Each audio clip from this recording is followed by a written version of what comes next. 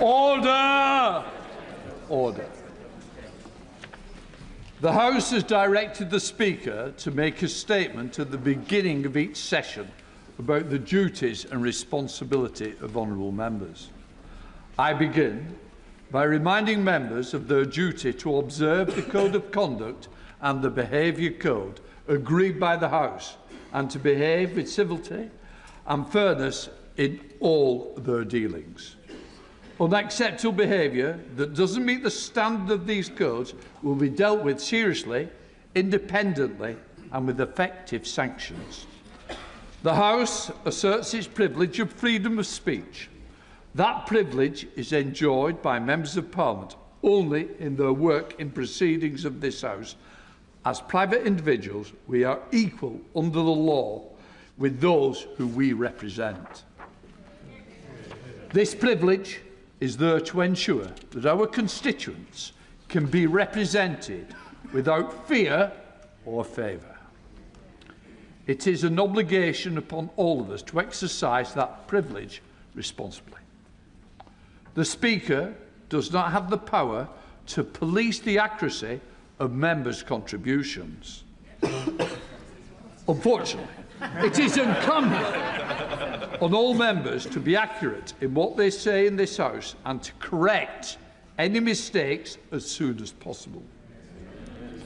All members, including ministers, should take the responsibility in this House seriously. I remind ministers that the government's own ministerial code make clear that important policy announcements should be made in the first instance in this House when sitting, and some people seem to have short memories.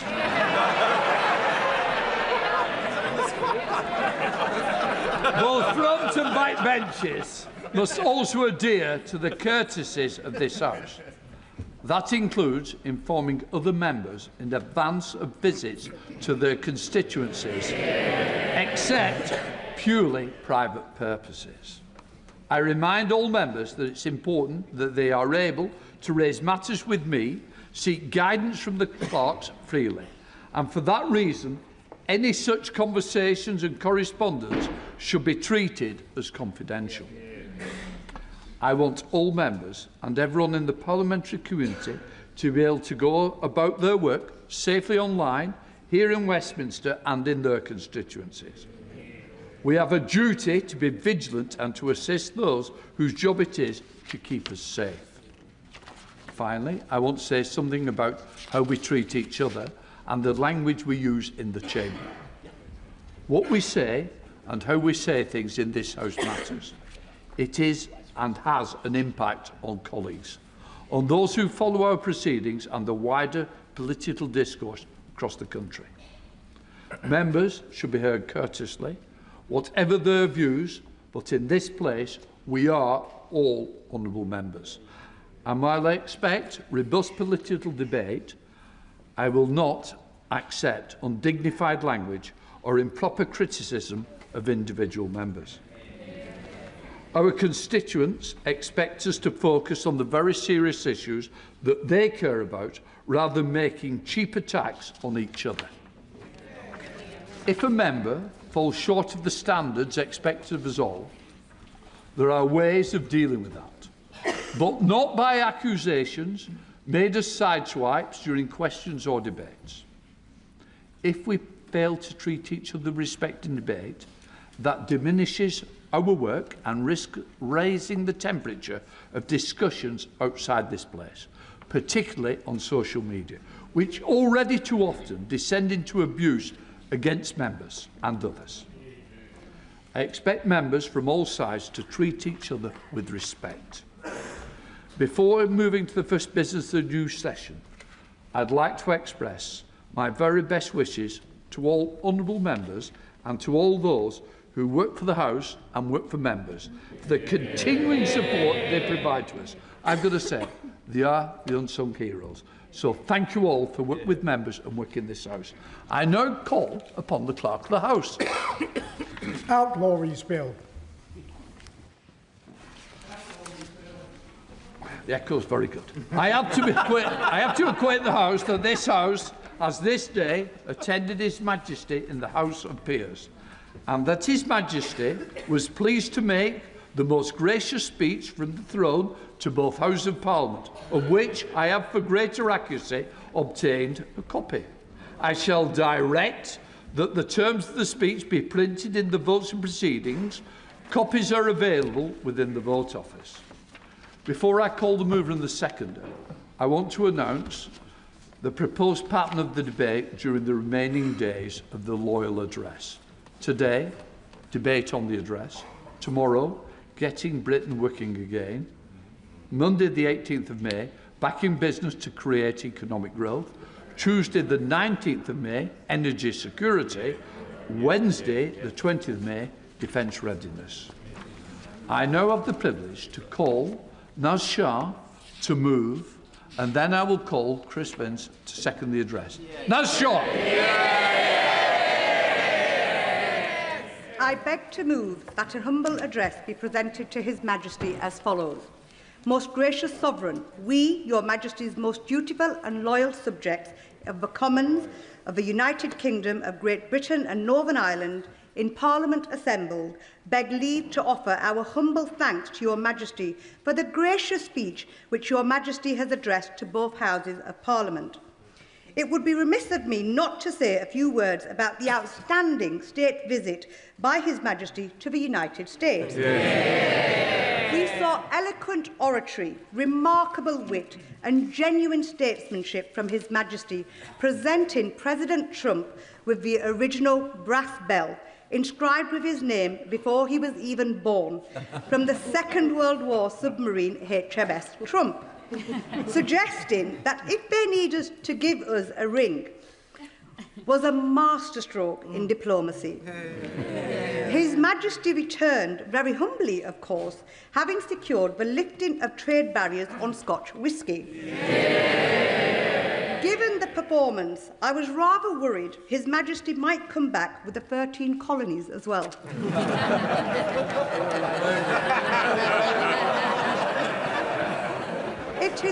It is a huge honour for me and my constituents of Bradford West to move the Loyal Address. This is the second time my constituency of Bradford West has been honoured in this way. In 1959, the then member for Bradford West, Arthur Tiley, seconded the Loyal Address. When the Chief Whip called me about today, my first reaction, like many across this House, when the Chief called, is, uh-oh, what have I done?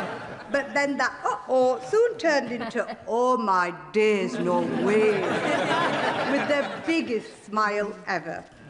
I remember clearly listening to the speeches by my honourable friends and members for Bootle, as well as Vauxhall and Camberwell Green, the last time this occasion happened, and thinking, now that is an honour. Had I known God was listening, I'd have asked to win the Euro Millions, Mr. Speaker. In fact, Mr. Speaker, had I known not always voting with the government also works, I might have done that.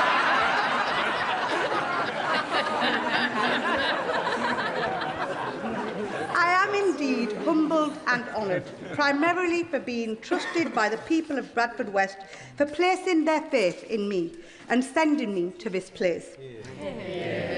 Given this opportunity to be the first ever Muslim to propose the Loyal Address in this chamber. And of course, seeing the meltdown of the far right online as a Muslim takeover, even an act of domination.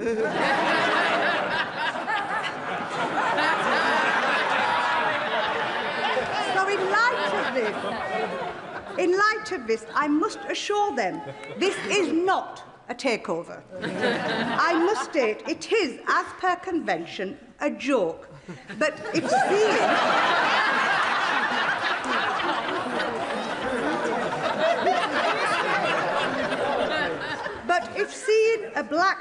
seeing black and brown people on TV makes you feel sick, my speech is going to make you vomit.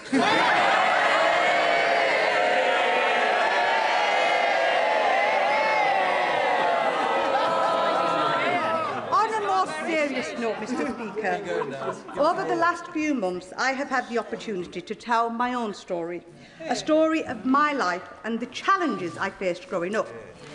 I often pinch myself whilst in this chamber questioning, how could a girl who lived the life I lived be given such an honour to represent her city in the mother of all parliaments?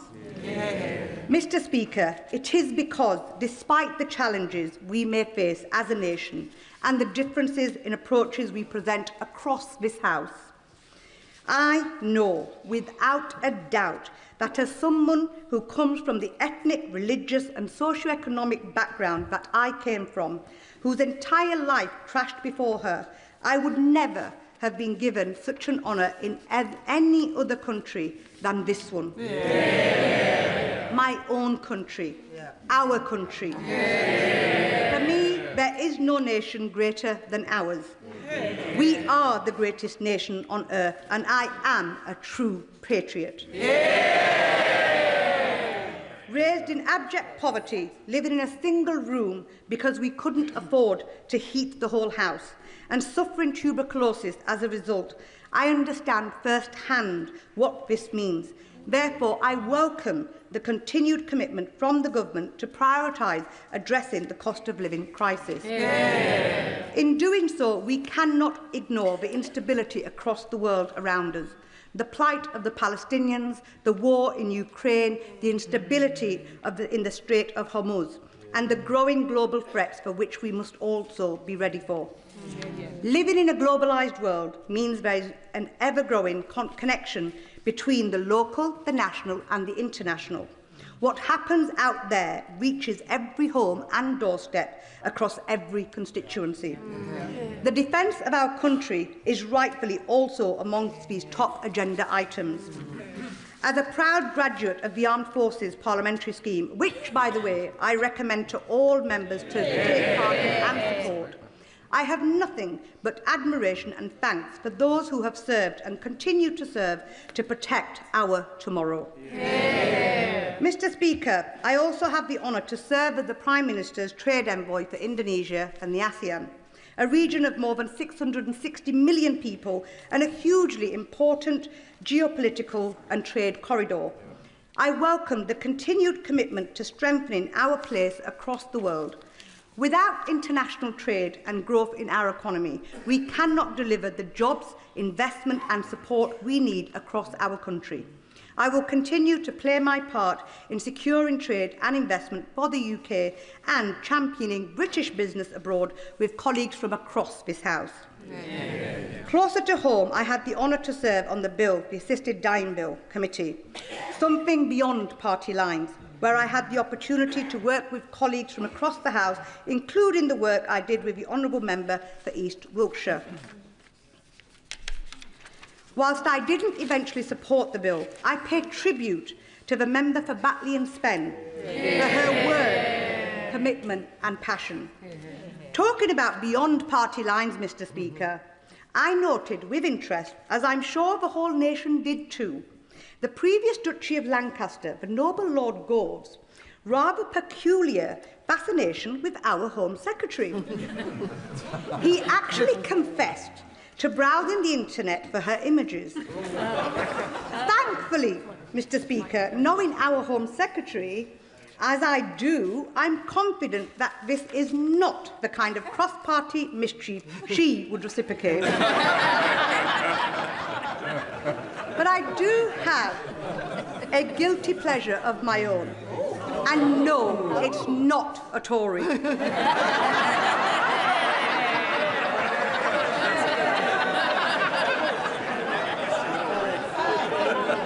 Unfortunately, for my calorie count, it is custard and cake. I blame Godfrey and Sharon in the tea room for their unwavering encouragement to indulge sparingly. I'm proud to be the first woman elected to Parliament for the constituency of Bradford West, a constituency with a history of extraordinary women who broke every barrier that patriarchy put in front of them. The Bronte sisters changed English literature forever, but had to use men's names to publish their writing. The suffragettes of Bradford went to Holloway Prison for the right to vote. The women of Manningham Mills walked out into the cold, changing our political landscape forever. Margaret Macmillan pioneered free school meals, and they were trialled in 1904 in the school I attended, Green Lane Primary, leading to the Education Act of 1906, which cemented free school meals into our history. And Barbara Castle, shaped by Bradford streets and schools, went on to write equal pay into law. And I am proud to serve alongside equally formidable women with the member of Bradford South and indeed the member for Shipley. There is something in the air in Bradford as a whole, something that produces women who will not be told. I promise this House I have zero intention of breaking with that.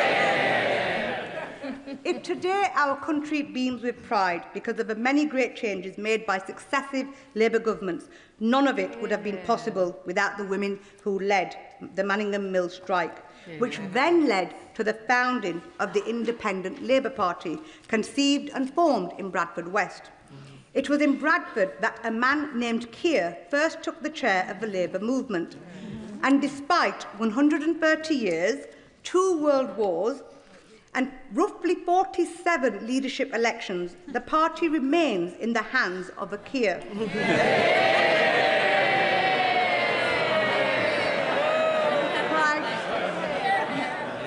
Prime Minister, nobody can say that you don't know how to fight on. I could not make this speech without recognising David Hockney, a boy from a Bradford terrace who pushed his paintings around the city in a pram. David went on to become the world's most famous living artist. David once said that if you look closely, Bradford is a city with magic.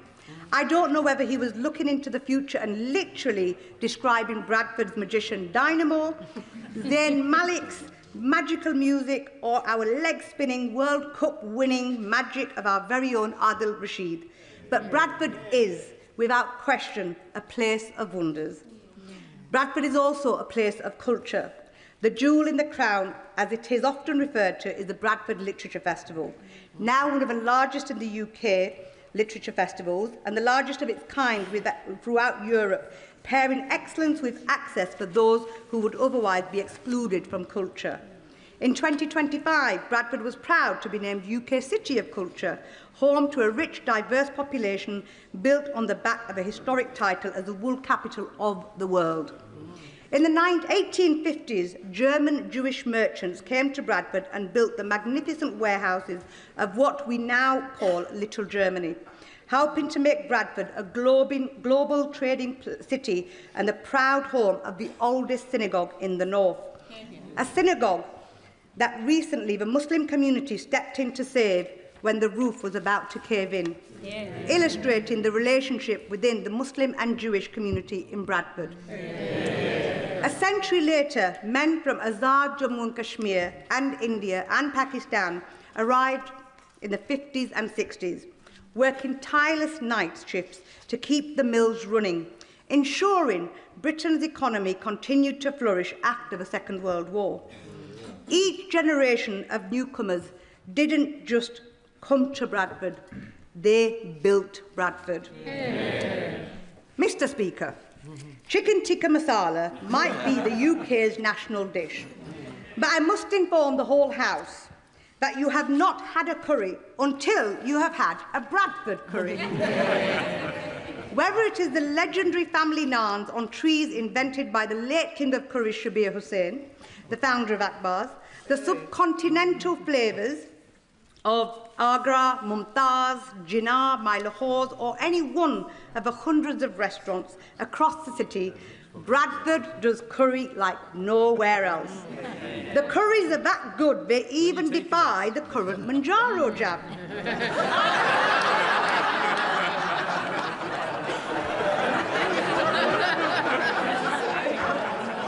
A note to the Health Secretary, he may well have to develop a stronger solution.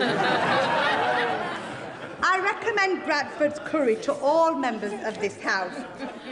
Now that Bradford has a few reform councillors, perhaps a member for Clacton, who I see is not in his place, could pay a visit and treat them to a good curry, followed by a pint brewed in Bradford. In fact, given the size of his recent gift that we are now all well aware of, he could probably take half of Bradford out and still be left with plenty of change. Bradford is, Mr. Speaker, the youngest city in the United Kingdom. It has been named the most entrepreneurial too. Morrison's grew from a market stall in our city to a household name. It's a place where I promise this House there is no poverty of aspiration, talent or ambition. But the poverty of infrastructure over decades has left us behind. Bradford is turning a corner.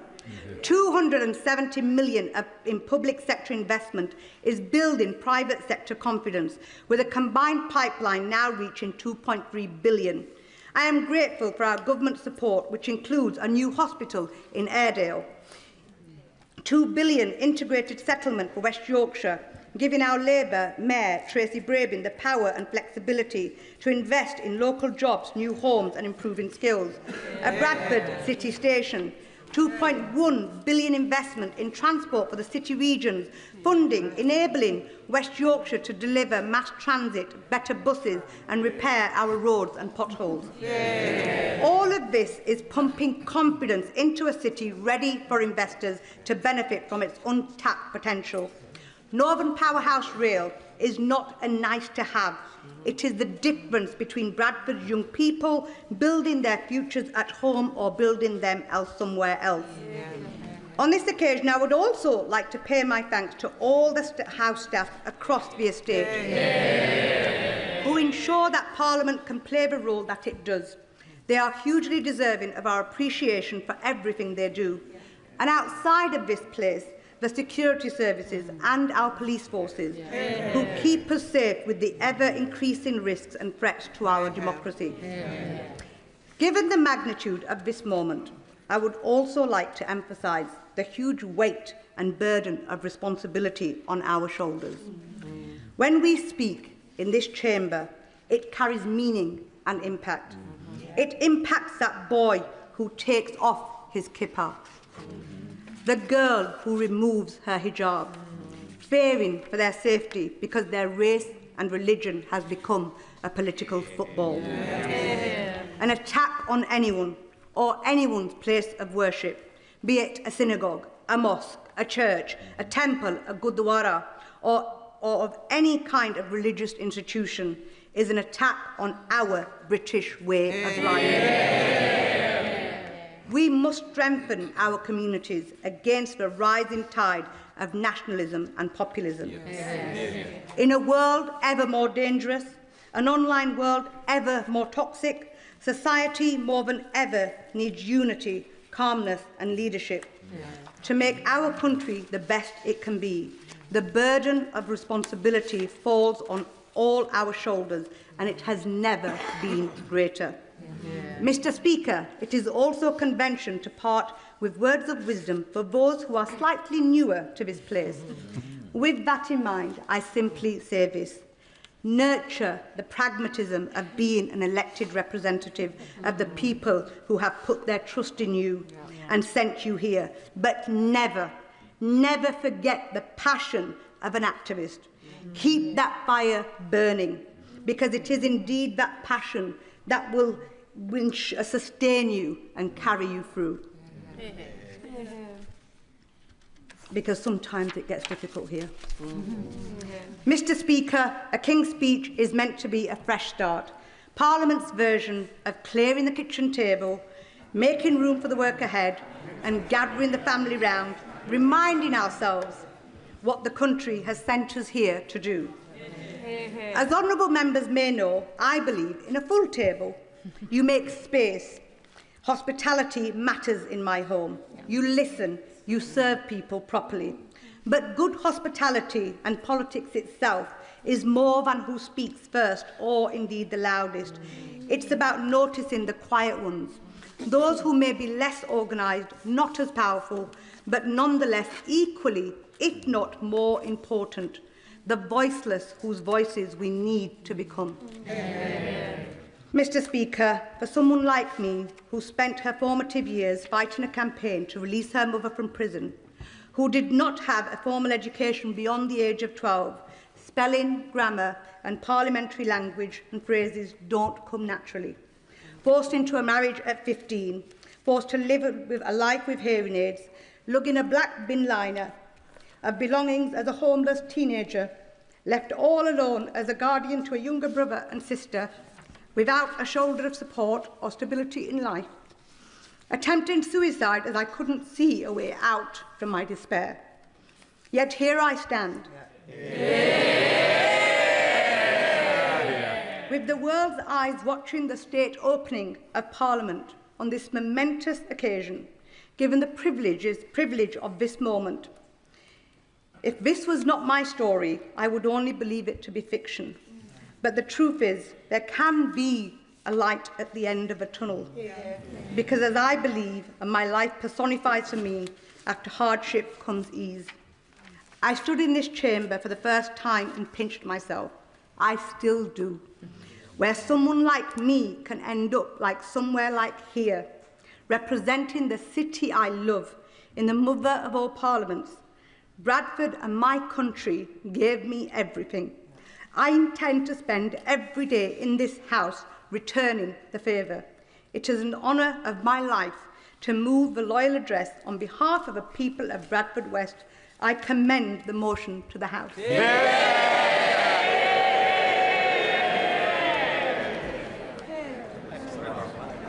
I won't mention the Bolton-Bradford game on Thursday. I now call Chris Binns to second the address. Chris Binns. Thank you, Mr. Speaker.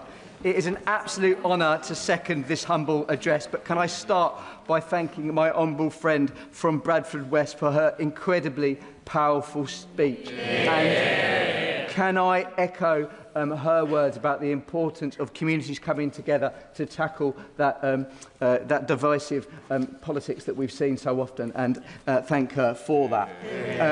Can I also echo her comments about the House staff and the incredible job that they do to support all of us? Following my recent London Marathon run, it was suggested by two of the doorkeepers that the only reason Sebastian Sewar ran it in less than 2 hours so he could get away from me talking about Harlow.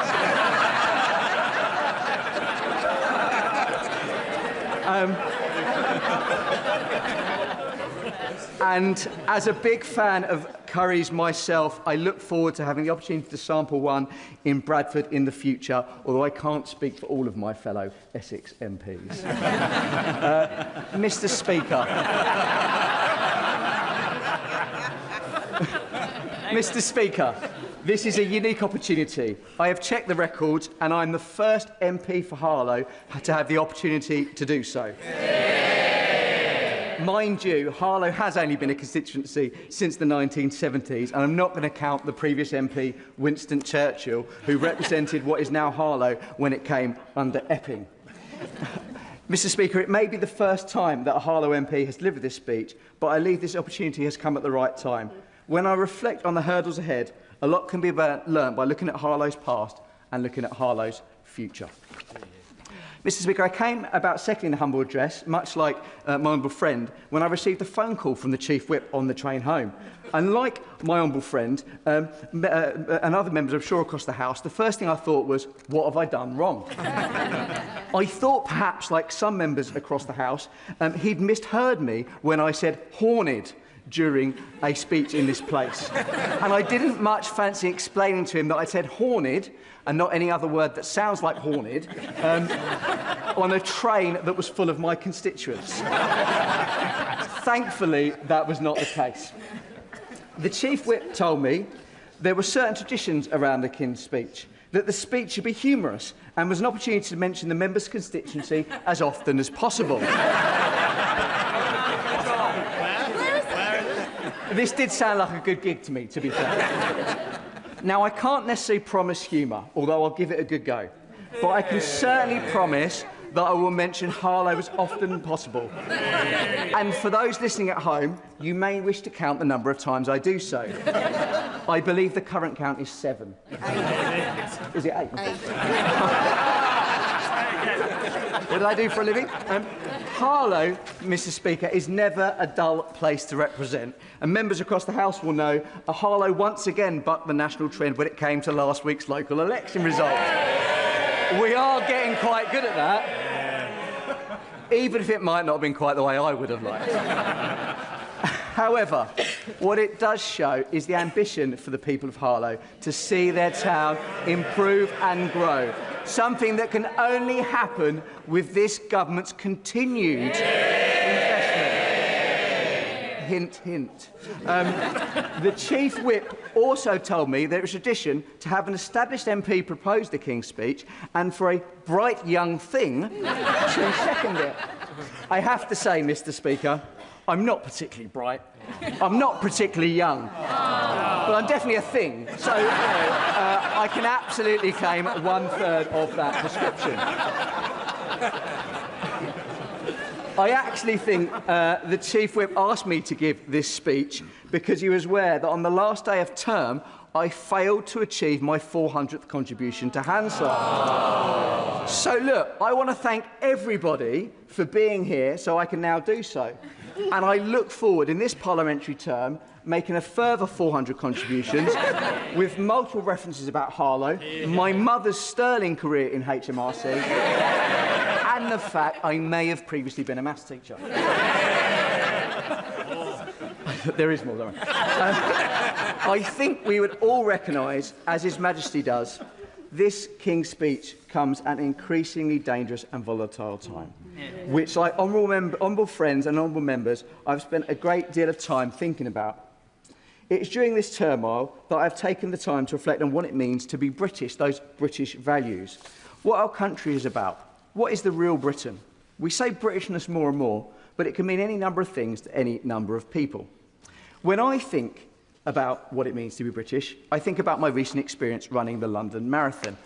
And, just to be clear, I am not referring to when the Honourable Member for Basildon and Billericay with his Union flag shorts on overtook me on mile 17, just as I hit the metaphorical wall. I have looked it up, he's 2 years younger than me, so I've got an excuse. During the marathon run, Mr. Speaker, or perhaps in my case I should say marathon limp, along the streets of London, I saw neither hate nor division.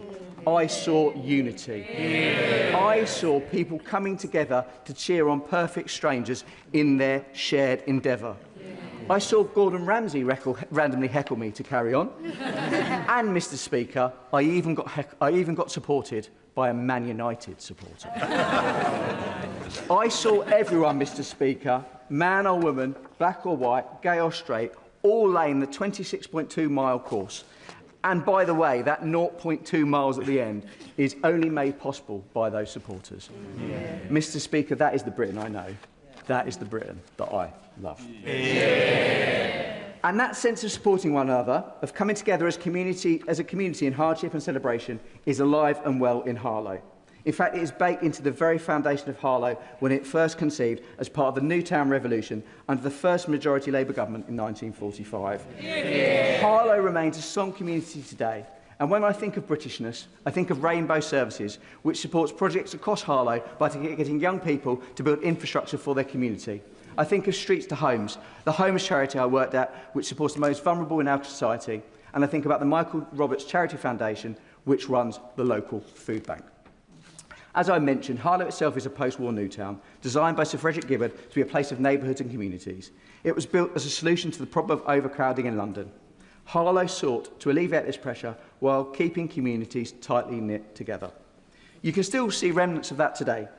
People from Walthamstow move into the Stow in Harlow, giving people a fresh start in life with all the comforts of their community. To this day, Harlow is one community built by lots of smaller and close communities, communities like Potter Street, Bush Fair, Church Langley and Little Parndon. As Harlow grew into its new town, so too did its pioneering spirit. And just 2 weeks ago, I was lucky enough to recognise one of those pioneers by unveiling a blue plaque in memory of Harlow-raised scientist Dr. George Hockham, one of the key brains behind the invention of the fibre optic cable. Fibre optic cable, created in Harlow, revolutionised modern communication, not just in Britain, but across the world. For me, George Hockham and many others like him from Harlow can be an inspiration for Harlow's next generation, a generation that deserves a government on their side. I think of inspirations like Professor Hannah Fry and Paralympian Anne Strike. These inspirations are a reminder of what it means to be British, to achieve so much and to have such a proud community behind you. Harlow has a history to be proud of and a future to be excited about too. As a former teacher, I don't know if I've mentioned that, I am filled with pride when I visit schools across Harlow and see the incredible young people learning there. That is why I'm proud that education is at the heart of this government's offer in the King's Speech, building on the work done by the previous parliamentary session. Looking to the future session, the government will tackle the broken SEND system, giving every young person with SEND the support they need and supporting parents, not leaving them to battle a broken system. This cuts across this House, as I'm sure every honourable member can recall a constituent coming to them broken with nowhere to turn, at their wits' end with an SEND system that benefits no one. I know I certainly can. I also welcome the government's commitment to review the national curriculum to make it broader, as well as recognising the importance of citizenship, of financial education and the dangers of online harm. What our younger generation learns is so important. If I could achieve one thing when I look back on my time serving Harlow, I want to achieve for the young people in Harlow the aspiration they deserve. Every young person now, sitting in a classroom in Harlow, primary or secondary, should have the opportunity to aspire to achieve whatever they want to do. That is what I want for Harlow. Some might say that I'm standing here giving this maiden speech means anyone can achieve anything if they are resilient enough. Because let me tell you, I can roll with the punches, and believe me, in my journey to these green benches, it hasn't been without being knocked down along the way. What I say now directly to you, the young people of Harlow, is do not give up on your dreams. Do not let someone tell you you can't do it. I say to you, if you really want something and you are willing to work hard for it, you can achieve it. I'm proof of that. And I know in this government, you have a Prime Minister dedicated to give that opportunity to others, because he is even more proof of it than I am. I would be remiss, Mr. Speaker, if I didn't take an opportunity to mention a personal focus of mine in this place, and that is supporting young carers and young adult carers. And I take this opportunity to once again call on the government to ensure support for these particularly incredible young people is a golden thread which runs through everything that they do. But of course, Mr. Speaker, Harlow is about more than just its young people, and my community has not been immune to the pressures from the cost of living crisis. I welcome the work already done, the freezing of the rail fares and prescription charges, the lifting of the two-child benefit cap and the raising of the minimum wage. But I am pleased most of all that this government recognises in this King's Speech there is more to do to support families in Harlow. When we talk about living pressures, it is easy to get lost in the numbers. And as a mathematician at heart, this is even easier for me. But to bring it home, when I think of the reality facing hard-working and proud families in Harlow, I think of my friend Jamie. He works 6 days a week to pay the bills, to put food on the table for his 2-year-old son, to provide for his family. And at the end of the month, he has very little, if anything. He cannot enjoy himself. He cannot treat his family. So this parliamentary session, Mr. Speaker, must be defined by being the one where we see living standards improve for everyone in our society and not just the privileged few. That is what will be in the mind's eye when I cast my votes in this place. I am sure my honourable friend from Oldham is waiting anxiously for me to point out that as I stand here in this place, as I am not just standing here as just a Labour MP, I am a Labour and Cooperative MP. I am proud of the Cooperative Party and the work it's been doing alongside the government to empower local communities like mine in Harlow through community ownership. I hope this next session will bring even more cooperative opportunities for people in Harlow. Though, of course, like many honourable members in this place, my constituency name does not encompass the full nature of my area. Harlow constituency does not end at the town boundary. I represent incredible villages too, with some incredible histories. I represent Roydon, a village that first appeared in the Domesday Book. Bordering Roydon are Lower Nasing and Dobbs Weir, which are home to the Lee Valley growers, some of the biggest vegetable producers in the country. I represent Shearing, with one of its most notable residents being Rod Stewart. And for the first time, Harlow includes Hatfield Heath and Hatfield Broadoak. I know the Leader of the Opposition will vaguely remember these places. Incredible communities with a strong sense of what it means to look after your neighbour. I've got a neighbour's reference in for the Media and Cultural Sport Secretary. There you go. Ironically, one of my predecessors, Bill Rammell, actually moved out of Harlow to one of these villages, though Harlow was not keen on this, so he expanded its boundaries to include him back in the constituency, and we welcome him. Part of the fun, Mr Speaker, of representing such a diverse community with its healthy share of rural and urban is the mix I get to experience as their MP. I can visit local businesses in the morning, talk to a group of students in the afternoon, then round out the day with a community event. I've attended my fair share of community events, Mr Speaker, although I'm not convinced it was a great idea to run the Matching Village 10K a week after the London Marathon. Didn't see the member for Billericay and Basildon there just saying. He'd already finished, yeah. On the point of running, Mr Speaker, when I took part in the London Marathon, I received a card from my parliamentary team wishing me luck, with one member of my team commenting, "You've run enough elections, so a marathon should be easy." Which brings me, you'll be pleased to know, to my conclusion, and to a line that I want to end with, from one of my former teachers. Did I mention I was a teacher? Mr Feely used to teach me science, although I'm never really sure we did learn a lot of science in his lessons, to be fair. However, I think, Mr Speaker, this line, I think, perfectly sums up this government, and that is, we should always remember, it's a marathon and not a sprint. And I would respectfully remind members of that. Thank you, Mr Speaker. The question is that the humble address be presented to His Majesty as follows. Most gracious Sovereign, we, Your Majesty's most dutiful and loyal subjects, the Commons of the United Kingdom of Great Britain and Northern Ireland, in Parliament assembled, beg leave to offer our humble thanks to Your Majesty for the gracious speech which Your Majesty has addressed to both Houses of Parliament. I now call the Leader of the Opposition, Right Honourable Kemi Badenoch. Thank you, Mr Speaker. This King's speech is taking place against the most extraordinary backdrop.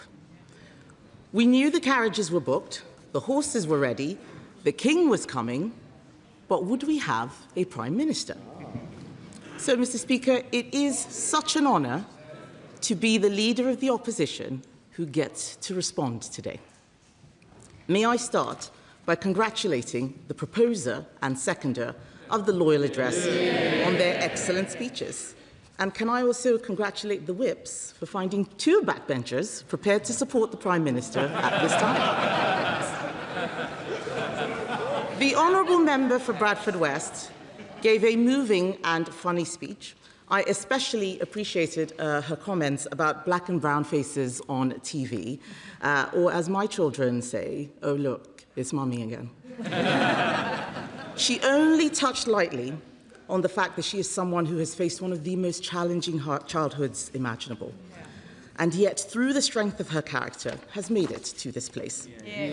She is made of tough stuff, and that is something we need more of in this House. Anyone who can boast of chewing up and spitting out George Galloway in an election is clearly formidable. I also congratulate the member for Harlow on successfully delivering a humorous and warm-hearted speech.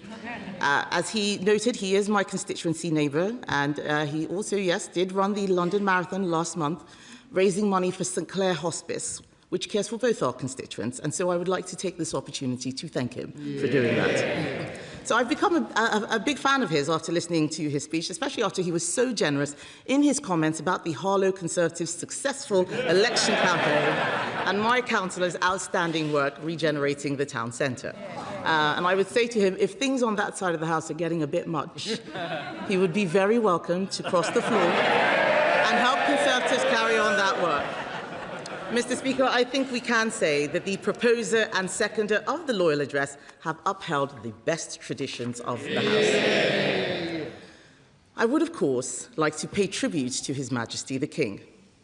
His Majesty has served through a period of great personal difficulty, and throughout he has exemplified the virtues of grace, dignity, humour, modesty and resolve in the face of adversity.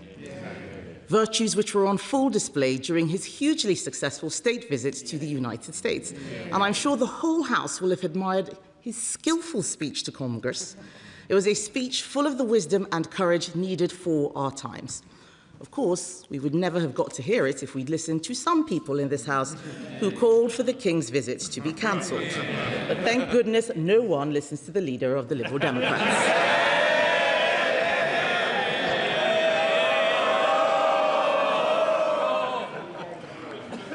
As for the Prime Minister, when he was young, he called for the end of the monarchy.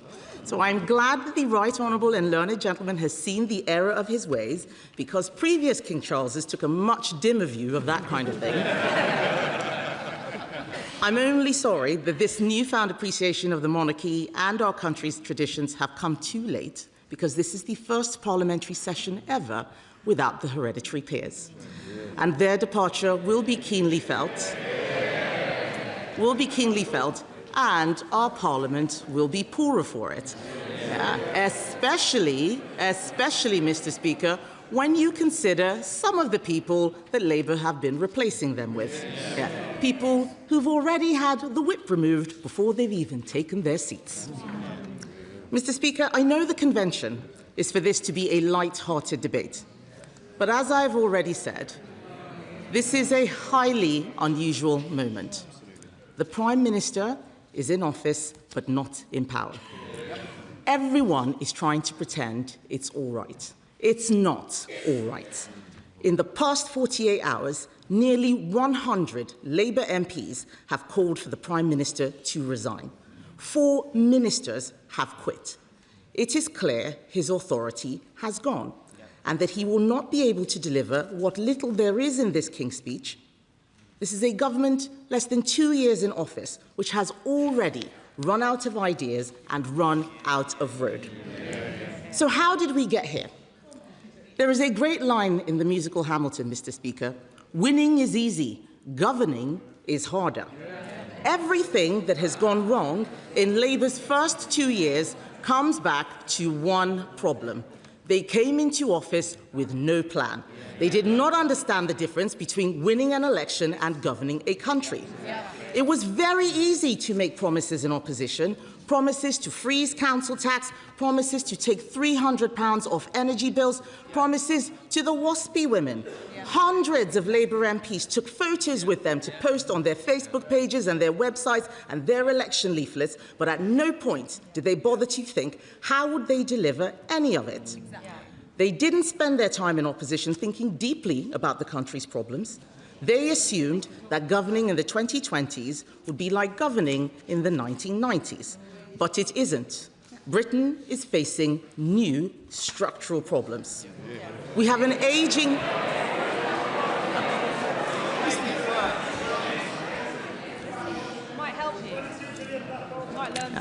Mr. Speaker, they'll shout at me. I know they can't wait to get back to their plotting, but it's quite important that we hear what is going to be said. Because we have an ageing population, a falling birth rate, and a welfare bill that is spiralling out of control. We have an information revolution in the shape of AI that threatens to unravel the world of work as we know it, and the cost of energy is driving industry out of the country. Labour were taken by surprise that we are living in a more competitive and increasingly hostile world. Their manifesto was just a set of misleading promises. They promised no new taxes on working people. Fail. They promised to crack down on illegal immigration. Fail. They promised to tread more lightly on people's lives. Epic fail. They made promises without knowing how anything works. Let's look at housing. Just after Labour took office, when I was Shadow Housing Secretary, I stood at this dispatch box and warned the former Deputy Prime Minister that she had been stitched up, that the 1.5 million new homes Labour promised had been hung like a millstone around her neck. I knew that they wouldn't be able to meet that target because they didn't understand why more houses weren't being built. Sure enough, they are already more than a third down on their target and well behind what we delivered. Of course, Mr. Speaker, in the end, It wasn't 1.5 million homes that did for the former Deputy Prime Minister. It took just one flat in Brighton to bring her down. Mr. Speaker, it is so obvious. It is so obvious. I know they don't want to hear it, Mr. Speaker, but this. I know they don't want to hear it. Look at them. They are so arrogant. They want to lead our country. They can't even lead a coup.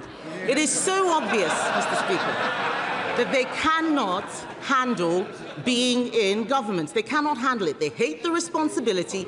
They hate having to take tough decisions. They prefer scratching the itches that they had in opposition.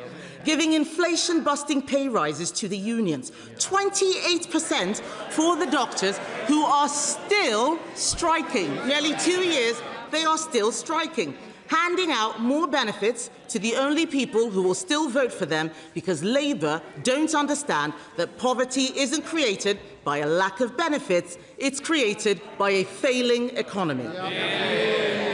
Mr. Speaker, we spent the last session listening to Labour MPs telling us how great everything was going. No doubt we will hear lots of grandstanding speeches this week telling us what a fantastic job they did. How absurd, given the number of them demanding that the Prime Minister stands down. We counted, Mr. Speaker, there were 24 U-turns in that first parliamentary session. Winter fuel, family farms, grooming gangs, welfare reforms, social media for under-16s, day one workers' rights, the list goes on. And every single one of these U-turns had at its core a single issue: the Prime Minister's total lack of judgment. This is a man who, faced with a crisis of vision, charisma and electoral success, sent for Gordon Brown. Leadership, Mr. Speaker, is about having a vision for this country. It's about having the courage to take difficult decisions, persuading your party that those difficult decisions will pay off in time, and taking responsibility for your mistakes. He has failed on every count. We've had pillars, promises, 4-point plans, 5-point plans, missions, none of it achieving anything. Reset after reset after reset. Even if the Prime Minister does last long enough in office to deliver this gracious speech, the bills announced today do not remotely come close to what the country needs. I know that they're chuntering, Mr. Speaker. Not a single one of them actually dares to intervene on me in this speech.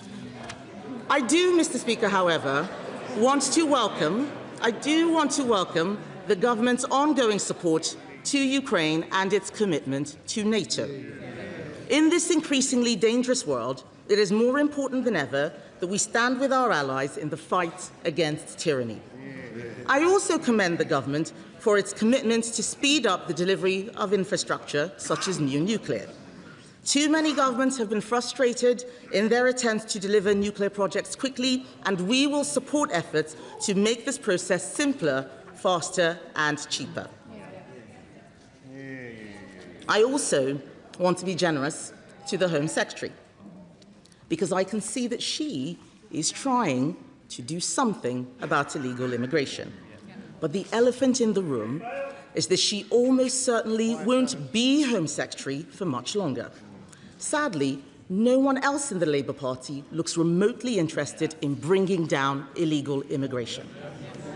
The rest of this offering in the King's speech, Mr. Speaker, makes it clear that they have learnt no lessons from their mistakes in government so far. All we have is a load of re-announced policies, hounding our brave veterans through the courts, legislating for digital ID, a policy they told us they dropped, banning trail hunting, just more class war that makes no one's life better, scrapping NHS England, something the Prime Minister announced 14 months ago. But then I suppose the Health Secretary has been a bit distracted lately, hasn't he? Yeah, hasn't he? Yeah. He's chuntering now. Why don't you just do your job? Do your job. Even worse, Mr. Speaker,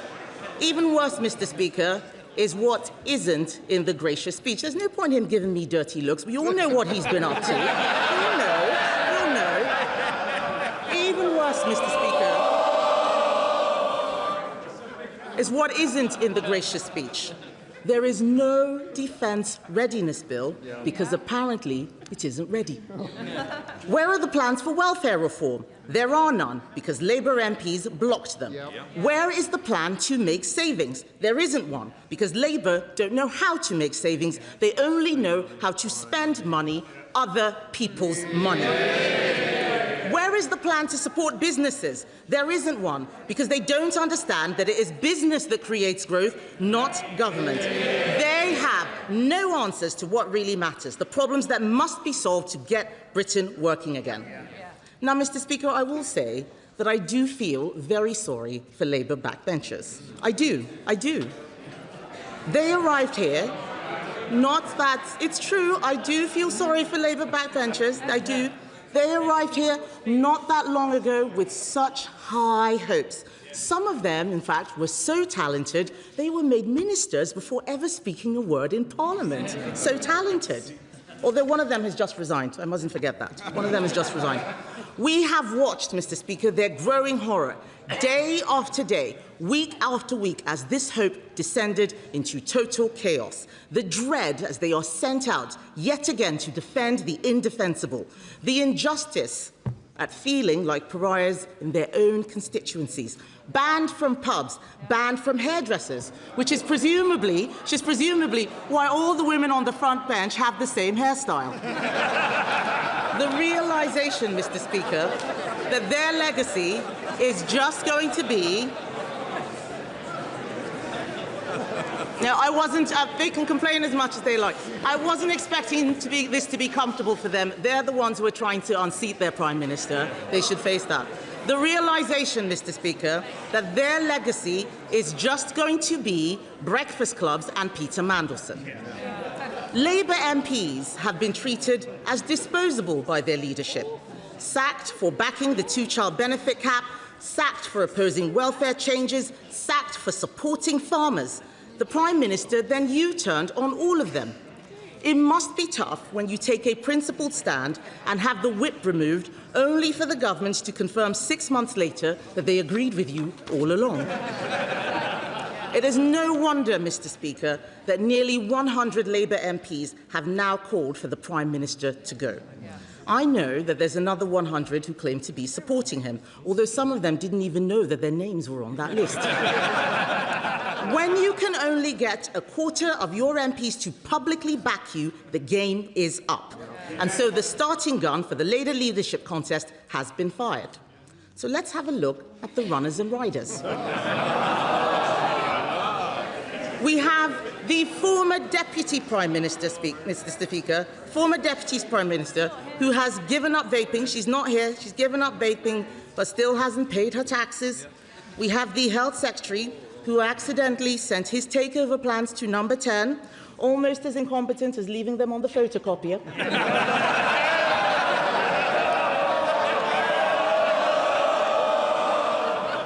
And we have, Mr. Speaker, the Mayor of Manchester. The Mayor of Manchester, Mr. Speaker, a self-proclaimed winner who has twice failed to win the Labour leadership, including against the member for Islington North. As one Labour MP said about all the candidates in this race, and I quote, "We have to face up to the fact every single one of them is," I apologise, Mr. Speaker, F*** useless. I do feel sorry for the poor Labour MPs who will now be subjected to months of peacocking by leadership candidates while the country is not being governed. I have some advice for whichever of them eventually takes over. Getting to Number 10 is not an award for being in a game show. This is not Strictly Come Dancing, and despite appearances, it's not Traitors either. If you are a housing secretary who can't work out her housing taxes, if you're a health secretary who can only cut waiting lists by deleting names from the waiting list, if you are Gordon Brown's former chief secretary to the Treasury and you think the bond markets are a hoax, I can assure you that being Prime Minister is going to be a lot tougher. Too many have failed because they thought winning an election or a leadership contest was the success. It is not. The work doesn't end when you get the job. That's when it starts. It is absolutely preposterous that the government is here laying out a programme as its ministers are resigning and a large proportion of the party is saying that the Prime Minister needs to go. The whole thing is totally illogical. Either Labour MPs agree with this agenda, in which case, why are they trying to get rid of the Prime Minister, or they don't agree with this agenda, in which case, what on earth are we all doing here? It is time to be brutally honest, Mr. Speaker. It is time to be brutally honest. The country is angry with the entire political class. All of us here. They are not happy.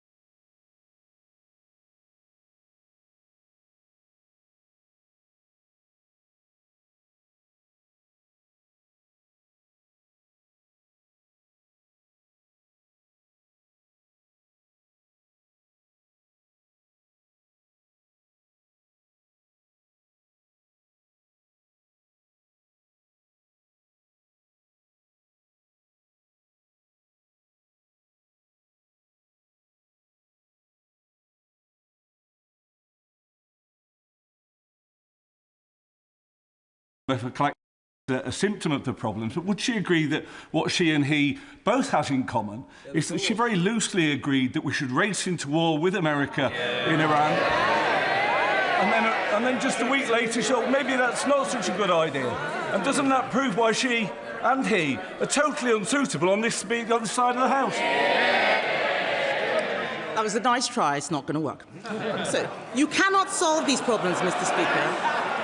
You cannot solve the problems of the country unless you have a plan to fix the civil service, the regulators, the legislative straitjackets, powers transferred from Parliament to the courts.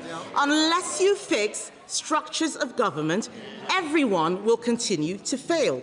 Britain is not ungovernable, and it is not broken. The reason we published an alternative King's Speech, I'll say to the Honourable Lady who was asking what the plan was, we have published an alternative King's Speech, is because we need to take tough decisions to get the country out of the mess we're in. Cutting wasteful spending, funding defence, securing our borders, reducing the cost of energy. If you want to bring down bills for families and bring industry back to this country, you need a plan to scrap the net zero legislation, strangling industry and making energy costs higher. That's why we're proposing a cheap energy bill to do just that. If you want businesses to employ people, you need to stop crushing them with thousands of pages of employment laws and stop handing power to the unions. You need to stop hammering businesses with tax rises. That's why we're proposing a Get Britain Working bill that would scrap laws that are no longer fit for purpose and are killing jobs.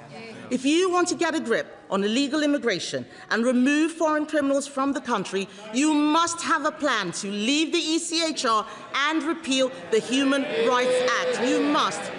Efforts to get control of our borders have been frustrated because power has been taken out of the hands of ministers. We need to bring that power back so that we don't have murderers staying in our country because the courts stop us from deporting them. Our alternative King's Speech shows how it can be done, letting the government, not the courts, decide who comes and goes. Prime Ministers are going to keep running into problems until they deal with activist lawyers and international agreements that tie the government's hands against the interests of the British public. Oh, Mr. Speaker, they're chanting that it... Mr. Speaker, they're chanting that it's... Does someone want to stand up and tell us who they're supporting? Is it the plotters or the PM? Is it? Because I know that's what they really want to get to. They're not interested in hearing what a plan for the country should be because they're too focused on Labour Party problems. Mr. Speaker, we will keep running into these problems until they deal with activist lawyers and international agreements that tie the government's hands against the interests of the British public. Next, we must reduce welfare spending. It is eating every penny that we generate in income tax and more. We must spend much more on defence. Even former Labour defence secretaries are pleading with the government to do this. That's why we're proposing a sovereign defence fund, which will overhaul Britain's defence industrial base. That's what the alternative could be. That alternative King's Speech makes difficult choices because that is what leadership is. We have laid out these plans now because we are more than happy for Labour to take them. They might be our political opponents, Mr. Speaker, but we are all citizens of this country.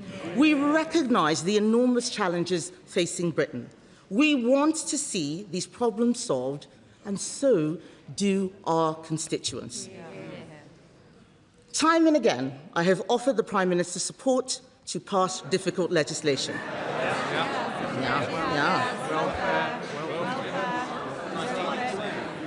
Time and again, I have offered the Prime Minister support to pass difficult legislation. Time and again, he has turned it down. It might be too late for him now, but it's not too late for his successor. It is time to get serious. It is time to deliver. That is what the British public expect. That is what the Conservative Party will do. I now call the Prime Minister, Sir Keir Starmer. Mr. Speaker, can I say what a pleasure it is to welcome the gracious speech of His Majesty and the radical agenda of this Labour government that will tear down the status quo that has failed working people and build a stronger, fairer Britain. Mr. Speaker, in light of the abhorrent attacks in Golders Green 2 weeks ago, let me start by briefly addressing that directly. It was the latest in a series of appalling anti-Semitic attacks. A normalisation of hatred that leads terrorists with warped Islamist ideologies to attack people they've never even met simply because they are Jewish. A hatred that leads some to march calling for the murder of British Jews and not to think there might be something wrong about that. Mr. Speaker, I've fought this hatred in my own political party. And I've sat with others as they describe what it means for them. The fear, the sense that maybe they shouldn't wear something or do something that might reveal their Jewish identity, just in case. Mr. Speaker, it is time for the silent majority in this country to speak up, to stand with British Jews and defeat this hatred once and for all. Just as we will take on any form of hatred, from left or right, that seeks to divide us. Mr. Speaker, in the words of the gracious speech, we will defend the British values of decency, tolerance and respect for difference under our common flag. Mr. Speaker, that is also why, when far-right agitators try to come here this Saturday to spread their poison of hatred, this Labour government will block them this time and every time. Mr. Speaker, the gracious speech was brilliantly proposed by my honourable friend, the member for Bradford West. Members across the House will have read her remarkable new book. Her list of endorsements is truly impressive, reaching well over 100 members. At last, Mr Speaker, a list that we could all get behind. And, Mr Speaker, it's not the first time that has shown her ability to bring people together. She united her city and many in this House when she sent George Galloway packing. And, Mr Speaker, the House will know that she is passionate about the measures this government is taking to lift 500,000 children out of poverty. As we all are on this side of the House, it is the pride of these benches.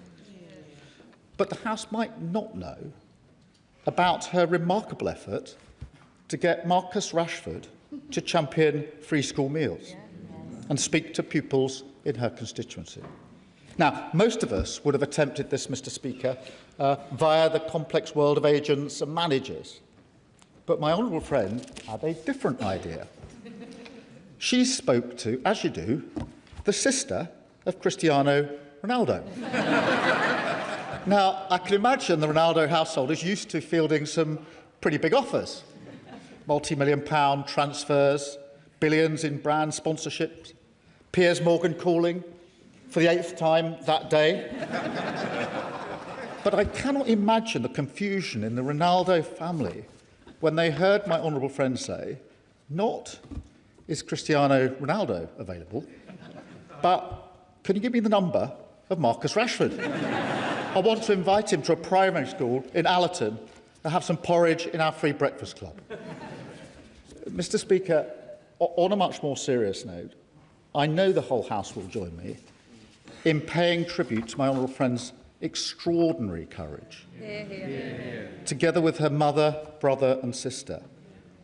This story is utterly harrowing.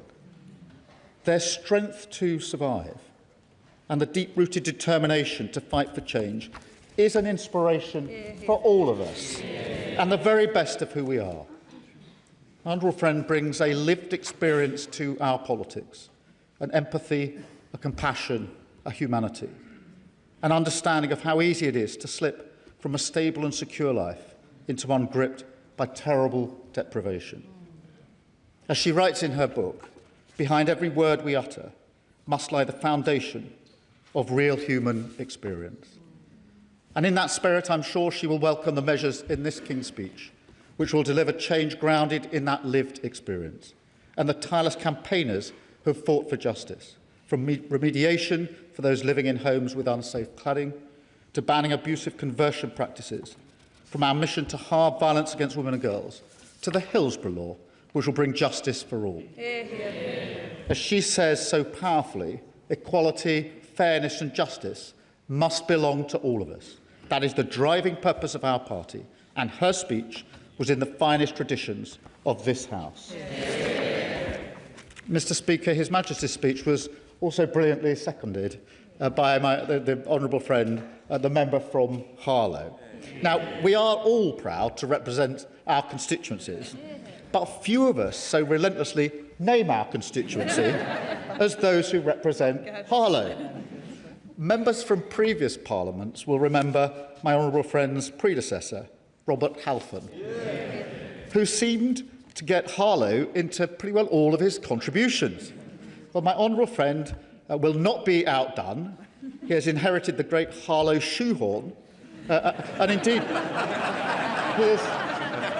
he's already recognised across this House as a one-man tourist board. And I have to thank the member for Huntingdon, caught in Hansard, referring to my honourable friend as the trade envoy to Harlow. A rare example of a good idea from the opposition.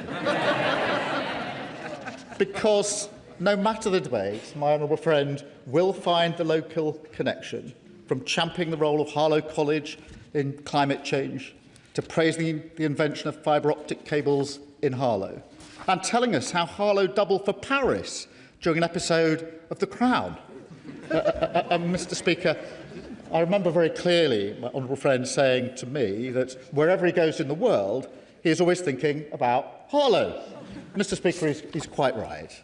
And can I congratulate him on his amazing fundraising at this year's London Marathon, as has been mentioned. I do understand his disappointment being overtaken by the Right Honourable Member for Basildon and Billericay. All I can say is there is no shame in losing to someone whose training was so extensive that involved running all the way from North West Durham to Billericay.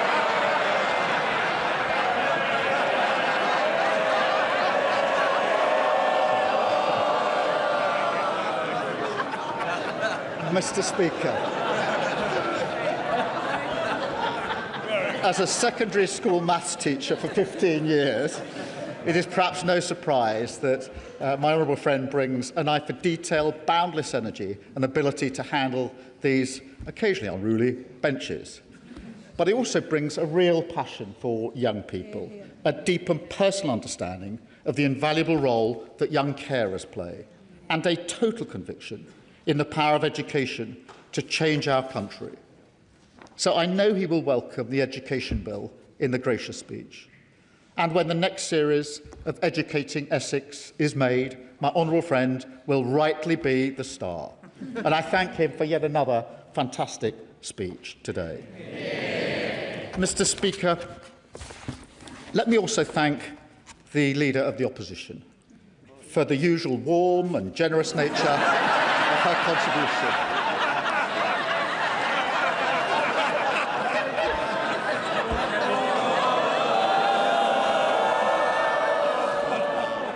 In difficult days, her input is always a ray of sunshine.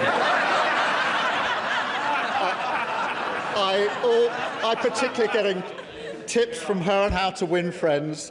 This is from the person, Mr. Speaker, who previously called us orcs and goons. But, Mr. Speaker, I am a gooner, and so, as usual, she is less than half right. But we do have one thing in common.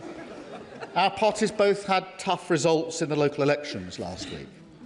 The difference is she hasn't noticed. And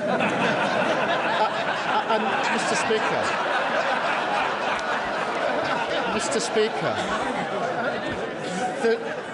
there's another difference, Mr. Speaker. We are in government and they are no longer even the opposition.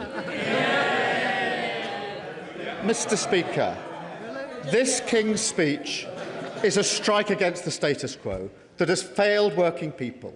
It's a King's speech for the young people whose gifts lie in their hands, who work hard, want their talents to be recognised and just want an opportunity in their community. A King's speech for the children who, under the party opposite, had to go to school without breakfast, hungry, cold and tired, when they should be focused on their learning. And, Mr. Speaker, it's a King's speech for the backbone of this country, for working people who worry about the cost of living, want their town centres to thrive, their public services to work, their government to be on their side. And, Mr. Speaker, we are, because the heart of this programme is a plan to make Britain stronger and Britain fairer. Mr. Speaker, right now across the country, people turn on their television and they see bombs falling. They go to the petrol station and see prices rising, and they're worried sick about the consequences.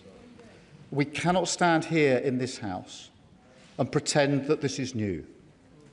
Britain has been buffeted by crises for decades now. The 2008 financial crash, the austerity that followed it, Brexit, COVID, and the war that still rages in Ukraine. And the response, their response, is always the same, a desperate attempt to get back to a status quo that failed working people, decimated their public services and made them pay the price.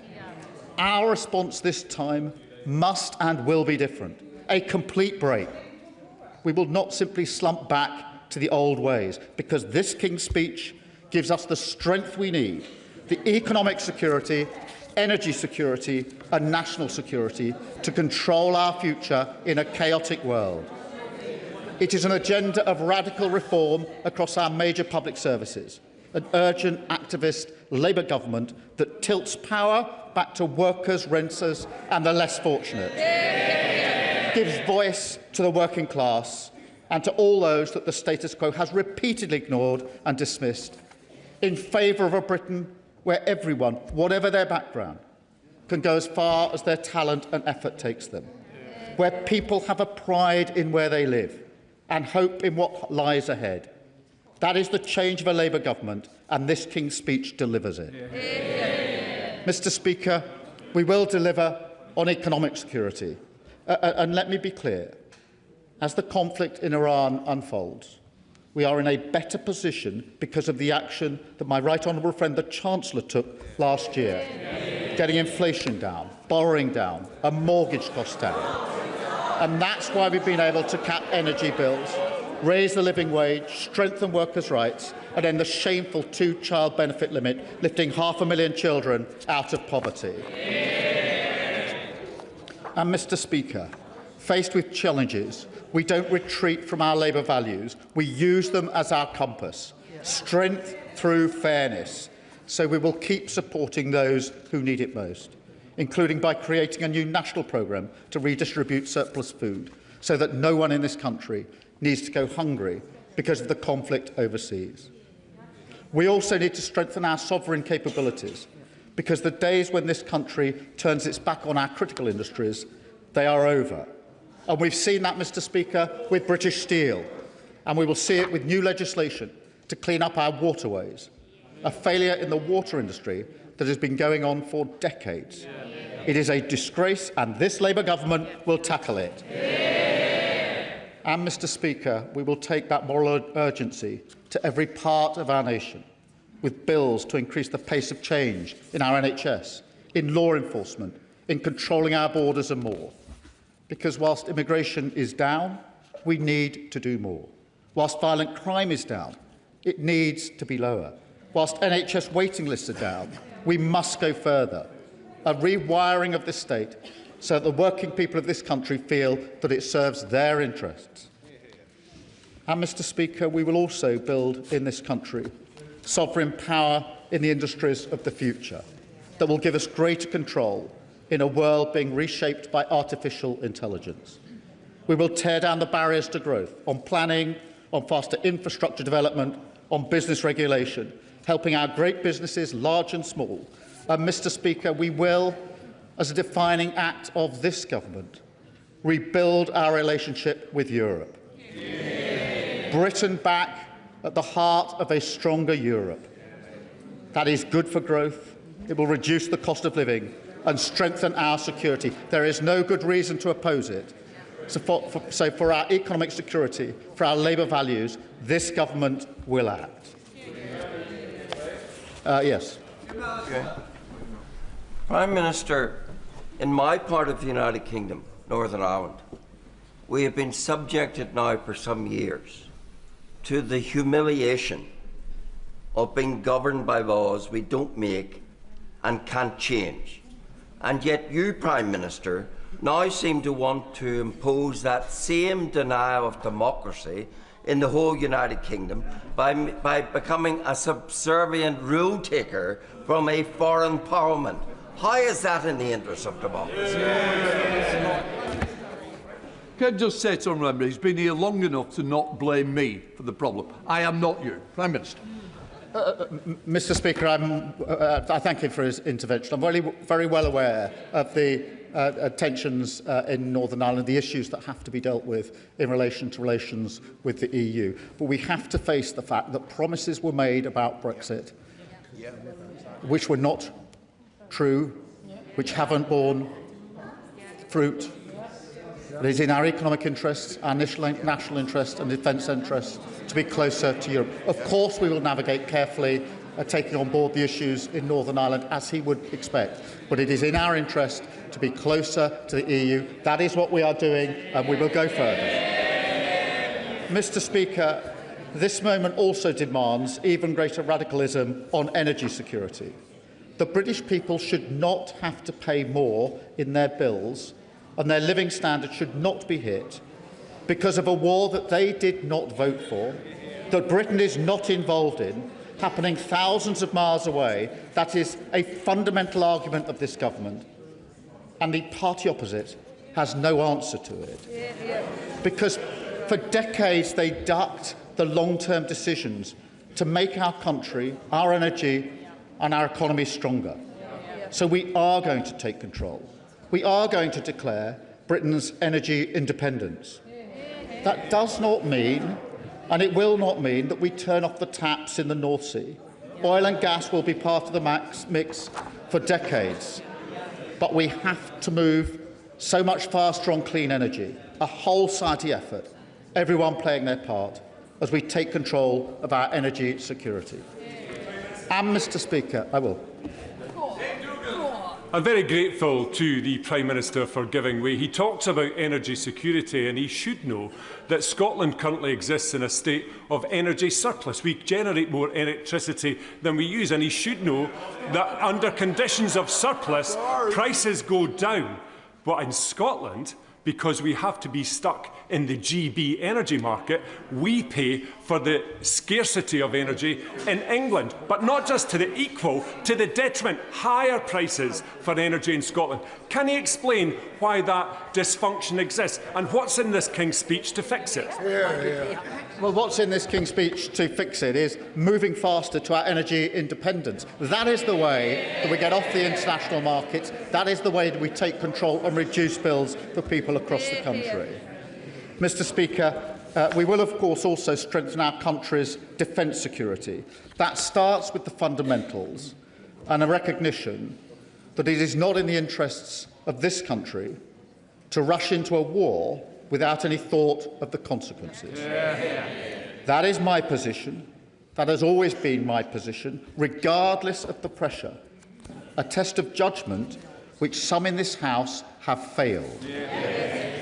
It continues, Mr. Speaker, with our commitment to NATO, the most successful defensive alliance in history. A proud achievement of this party that others would throw away. Today, faced with even greater threats, we need to strengthen NATO, we need to invest in our defence capabilities, and we need to strengthen the European element of NATO, because this nation is stronger when it stands with others, not just in word, but in deed.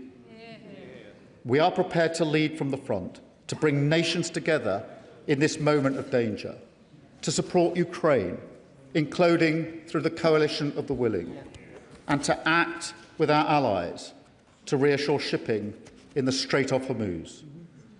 Because, Mr. Speaker, we're not merely content to manage the fallout of the Iran crisis. Instead, we're building an international effort to solve it and end the economic harm. And of course, Mr. Speaker, standing up for the defence and security of the United Kingdom depends on one thing above all else: ending 14 years of Tory defence austerity, with the biggest sustained investment since the Cold War.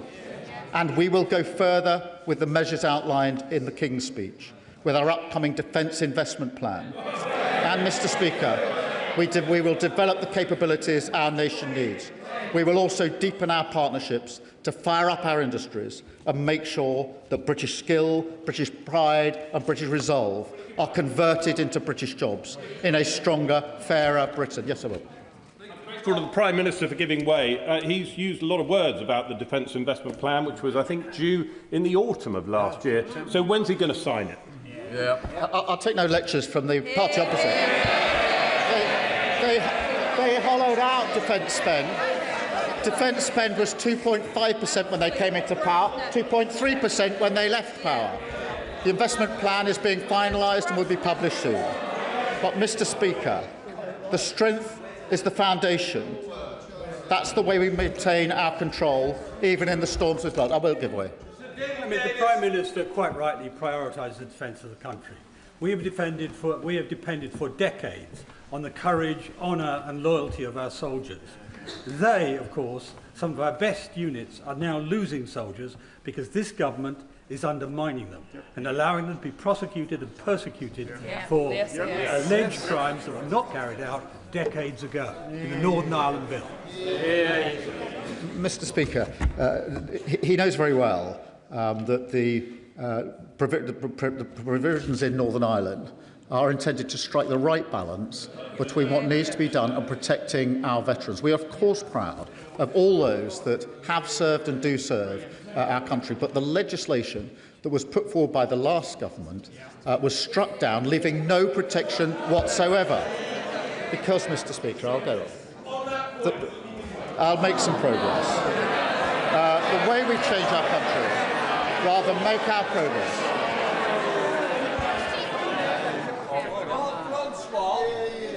he will know that in the recent Supreme Court Dillon judgment, the court ruled that our Legacy Act overwhelmingly was not incompatible with the Human Rights Act. He knows that.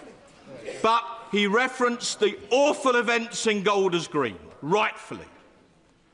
And he defended the police officers against attacks on the leader of the Green Party, rightfully, and said they had to take split-second decisions. So if Northern Ireland veterans had to take split-second decisions to uphold the rule of law in Northern Ireland, what's the difference?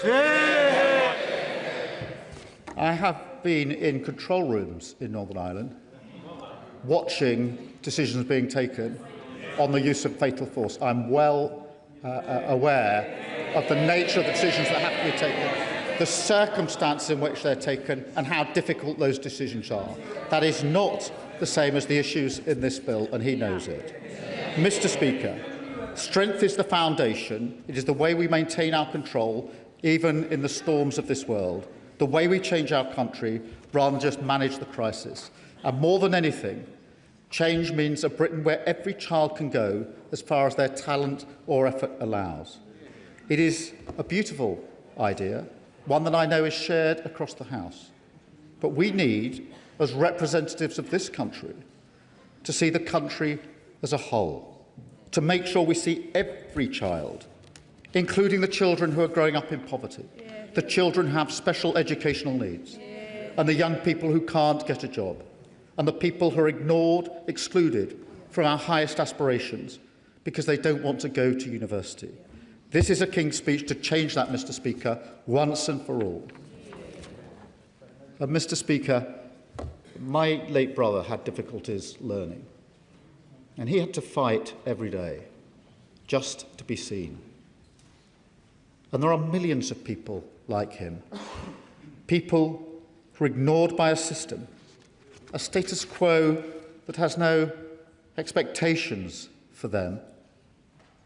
This King's Speech will make sure no child is left behind, because everyone has something to contribute to the success of this nation.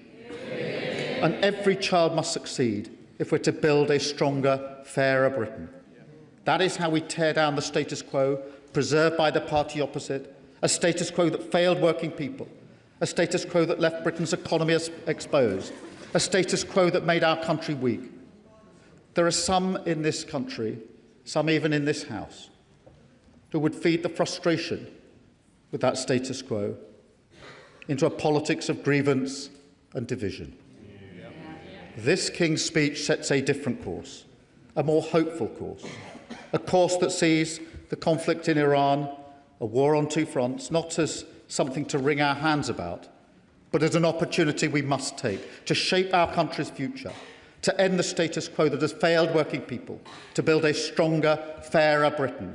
That is what this King's Speech delivers, and I commend it to the House. The Leader of the Liberal Democrats, Sir Ed Davey. Thank you, Mr. Speaker. And may I start by giving my sincere thanks to His Majesty King Charles for His Grace's speech on behalf of all Liberal Democrats. While we still believe President Trump should not have been rewarded for insulting British soldiers and the Royal Navy, His Majesty was superb on that state visit. And can I join others in paying tribute to the honourable members for Bradford West and for Harlow for their accomplished speeches, proposing and seconding the Royal Address. Like myself, the Honourable Lady worked in a factory. For her, it was crisps. For me, it was pork pies. If we throw in the Honourable Member for the Isle of Wight West, who worked in the soft drinks industry, together we are a meal deal. but may I say she is the real McCoy. The honourable member for Bradford West has already had an extraordinary life and career, talking from first-hand experience about how violence against women and homelessness touches millions of people, and we are in her debt for that and for her bravery and courage. Can I also congratulate the honourable member for Harlow for his speech? I hear he recently ran the London Marathon. Now, the House might be shocked to know I have more experience with crisps than long-distance running. But I would add that it's a great pleasure to work with him on young carers and young adult carers, something that we are both passionate about. And can I thank him for his leadership chairing the all-party parliamentary group. As others have mentioned, including himself, the honourable gentleman was a maths teacher for many years and no doubt had to deal with bad behaviour in the classroom. He may want to advise the Prime Minister on whether the Health Secretary should be put in detention. Mr. Speaker, there's a lot to cover in responding to this King's speech, but I want to start by addressing directly the atrocious acts of anti-Semitism British Jews are experiencing at the moment, the insecurity and fears the community now feel. Week after week, British Jews are being attacked, intimidated and persecuted. Heaton Park Synagogue, Kenton United Synagogue, Finchley Reform Synagogue, Jewish Futures in Hendon, the Hatzola ambulances, and now the Golders Green stabbings. When I visited Marble Arch Synagogue last week, members of the Jewish community questioned whether Britain is a safe place for them, whether they must move abroad to be safe. No one should have to ask themselves this question in our country today. No one. The Independent Review of Terrorism Legislation, Jonathan Hall, is right to call these appalling levels of anti-Semitism a national security emergency. He's also right to say that existing laws must be properly enforced. That's why I welcome the government's initiative to bring forward a policing bill and urge it to ensure police and prosecutors receive the right training and support to pursue anti-Semitic crimes much more effectively. And it's why we on these benches have long called for the IRGC to be prescribed as a terrorist organisation to tackle the threat that these Iranian terrorists pose to British Jews. The legislation finally confirmed today, I believe, to prescribe the IRGC must be a top and urgent priority for legislation. Mr. Yes, I have to give way. Thank you, Mr. Speaker. Can I welcome what the Prime Minister is doing in relation to IRGC, but he will be aware that some 30,000 individuals who protested in the streets of Iran are in jail. Some of those are on death row, about to be executed because of standing up for liberty and freedom. Does he feel that maybe government should, perhaps, and the Prime Minister in particular, should be taking action to try and get those people freed? Because now's the time to act. Thank you. Well, the honourable gentleman is right to mention those individuals in Iran who have been persecuted by the appalling Iranian regime, Mr. Speaker. I'm sure the Foreign Secretary will have heard that and will make as many representations as possible, though I accept this is not an easy matter given the regime in Tehran. Mr. Speaker, this is the 23rd humble address I've listened to in this House, and it's the most surreal by far.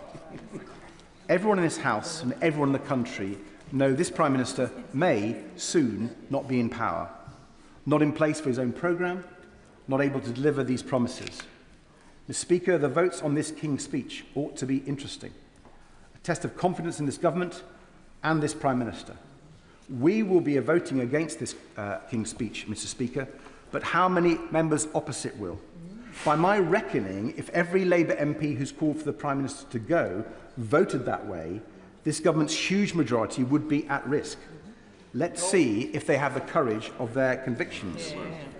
We will be voting against, not just because the Prime Minister is one of the weakest Prime Ministers in post-war history now, but because this King's speech does not offer the change our country needs. It does not offer the change needed to fix the insecurity people and businesses are increasingly fearful of. Change to deal with rising prices. People know inflation in food, energy and fuel is set to rocket, but people don't think the Prime Minister has their backs on the economy. The financial and economic insecurity stalking our country is hitting growth, investment and jobs. And we were promised change, promised a government with growth as its mission. Yet rather than change, we have continuity from the failures that came before. Faced with this calamity, what has the Prime Minister offered us today on growth? An EU reset bill that fails to reset. For a Prime Minister who knows a thing or two about failed resets, maybe we shouldn't be surprised, but the Prime Minister's refusal to remove his red lines on a new EU-UK customs union, the Prime Minister's refusal to go further than his red lines on the single market, the Prime Minister's refusal to deliver a new, deep trading relationship with our European partners with a proper youth mobility scheme.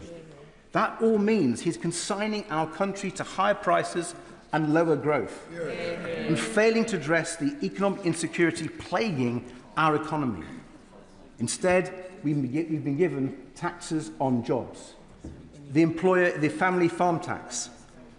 Now, to be fair to the government, not for a second. Now, to be fair to the government, part of our current economic problems stem from President Trump and his reckless war in Iran.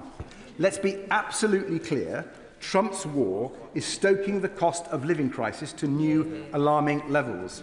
Fuel prices up at the pump, food prices set to go up even more, and people's holidays threatened. The Prime Minister's biggest success is not taking us into Trump's damaging war with Iran when the Conservatives and Reform were urging him to do so.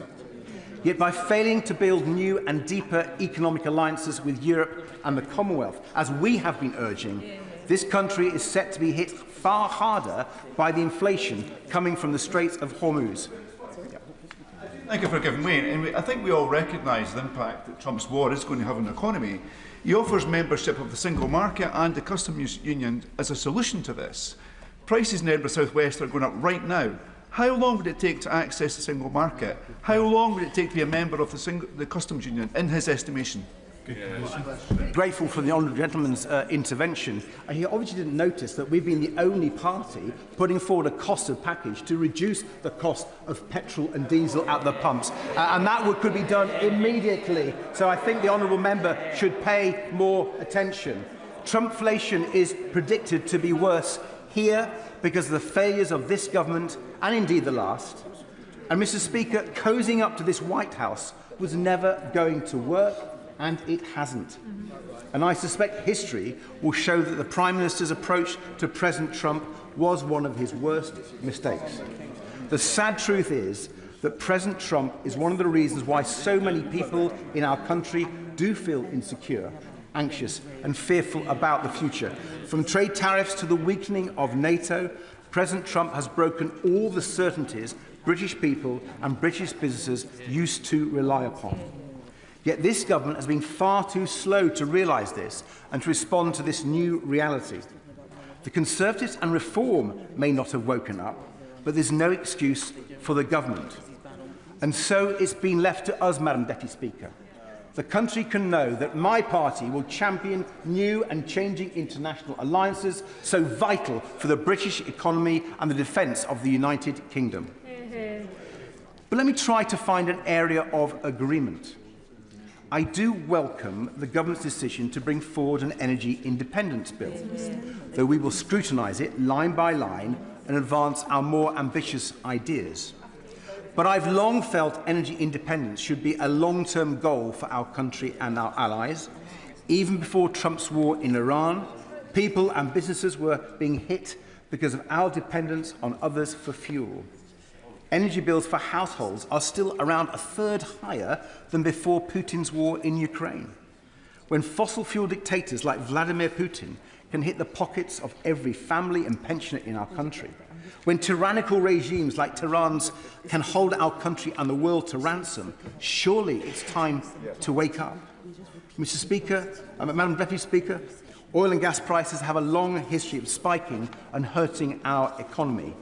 Even when North Sea oil and gas production was at its height, now almost 30 years ago, the UK could still be hit because we have always been price takers. And while I've always been pragmatic on our North Sea oil industry, for our economy, not least in Scotland, It is simply fantasy and fabrication for some in this House to pretend there is a solution in the North Sea to high energy prices. The best way to cut energy bills is to invest in homegrown renewable power. So in the Energy Independence Bill, we will push the government to go further, just like we did early in this Parliament on solar power with the Sunshine Bill of my honourable friend for Cheltenham. Now law. And Mr. Speaker, the Prime Minister, or whoever replaces him, must take up our plan to protect people from Trumpflation on fuel bills and cut fuel duty, rail fares and bus prices, protect British families and businesses right now. Madam Deputy Speaker, the Liberal Democrat agenda of greater security for families and businesses begins with greater economic, financial and energy security, but it's also built on greater security for our country. The government must do far more to bolster our nation's defences. With Vladimir Putin waging war in Europe and the need to redouble our efforts to support our brave Ukrainian allies to beat Russia, with a wildly unpredictable president sitting in the White House, leading a dangerous, idiotic war in the Middle East, and then undermining NATO at every turn, with a world order challenged by the rise of China, the case for urgent and significant rises in defence spending is clearly a strong one. And it is even stronger when one looks at the state of our defence readiness. The Conservatives failed on the #1 task of any government, to defend our country and back our armed forces. They left our army at the lowest size since Napoleonic wars. They left our navy at the lowest size since the English Civil War. And yet this Labour government has moved at a snail's pace, failing month after month to publish their own defence investment plan. In contrast, Madam Deputy Speaker, we've called for the immediate launch of defence bonds to raise $20 billion over 2 years, building on successful models used by Poland, and for a commitment to spending 3% of GDP on defence by 2030 at the latest. We've argued for a new European rearmament bank, so our defence industries will lead the next generation of defence technologies. If the history of the last century has taught us anything, if the experience of President Trump has taught us anything, it is essential and urgent that we work with our European and Commonwealth allies to secure and defend our country, our values and our way of life. And central to our British way of life, Madam Deputy Speaker, is the NHS, to which I now turn.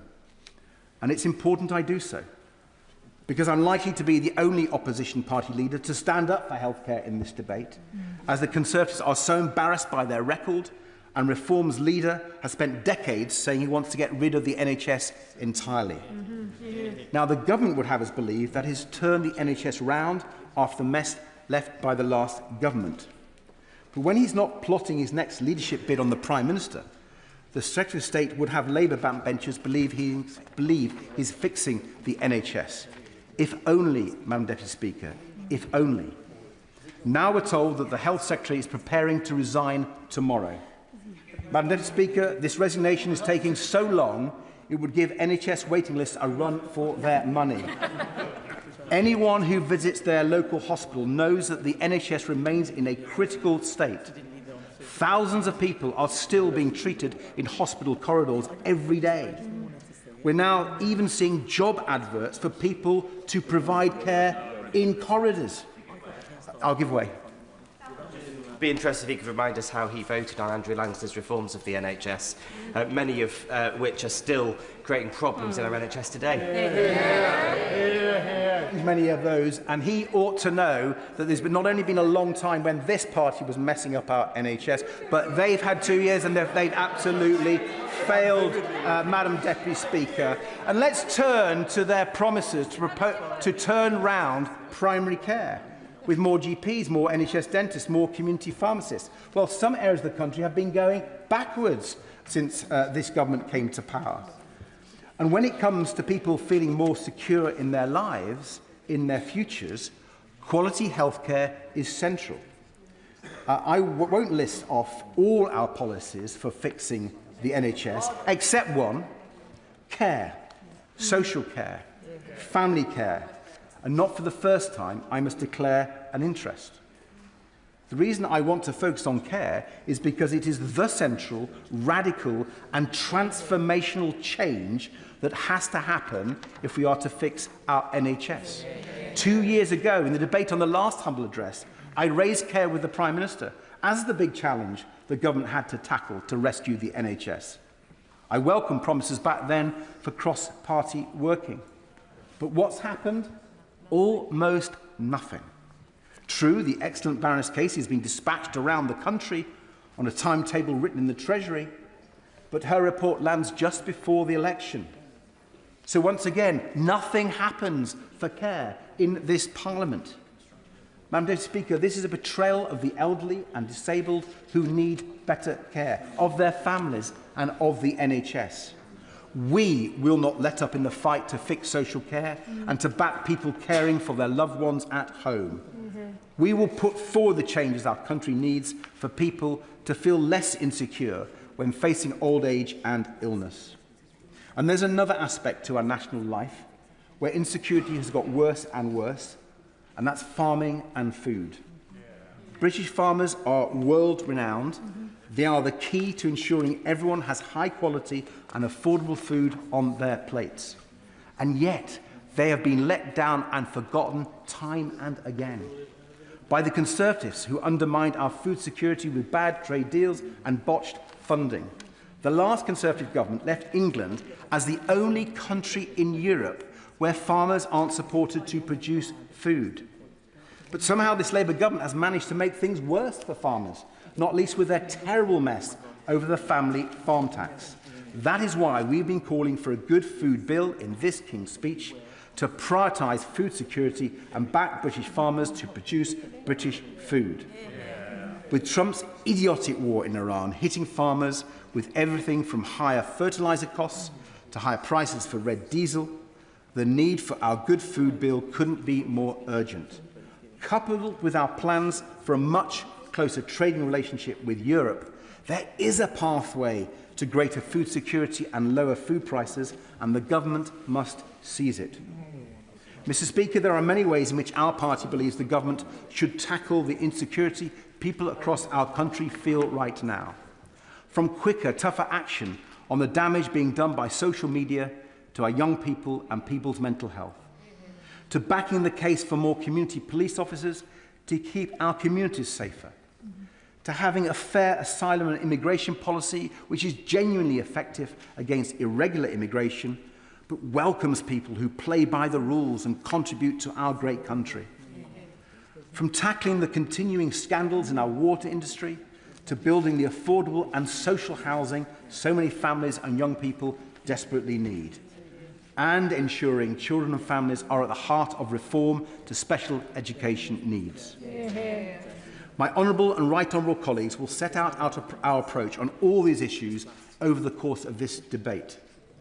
But I want to end by addressing the threat to our country from another source, from populist politicians and extremist parties, who sow division, who play the blame game, who make wild promises, and who are a threat to our very democracy.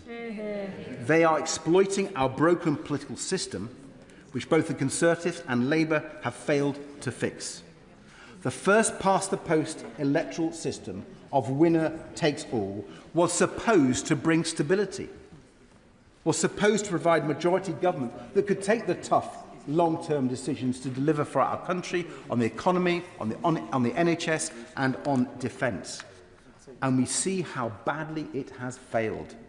Majority governments, yes, but with 6 prime ministers in a decade, soon probably 7, hardly stability when so many people now ask, is Britain governable?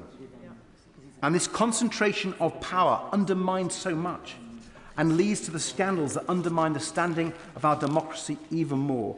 When a twice-sacked member of the House of Lords is handed the most prestigious ambassador post we have, despite the Prime Minister knowing his links to a convicted paedophile and sex trafficker, when a Conservative Prime Minister consistently broke the rules he himself set for the rest of us during one of our nation's most severe crises, when a leader of a political party thinks a £5 million gift from a Thai-based crypto billionaire doesn't reek of corruption, and the threat is clear.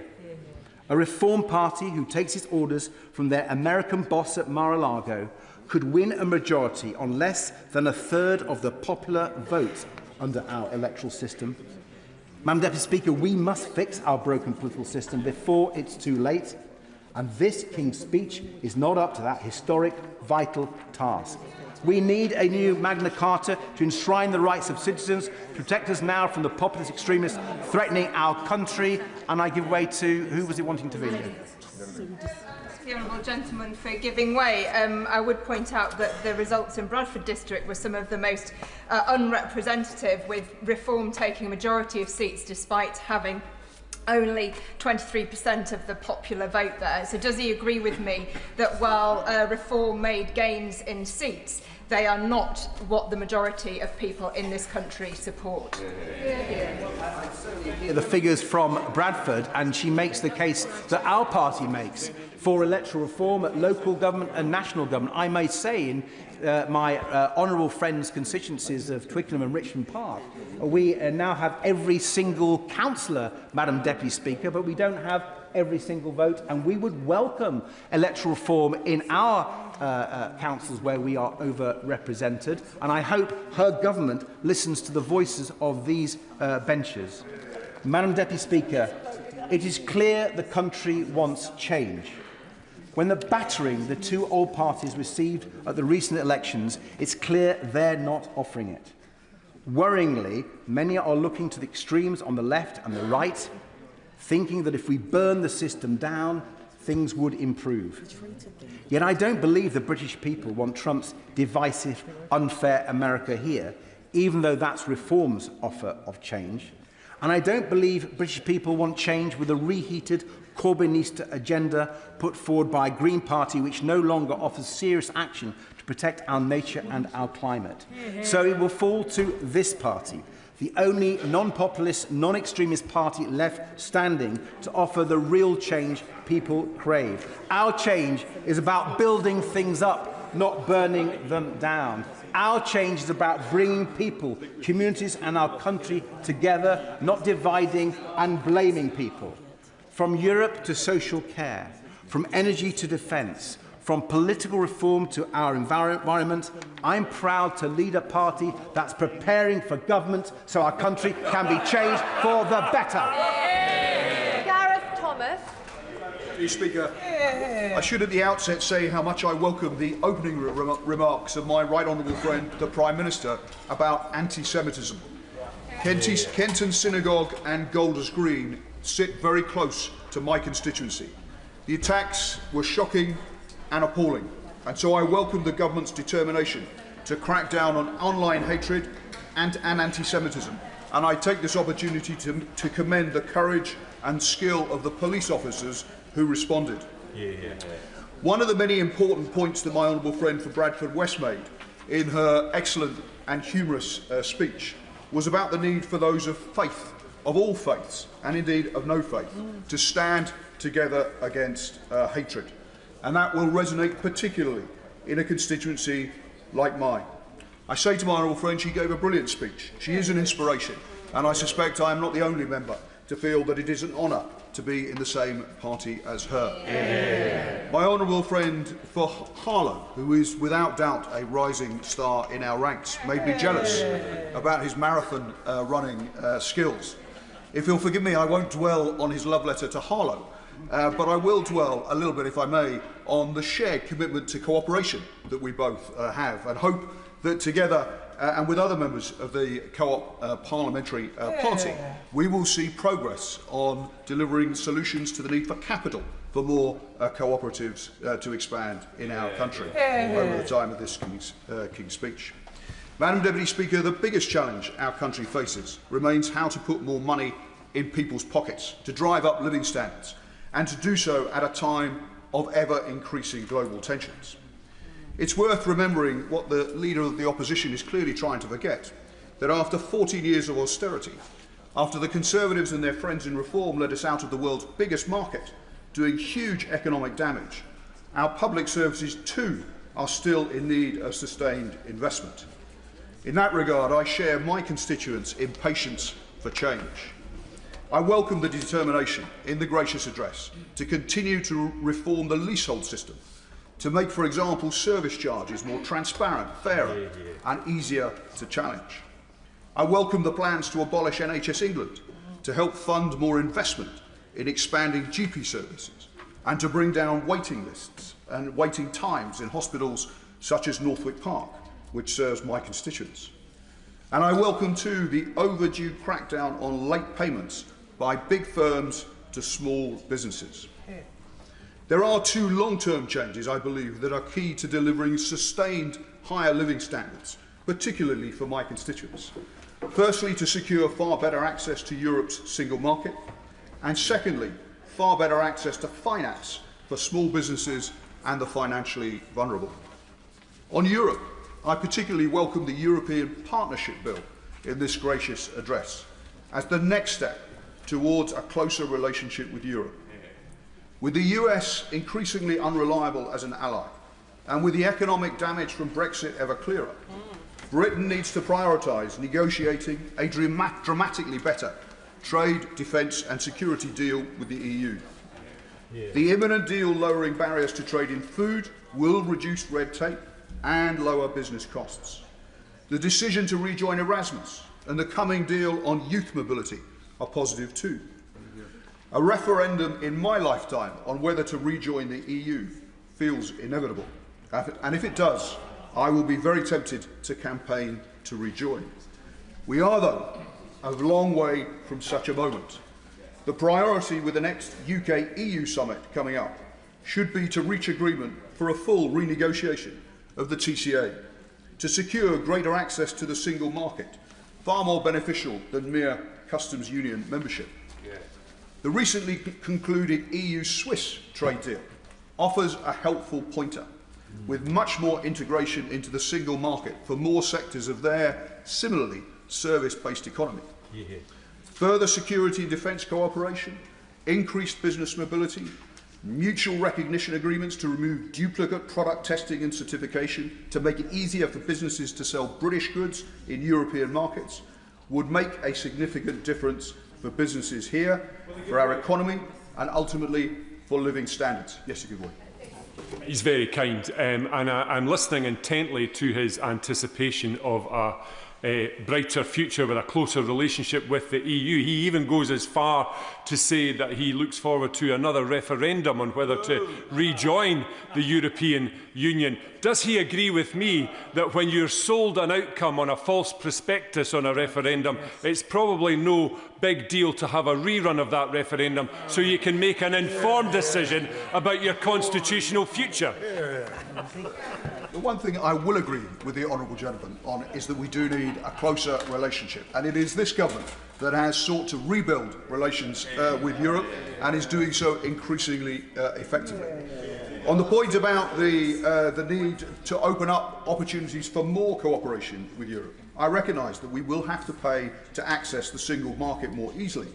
But given the damage to our economy, given the higher costs, the extra bureaucracy the poorly negotiated Brexit deal brought in its wake, we should be willing to negotiate that hard bargain.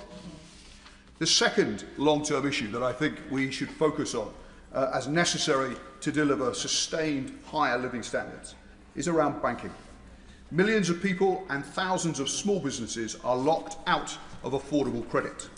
Forced into high-cost or illegal lending, money is being taken from the pockets of the poorest and economic growth is being stifled. This is an entrenched but fixable market failure, which I hope the coming Financial Services Bill may help to begin to address. Research by the National Institute for Economic and Social Research, funded by the Treasury and the Department for Business and Trade, that was published in January, made the striking conclusion that if Britain had a network of mutual banks that had stronger direct relationships with their small business owners, that growth would be higher by between 1% and more than 2% over its first 5 years, rising to between 1.7% and 3.5% over the long term. It noted too how investment would be almost 2 to 3.5% higher in the first 5 years, rising to between 2 to almost 4.5% higher in the long run. The research, and it is academic research, which looks at the impact of mutual banks in France, state-run German regional banks, and community development finance institutions in the US, considers how much more lending would happen if we had a somewhat less centralised banking model than we have currently here in the UK. There are many suggestions for how to deliver growth currently doing the rounds, but the scale of the impact of more investment in mutual or community banks, as this serious research suggests, does beg the obvious question of what more we could achieve in this Parliament in this area, to expand the reach and scale of mutual banks, building more direct and personal relationships with more small and medium-sized businesses, offering more affordable credit options for personal customers, and a greater willingness to back hard-headed community ownership initiatives that help to restore pride in the places we live. Fair banking legislation, similar to what exists in the US, would help. Proactive efforts to help credit unions expand by employers, particularly in the public sector, through payroll deduction options, would help too. The biggest banks should actively help support the expansion of community banks. One or two do. But they need sustained private capital investment. Barclays, Santander and HSBC invest in CDFIs or community banks in the US, but they don't here in the UK. That should change. Let me now turn to the international situation. I welcome the government's continuing support for Ukraine, the decision to stay out of the illegal conflict with Iran, and the strong support for NATO. The situation in Gaza remains profoundly disturbing. Every child under 5 in Gaza is considered undernourished by UNICEF and other aid agencies. Almost every school has been destroyed or severely damaged, and 96% of households lack adequate access to water. Over 1 million children are facing a catastrophic humanitarian crisis, which I would suggest demands fresh and sustained UK engagement. I strongly supported the government's decision last year to recognise the state of Palestine, to protect the viability of a two-state solution and create a path towards a lasting peace for the Israeli and Palestinian people. Distant as that prospect may seem, it remains, in my view, the only path to a sustainable peace for the Palestinians and Israelis alike. The UN documented more than 1,800 settler attacks last year in the West Bank, the highest on record, clearly part of a sustained campaign to reduce the possibility of a viable Palestinian state. So action to clamp down on goods coming into the UK from illegal settlements and to further sanction violent settlers is needed. Lastly, 80 years on since the founding meeting took place just across from where this House now meets, a renewed commitment to the United Nations has never been more necessary. For all its failings, and there have been many, it remains our best route for addressing conflicts, for tackling global health threats, for promoting the rights of all, for delivering humanitarian aid, and for championing the interests of the world's most vulnerable. With our coming G20 and then our coming G7 presidency, we are in a unique position to support the current UN Secretary-General as he seeks to rethink and reaffirm the UN's role for the world we're in now. I hope we'll support him in those efforts. Sir Andrew Mitchell. Thank you, Madam Deputy Speaker, for giving me a chance to contribute to this King's Speech debate today at such an early point in it. It's a pleasure to follow the Honourable Gentleman for Harrow West, and I want to express strong support for what he said about the government's determination, the whole of Parliament's determination to crack down on anti-Semitism. And I hope that he will have carried everyone in this House in the words that he used.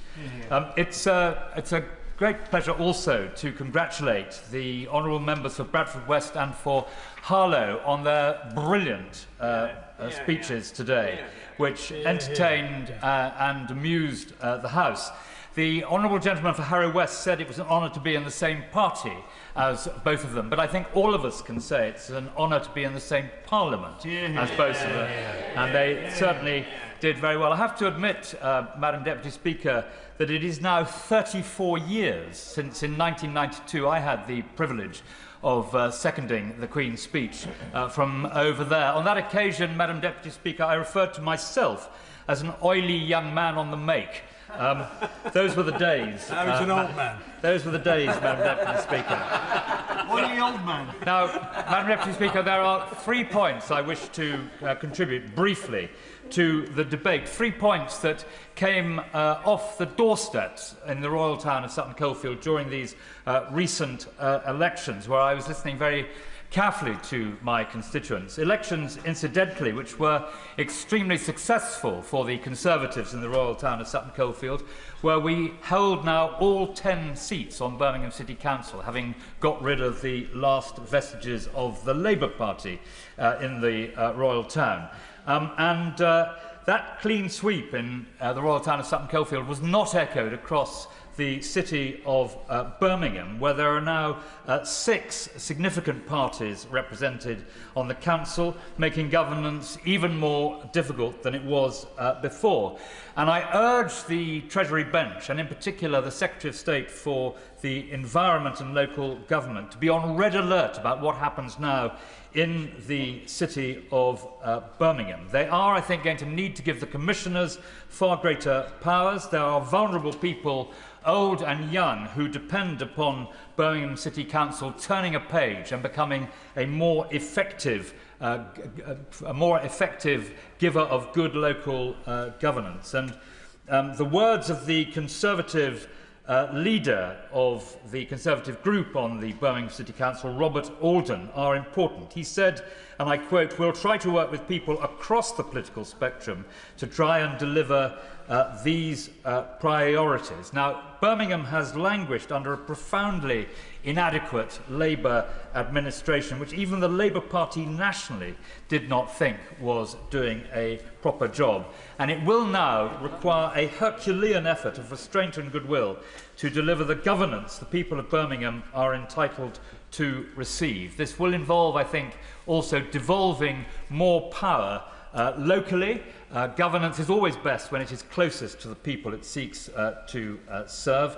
And certainly for the Royal Town of Sutton Coldfield's Town Council, under its outstanding leader, Simon Ward, we are ready for more devolution, and we think that will make life better for local people. The second point I want to make is about defence, because I think although the words are in the King's speech, there is an awful lot more that needs to be done.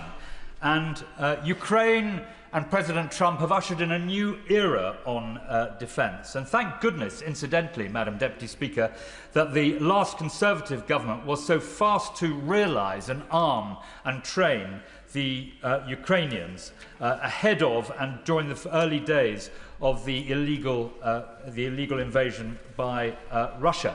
And the Prime Minister complains, he may or may not have some justice in that, he complains that the armed forces have been hollowed out over many years by both parties.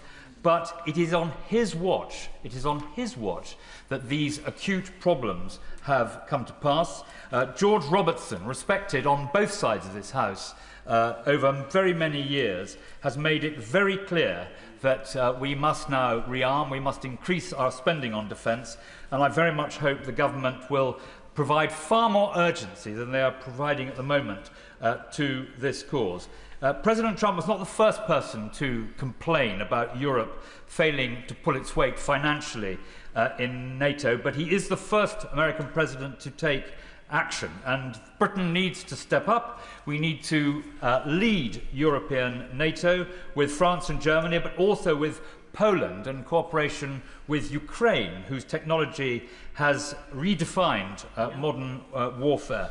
Australia and Canada are significantly increasing their spending, and I hope very much that the government will now, as I say, entertain far greater urgency in addressing these matters. I'm pleased to see that Gordon Brown is now at the heart of this Labour government, so I hope that he will explain the importance of soft power being the other side of the defence coin. There are many honourable ladies and gentlemen on the other side of the House who are experts on defence, and they know that the government made a terrible mistake in cutting further the amount that we spend on development. Development is a very important arrow in the defence quiver, and I hope very much indeed that Gordon Brown will be able to explain to the government why this is so important and why they have made such a mistake. Now, the third and final point I want to make,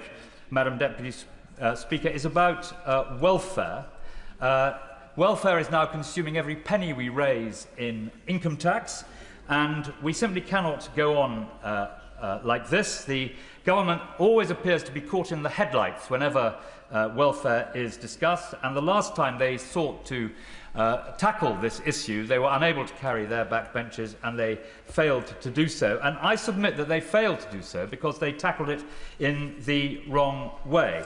And there are 3 rules of welfare reform, as I learnt many years ago as a junior welfare minister in John Major's government when I was a minister between 1995 and 1997. That may be 30 years ago, but the rules of welfare reform have not changed. It was, Madam Deputy Speaker, the most complex of the various ministerial jobs it was my privilege to undertake.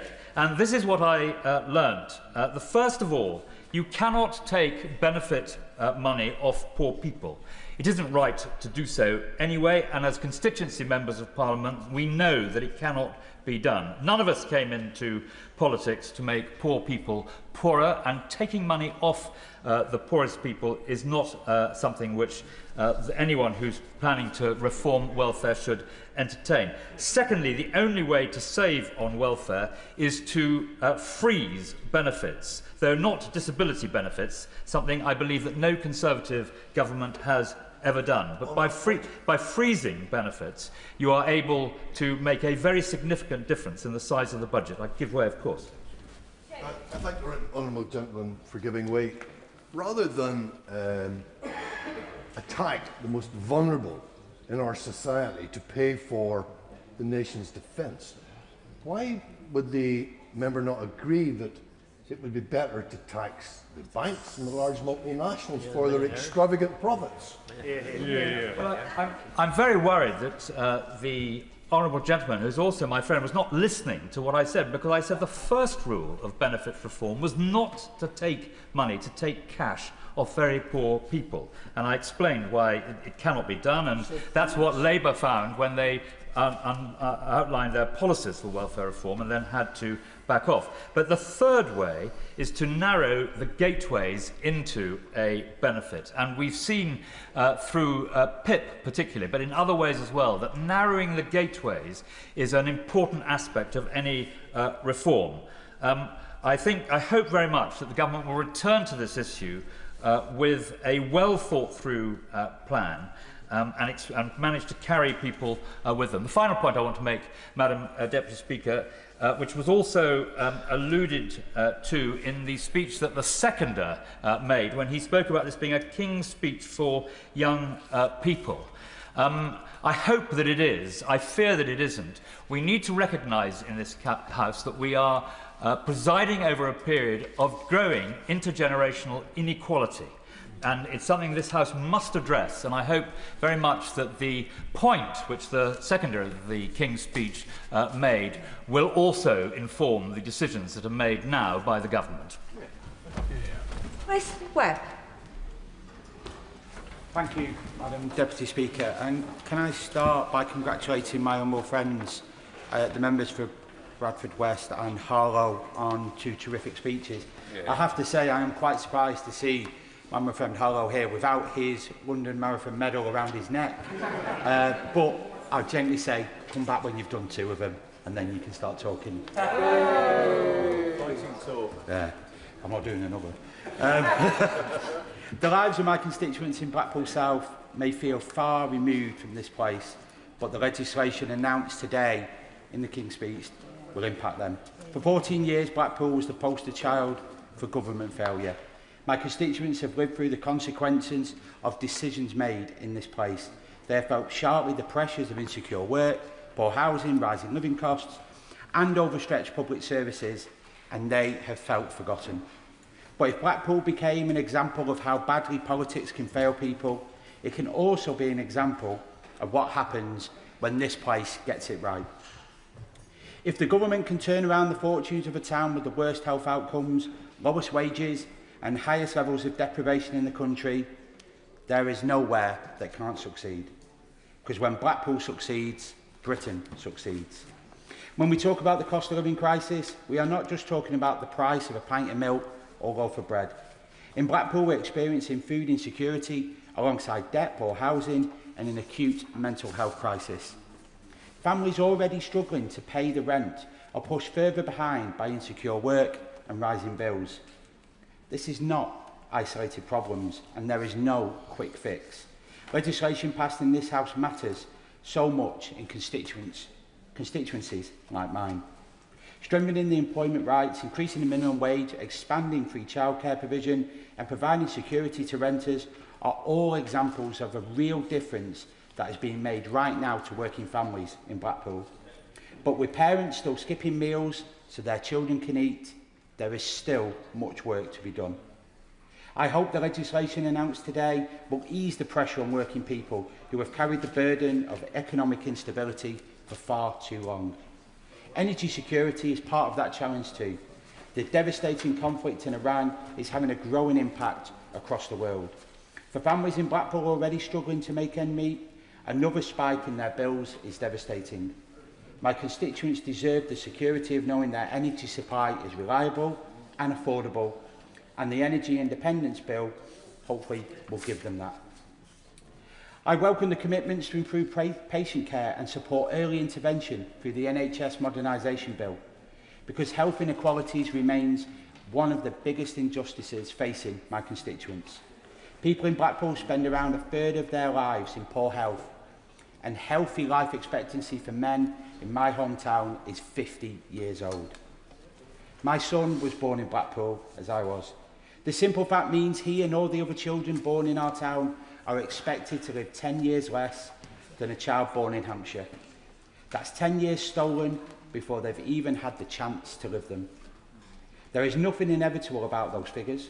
They are results of political choices and years of inequality. NHS reform must be meaningful, improving outcomes and giving people the chance to live longer and healthier lives. Having visited schools across my constituency, met with parents of SEND children and read hundreds of the responses to my constituency SEND survey, it's clear to me that the current system is not working for families in my constituency and beyond. Parents speak about fighting for support that should already be there. Schools are under enormous pressure and children are waiting far too long for the help they need. The funding secured earlier this year and the 2 new SEND schools in Blackpool is welcome, because it will mean more children are getting the support closer to home and fewer families are facing months of uncertainty and delay. But areas with the highest levels of need must receive support that reflects the reality in their area, because children growing up in Blackpool deserve the same opportunities as children growing up anywhere else in this country. As chair of the APPG for Hospitality and Tourism and the MP for a town built on tourism, I have followed discussions around the visitor levy closely. Tourism supports thousands of jobs in Blackpool. It gives young people the opportunities to join the job ladder, as it did with me selling Kiss Me Quick hats at 14, and the tourist pound reaches far beyond hotels and guest houses. It supports pubs, cafes, restaurants, theatres, attractions and transport links across our area. Before the introduction of the overnight visitor levy bill, the concerns of the sector must be taken seriously, because additional costs and additional burdens will hit them hardest. And if we are serious about supporting British tourism, I repeat my calls on the Chancellor to reduce VAT for hospitality and tourism in line with other European countries. Just under 2 years ago in this House, I stood on the benches opposite when we were in opposition and asked my first question as the MP for Blackpool South. I called on taxi licensing reform. Taxis are an essential part of Blackpool's transport network, yet the licensing scheme has failed both passengers and our local economy. We need reform so that local drivers are protected, passengers are safe, and Blackpool gets the benefit of the revenue that's created in our town, instead of leaving down the motorway at the end of each day. After a long campaign, I'm delighted that the government will be taking action that I've long campaigned for to modernise taxi and private hire laws. This bill can finally address the issue of out-of-air working, protecting public safety and supporting local taxi revenue. Madam Deputy Speaker, in closing, this place has the power to change the direction of my seaside town story, and in doing so, change the story Britain tells about itself. So let that be the challenge for this Labour government. We want the trust of the country, then we must prove that we can rebuild places, unfortunately, the previous government too often written off. Prove that prosperity does not belong only to the wealthiest postcodes. Prove that working people, coastal towns and forgotten communities matter just as much as anywhere else in the United Kingdom. It will stand as proof that a different future is possible, fairer, more hopeful, more equal. Because, as I've said before, when Blackpool succeeds, Britain succeeds. So grateful to catch your eye in this important King's Speech debate, and I follow other colleagues in congratulating both the members for Bradford West and Harlow on their amusing and well-informed speeches. One of the few things, Madam Deputy Speaker, this government has got right in the King's Speech is the expedited bill to nationalise the Scunthorpe Steelworks to safeguard domestic steel production. That plant is costing the taxpayer £1 million a day, and therefore modernisation and future private and public investment under a government-owned company needs to be implemented. However, our economy is in a very fragile state. It's only growing by 1.3% in real terms in 25, and the OBR forecasts it will only grow by 1.4% in 2026, the lowest of any G7 country. The United Kingdom is carrying one of the highest level of borrowings in the Western world. National debt is a staggering £2.9 trillion, equivalent to 93.8% of our entire GDP, and equivalent to £102,000 per household. Even more concerning, we're expected to spend, wait for it, £111 billion on debt interest alone in servicing that debt. If this was a government department, it would be the third largest. We are heavily reliant on international markets, and our national balance sheet is highly leveraged. That leaves our economy dangerously exposed to external shocks, such as the war in Iran and the Ukraine conflict. As a result, our borrowing premium on that debt is one of the highest in the OECD. We're paying more in debt interest than Greece is today. A 1% rise in those interest rates adds £1.3 billion in costs in the first year and £12 billion by the end of the forecast period, as new expensive debt replaces older, cheaper debt. Indeed, 30-year gilts yesterday hit a 28-year high at 5.81%. That gives a clue as to what the international markets think of our economic standing. On that note, I note that one of the Labour leadership candidates does not have a clue how the bond market functioning our enormous debt actually works. With inflation expected to rise again, with some forecasters expecting it to reach 6.7% next year, we face the very real risk of sliding into recession or a bond strike. And if these very serious consequences were to occur, this country would be forced to take much more fundamental measures to cut our expenditure. A competent government should already be doing this to avoid any chance of this happening and our reputation in the international markets. I note the government has included a bill to reform the welfare system. 1 million people who could work but are not is causing unacceptable tax increases on the rest of the hard-working population's earnings. On top of this, higher interest rates are leading to higher food prices, mortgage payments and higher business costs. No one in this country, especially poorer working people, will be protected. Some of the issues we are seeing today are avoidable. Current political instability is a major factor. It's not my job as an opposition MP to tell the Labour how to sort out their leadership problems. But whatever they do, it is important to convince the international community and the people of this country that there is a stable, well-thought-out economic policy to give the markets confidence to reduce that current borrowing premium. It is not the job of the government to subsidise every business, but it is the duty of the government to create conditions in which growth, prosperity, enterprise and investment can thrive. The government has introduced a bill to target youth unemployment, which is welcome, but that unemployment has risen 16% or increased by 100,000 compared to a year ago, making it very hard for youngsters now leaving university or their further education to start in their working careers. Yet, businesses, particularly in hospitality and retail, are being taxed into oblivion and not hiring as many people. Can I just do this next paragraph, and I happily give way to the Honourable Lady. In my North Cotswolds constituency, we employ 3,700 people in hospitality, and it provides 220 million to the local economy. However, higher national employers' insurance contribution, rising minimum wages, hugely increasing business rates, energy increases, exacerbated by the Employment Rights Bill, are all making it harder to make profits and stalling growth.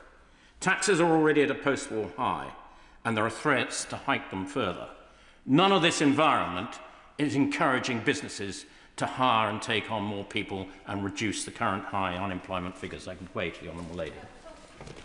I'm very grateful to the Honourable Member for giving way, and I agree entirely. This, to me, is one of the most business-hostile environments. Would you agree with me that your comments about young people not getting work are actually made worse by the national insurance hikes that have seen almost now a generation being unable to be employed? Would you agree with me on that contention? Well, I'm very grateful.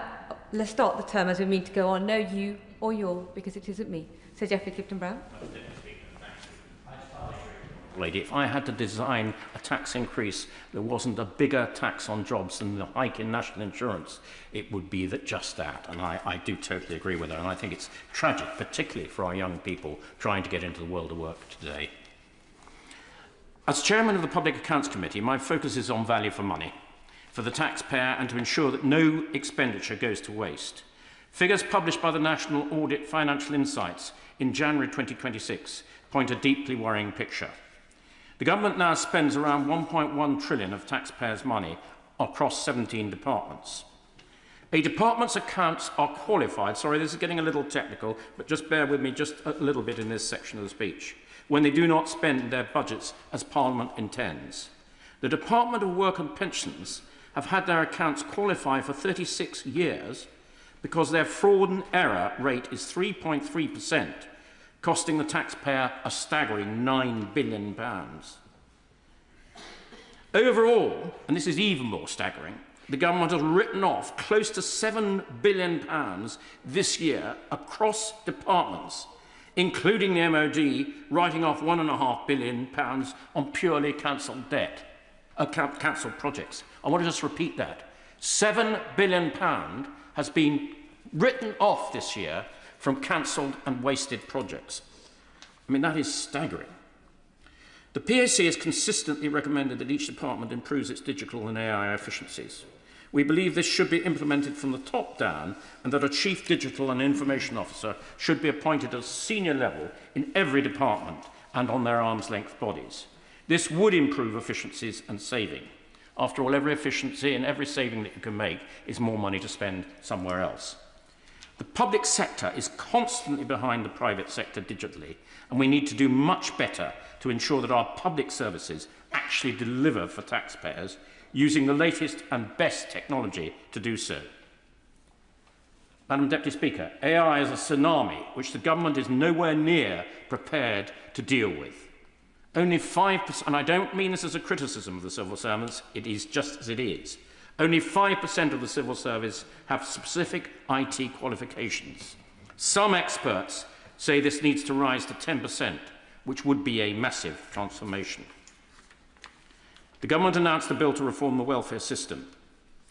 This year alone, the Department for Work and Pensions budget is expected to reach a projected £330 billion, or around 23.7% of UK spending. This almost outweighs what we're receiving in income tax payments of £330 billion from hard-working people. Just imagine that. The total amount of income tax from hard-working people almost doesn't pay for the bill for the Department of Work and Pensions. I'm aware that the pension and benefit budgets are both ballooning. This expenditure is only due to increase as we mercifully live longer and healthier lives. But somebody else mentioned we are at risk of intergenerational unfairness. There is a risk that our children will not be able to pay off this increasing debt. Yet this government has failed to take back control of this skyrocketing budget, and instead their backbenchers refuse to support such changes costing just £5 billion. Another area the PAC will be examining closely is the cost of government compensation schemes. Over their lifetime, they're expected to exceed £102 billion. This is just under what we're paying in debt interest in any one year. The government, of course, has a moral obligation to compensate citizens where the state makes serious mistakes, but we must do so in a fair, proportionate and non-litigious way. Finally, and most importantly, Madam Deputy Speaker, I want to turn to defence. The first absolute duty of any government is to ensure that our nation is properly defended. The King's speech committed to NATO and a sustained increase in defence spending. Yet the Defence Investment Plan, promised from that dispatch box in June 2025 and every month since, alongside the Strategic Defence Review, has still not been published. And until we get that plan, we cannot see what the government's plans are for how they're going to procure all their military equipment that is needed. On that point, happily give way to my... First of all, can I commend Honourable Dittman for his speech and what he's putting forward? Does he agree with me that one of the things that we need to be doing here within our defence here in the United Kingdom is the technology that Ukraine has in drones? Russia's under threat. They're worried about the attacks very far into internal Russia. Does he agree that maybe we need to have a partnership with Ukraine to promote our drone technology in a way that we can be effective as they are? I'm really grateful to my honourable friend from North Antrim for making that intervention. Strangford, I do apologise. I do apologise for... if he just is a little patient, it's 2 or 3 paragraphs down. I will address precisely that point. Currently, the defence budget for 25/6 is £62.2 billion. This is a measly 18% of the welfare budget of £333 billion. The government have pledged to increase this budget by 2.6%, or £9 billion by 2027, and 3% in the next Parliament, which means another further increase of £14 billion. But just a second, here's the punchline at this part of the speech. But none of that new money has yet arrived. I give way to my honourable gentleman. My honourable friend for giving way. Would he agree with me that the best form of defence is peace, and the overseas development aid budget, which, as my honourable friend earlier mentioned, is a key component to achieving peace around the world through soft power, through diplomacy, and a lot of that aid is absolutely crucial for people's survival many places around the world. I welcome that intervention as someone who worked under my right honourable friend for Sutton Coldfield as a junior opposition defence spokesman. I understand the value of overseas aid, and I particularly understand the elements of it that he relates to soft power. The PAC did an inquiry the other day on the BBC World Service, and I do wish the government would fund it properly. It is a really well-respected piece of British ability to be able to project our values around the world, and it's very sad when the Chinese and the Russians come in as soon as we make cuts there. So I do welcome that intervention. At a time of increasing uncertain and bellicose world, our MOD budget is in crisis, resulting in a significant number of procurement projects being put on hold. These delays will have significant cost implications, so that when and if the extra money does arrive, and that money will buy less and less equipment. Having been to Ukraine earlier this year, it is clear that we need more and more rockets, drones, interceptors, unmanned vehicles, and investment in space. Instead, some of the proposed equipments are designed for yesterday's wars, and it will remain to be seen whether the MOD will be agile enough to make those substitutions in future procurement. My honourable friend says pretty obvious. It may be pretty obvious to some, but it's not to others. To govern is to make difficult choices. In short, the government is spending more than the country can afford, funded by ever-increasing amount of debts. If we are serious about protecting our nation in an increasingly uncertain world, we must also be serious about the strength of our economy. This means bringing our unaffordable welfare bill under control, creating a stronger environment for growth, eliminating billions of pounds in waste, some of which I have identified in this speech, but if time had allowed, I could have identified billions more, and reforming how government works in the rapid rollout of digital reform. The civil service must be reorientated around productivity and efficiency, and only with stronger, leaner and more resilient economy can we fund our defences, secure our future and meet the challenges ahead. Thank you, Madam Deputy Speaker, and I congratulate His Majesty on delivering the humble address, and also the member for North Cotswold. And I concur with him that investing 0.7% in international development aid will bring greater stability and increase our ability to secure greater diplomacy as well as developments. And I do think we should put such focus. And may I also thank him for the work he does on the Public Accounts Committee. The intersection of crisis bearing down on our planet, our nation and our communities demands a bold response in this parliamentary session.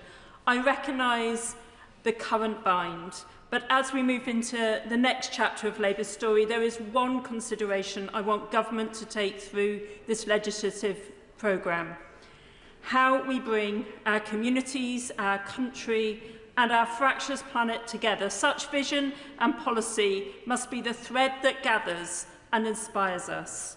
Against the backdrop of fast-paced change, this planet is breaking. The grotesque inequalities, climate degradation and conflict are driving people apart. At home, we've had 14 years of austerity where the harder you work, the tougher it gets. It is why I have called for a new economic orthodoxy, as neoliberalism preys on the working class and exploits all who want to get on, as much as those who can't. As people have fleeced the energy giants and water bosses' profit, despite putting carbon in our air and sewage in our rivers, like the Ouse in York, the second worst in the country, the Clean Water Bill must pull this service back into public hands and public accountability. I'm happy to give way. Call for taking water back into public ownership.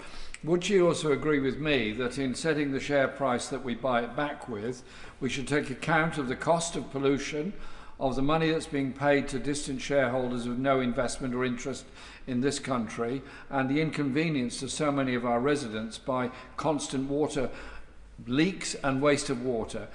They should pay the price of it, not our constituents.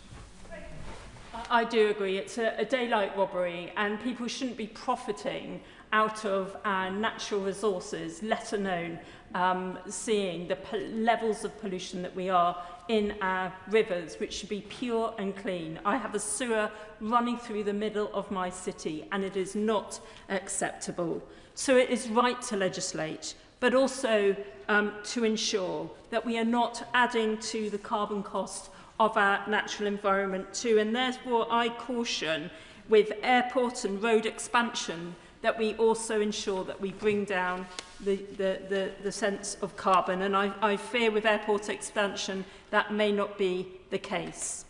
The leaseholder and common hold bill and freezing ground rent is welcome, but as developers extract all they can people paying extortionate rents and management costs, we need to see good quality housing as a right and rethink the model. Cooperative housing, as I've witnessed in my own constituency, is a powerful antidote and one worth investing in, alongside a new generation of council-built housing for the common good. The system is rigged against ordinary people, as it was 126 years ago when trade unions came together to form the Labour Party. It is our duty in this Parliament to once again set the ambition to drive the transformation for our communities, address the grotesque inequalities that drive people apart, and rewire the system to bring us together. It is our purpose, as the unions fought for common terms and better pay, Labour Pass Reimagined, where everyone can get on, a welfare state for those in need, and an NHS where Bevan encapsulated the Duke and the Dustman as equals. Yet to not understand a collective, cohesive society pulls all of this at risk as parties opposite seek to exploit opportunity and people, sell off our common assets and sow division.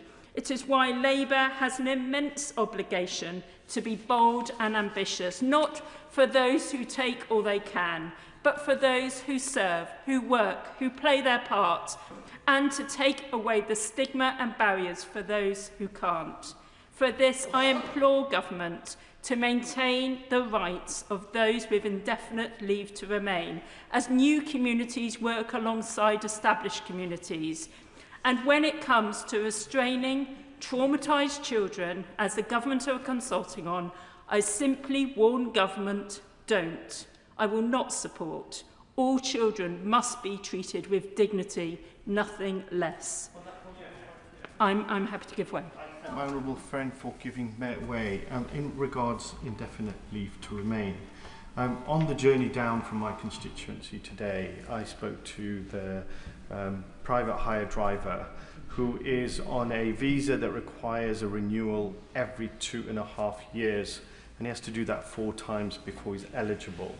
He's not really complaining about that, but when his visa is up for renewal and he sends his documents away, the council will not accept, he won't allow him to continue working while the visa is being processed. Would my honourable friend agree with me that that should be looked at and there shouldn't be any unintended consequences from this process? Yeah, and the honourable members put that well and truly on the record. We need to reform the system. It is really prejudiced against so many people that are working hard within our society, and therefore we mustn't see these increases either in the indefinite leave to remain, because our word should be our bond and we should honour the agreements we make.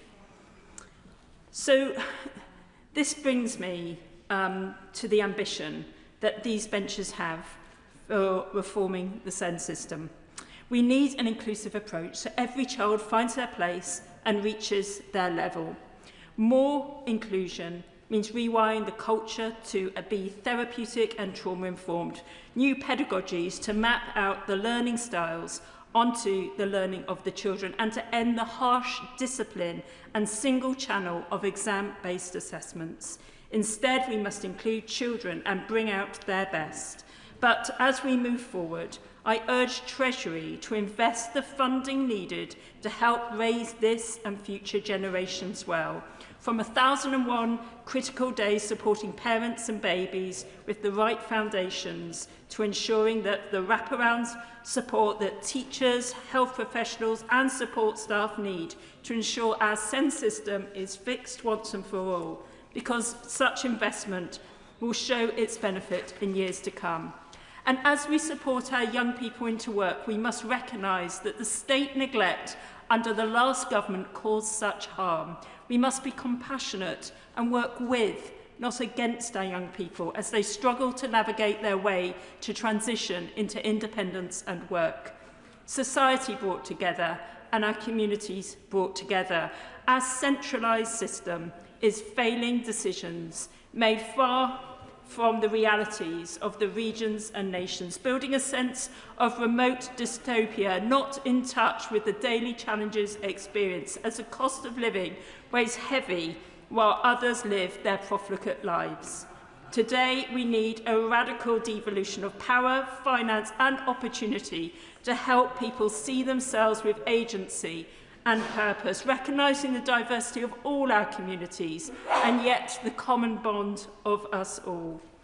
It will not be found in the idealisms of some, nor the toxic divisions of the right, which, believe me, will set community against community, while its crypto-backed leaders sow chaos and division, ripping up our NHS, our welfare state, and our incredible inheritance, which has glued our society together through generations. This humble address has so much to celebrate, and I will sow in the voices of my community in York as we progress. I want to ensure the Railways Bill protects the well-being of all who work in the sector, having championed the removal of Titles Bill in the last 2 parliamentary sessions. I hope we can move fast on cleaning up our politics. I welcome the move to tackle anti-Semitism, as this week graffiti has been found in my community, which is anti-Semitic. It brings such shame, and we must move fast on that. And improve relations with the EU will help build the bridges we need. And with regards to being a visitor and tourism hotspot, I will work carefully with government on looking at the overnight visitors levy and trust that businesses won't pay a penalty, but our city would still get the reward. Whilst at the same time, the draft taxi licensing bill will really help bring licensing back under control. I trust we will do more on the climate crisis too. As the National Emergency Briefing highlighted, we do not have the luxury of time. With the UK in the bottom 10% on the Biodiversity Intactness Index and 1 in 6 species at risk of extinction, while our planet burns and our ice cap melts, we need to invest fast. Finance should be invested to hasten decarbonisation, and projects like Bio-Yorkshire should be funded to ensure that we hasten agricultural resilience and prevent low yields and crop failure, which is escalating the cost of food. And that's why I'm really glad that we're moving to independence in our energy market too. And we need a second employment rights bill to capture the single status of worker, extend collective bargaining and improve the well-being of workers. My final point is this. If we are to bring the diversity of voices to Parliament and ensure that they are heard, I want this place to change. Madam Deputy Speaker, governments have been destabilised over recent years due to too much power being held by the executive and too little invested in Parliament. If this equation does not change, the discourse of distrust between Parliament and the people will continue. Our voices representing the diversity of the country must be heard and impact the programme of government. I want to see all bills go through in-depth consultation with MPs, inputting the experiences of their communities. Just running AI across consultation responses is not good enough. I want full pre-legislative scrutiny so we can ensure that bills are robust, unifying and do everything possible to improve the lives of those we represent. Without this, I fear we will let people down, the people we were sent here to represent. It is time to include all. The mission too great for a few. This parliamentary session must be like no other, connecting communities, unifying society and transforming our future. Thank you very much, Madam Deputy Speaker, and it's a pleasure to follow the honourable member from York Central. And in today's speech, listening to His Majesty the King, there was one part which reminded me of the very first speech by Her late Majesty the Queen in 2017 when I was first elected, when the government then said in a speech that we were promised that the government's top priority was to secure the best possible deal as the country leaves the European Union. That went well.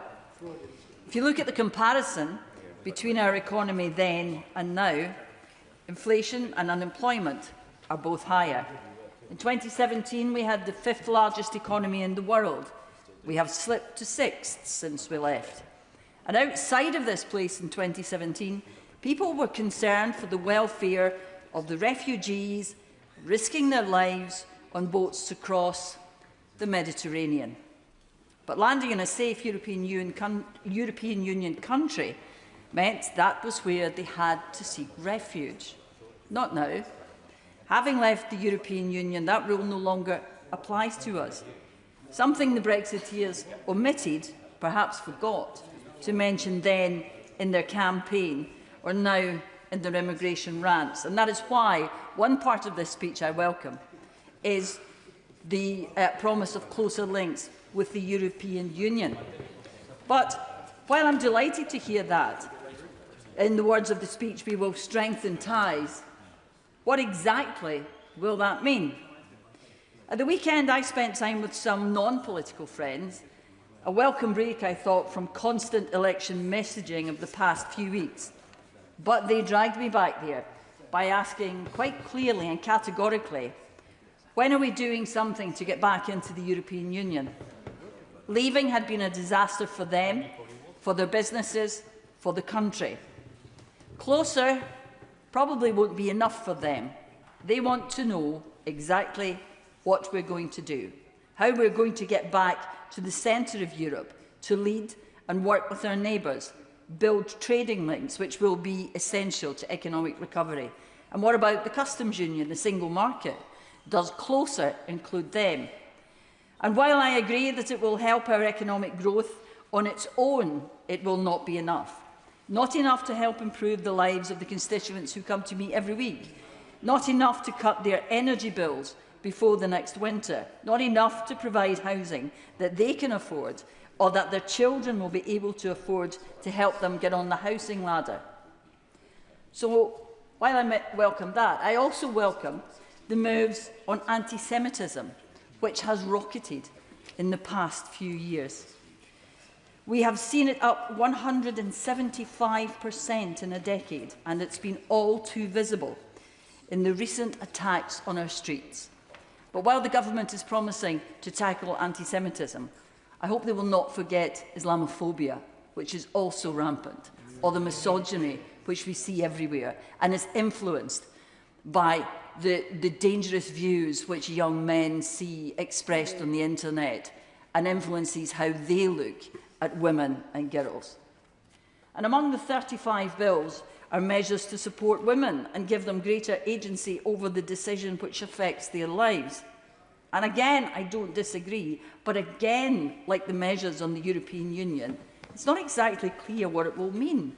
More action on domestic abuse, helping women entrepreneurs, yes, it sounds good, but I hope it's more than just clever language and warm words, rather than bold action. Over the past 2 months, on almost every doorstep I visited, the theme of the conversation was exactly the same: change. Change people wanted, change people voted for 2 years ago, but change they don't feel they're seeing yet. And I'm not entirely sure that they will see that desire reflected in what they heard of the government's plans today. It's all too bitty, unclear, not absolutely transparent.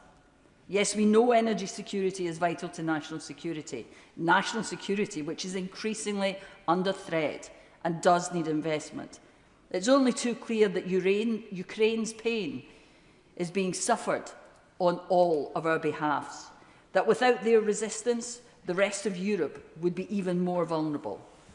And again, nothing that most people would take issue with when we speak about our defence. It sounds good. But what I believe people will take issue with is what is missing from this speech. Where is the bold new direction for this country? Where is the thing which will give people in this country hope? Hope that their government understands what it's like to lie awake at night worrying how to pay your bills. Hope that the government understands your fear that the job you just lost because your employer has struggled with national insurance increases will not be your last employment, or that the same employer's growing realisation that they may not be able to hold on to the company they have spent their life building becomes a reality. I actually think that many in this government do understand that, because, like me, they come from a background where that was an all too clear reality. But what the country wants to see is action, change, and they want it soon. Burton-Sampson. Thank you, Madam Deputy Speaker. It's a great pleasure to speak in this King's Speech debate, setting out the Labour Government's new programme for this session, and I warmly welcome its measures. I also thank my honourable friends from Bradford West and from Harlow for their opening speeches. My honourable friend from Bradford West really showed how she had overcome adversity and also took head-on some of the challenges that people who look like me and her in today's society face. And of course, there's no greater a champion for their community than my honourable friend, my Essex friend for Harlow, who he just lives, breathes and is Harlow. And I thank him for all the work he does in his community. This Labour government has already achieved so much, handing back power to local leaders, supporting local regeneration and growth plans, and taking the pivotal step of a new deal for working people. This government's also put in place the biggest change to renters' rights for 40 years, which was particularly welcomed in my constituency of Southend West and Lee, directly giving greater housing security to the 8,938 renters. We've seen other significant improvements already, including a new Best Start family hub at the Blenheim Family Centre, three breakfast clubs in my primary schools, a new extended nursery provision at Chalkwell Hall Infant School, more than £2.5 million worth of investment into South Essex College to upgrade its campus, a new youth hub, one of 80 being rolled out in the UK, whilst the removal of the two-child benefit cap is helping 1,800 families in my constituency and, most importantly, lifting children out of poverty. Add to that we brought back into public ownership both our train lines, which will soon be part of Great British Railways, and opened our first community diagnostic centre in our city, which is having a huge impact, providing 7-day-a-week testing early and late and getting people diagnosed much, much quicker. I've also been thrilled to see more than £2 million worth of new government funding to start to transform the futures of children with special educational needs in Southend.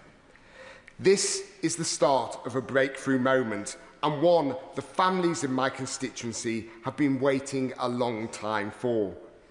I personally have heard from these families during my See Every Need meetings, bringing parents, school leaders, health representatives and charities together to get the changes right. Our reports from those meetings have been sent to the Secretary of State for Education and my honourable friend, the Minister of State for School Standards. And I'm delighted that their local voices from my constituency have been reflected in government policy. However, there does remain much scepticism amongst parents of SEND children as to whether these reforms will actually happen and make a difference to their children's lives, as quite simply, Madam Deputy Speaker, they have been let down so many times in the past. But I am confident that seeing these reforms starting to come forward in legislation during this session as part of the Education for All bill will help give parents more certainty that this government is focused on fixing the situation once and for all. I welcome the announcement in the King's Speech of the Enhancing Financial Services Bill, promising a major shake-up of financial services regulation. As current chair of the Fair Banking APPG and the Open Finance and Payments APPG, I have a passion for reforms to financial services. and I'm pleased to see this legislation coming forward. It is really important, though, that government continues to listen to the voices of industry, ensuring that these reforms are appropriate and genuinely designed to fix the challenges the industry faces. And I thank my honourable friend, the EST, for her work in listening to industry to date. Moving on, conversion therapy and similar practices are appalling. And sadly, I'm aware of people who have been subject of some of these despicable acts. I believe interventions intended to change or suppress a person's sexuality or their gender identity are wrong. And I'm delighted to see a full trans-inclusive ban on conversion practices coming forward. The LGBTQ+ community have waited far too long for this ban after promises made and broken by previous governments. This Labour government is finally bringing forward that ban through the draft Conversion Practices Bill, and it cannot be delivered a moment too soon for our community. I'm grateful for the government's water reform legislation, which is set to go even further with the Clean Water Bill. And I applaud their approach, banning bonuses for water company bosses when companies pollute or fail customers. I have been holding regular water summits since being elected, focusing on storm overflows, sewage discharges and bathing water quality, as well as many other related matters, where we have called our water company, Anglian Water, to account. I'm delighted that the local community has now taken ownership of these summits, proving that they are just as invested in this agenda as our government are.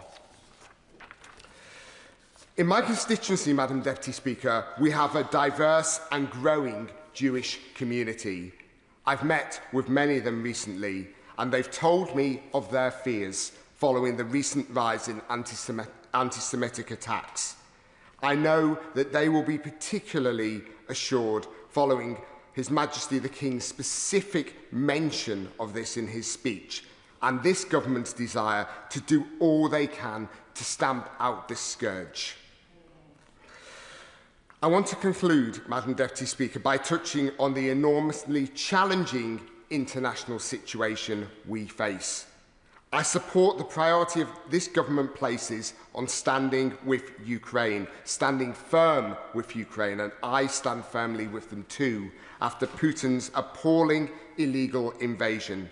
And also, I am pleased with this government's stance on the Middle East conflict as well. I'm pleased to see our commitment to a sustained increase in defence spending. The challenges that we face, we must work together with our allies through international cooperation. And I'm glad to see in this humble address support strengthening and rebuilding the ties of trust, trade and friendship with our European friends. That was so badly damaged by a poorly implemented Brexit, and we will fix them through our European Partnerships Bill. The promise of the return of the Erasmus scheme and better opportunities for our young people to live, work and study in Europe is also welcomed. A good relationship with our closest neighbours is vital in this uncertain world. So it's pleasing, therefore, to see the desire to bring forward primary legislation in this area.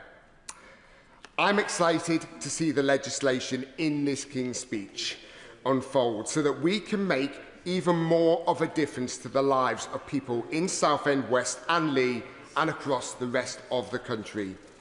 In an uncertain world, I'm confident that this government is now moving at pace to make the country fit for the challenges we face, whilst prioritising hope and renewal for our country.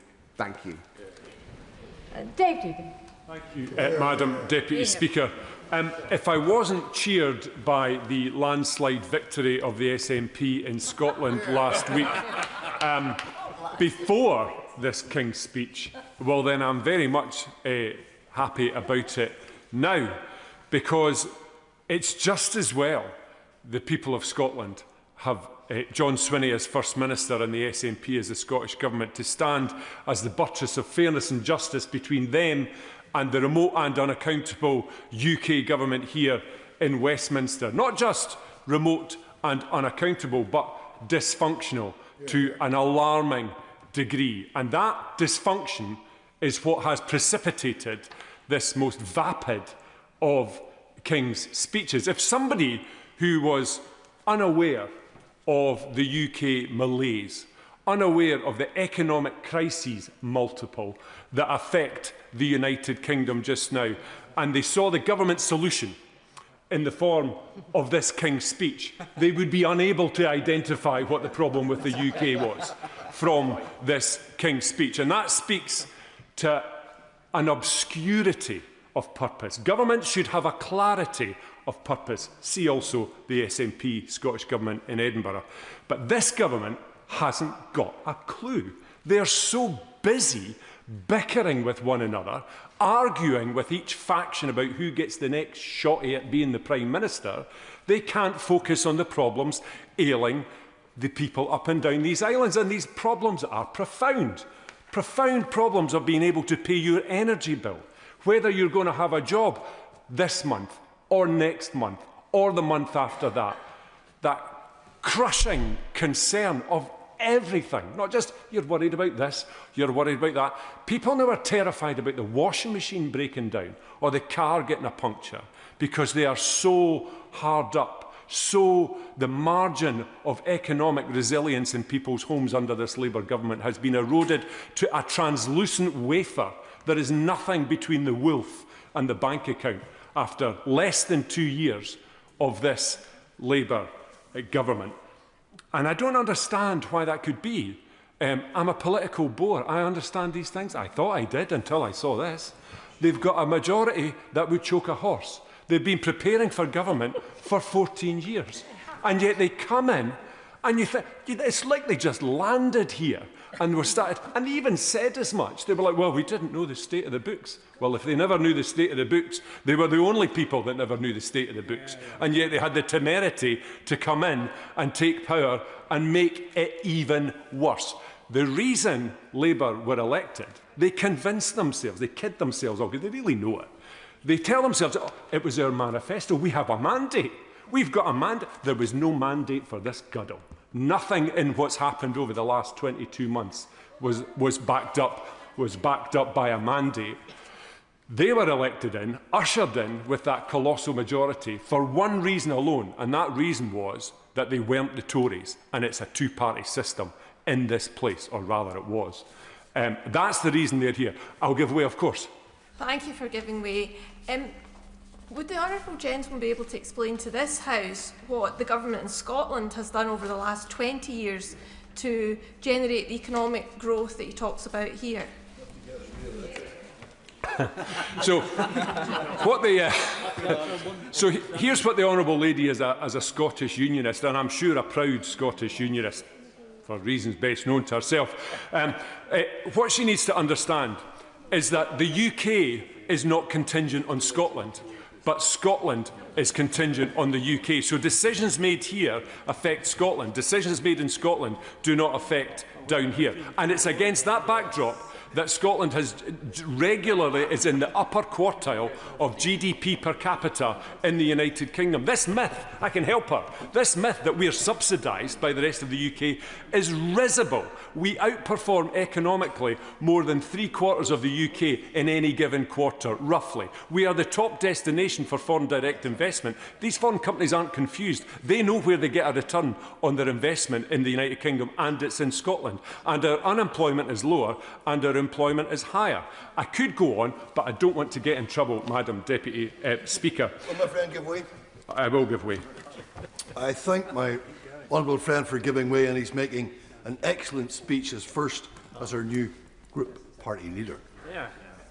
He mentions the vapid King's speech. No criticism of the King, of course. But the speech contained the renewed promise of the Hillsborough Law, which the government have had 2 years to introduce, Madam Deputy Speaker.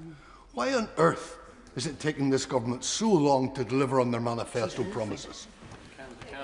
Well, he's absolutely right to highlight that particular issue, which is so important to many people across the UK, but especially in the north of England and in Liverpool in particular.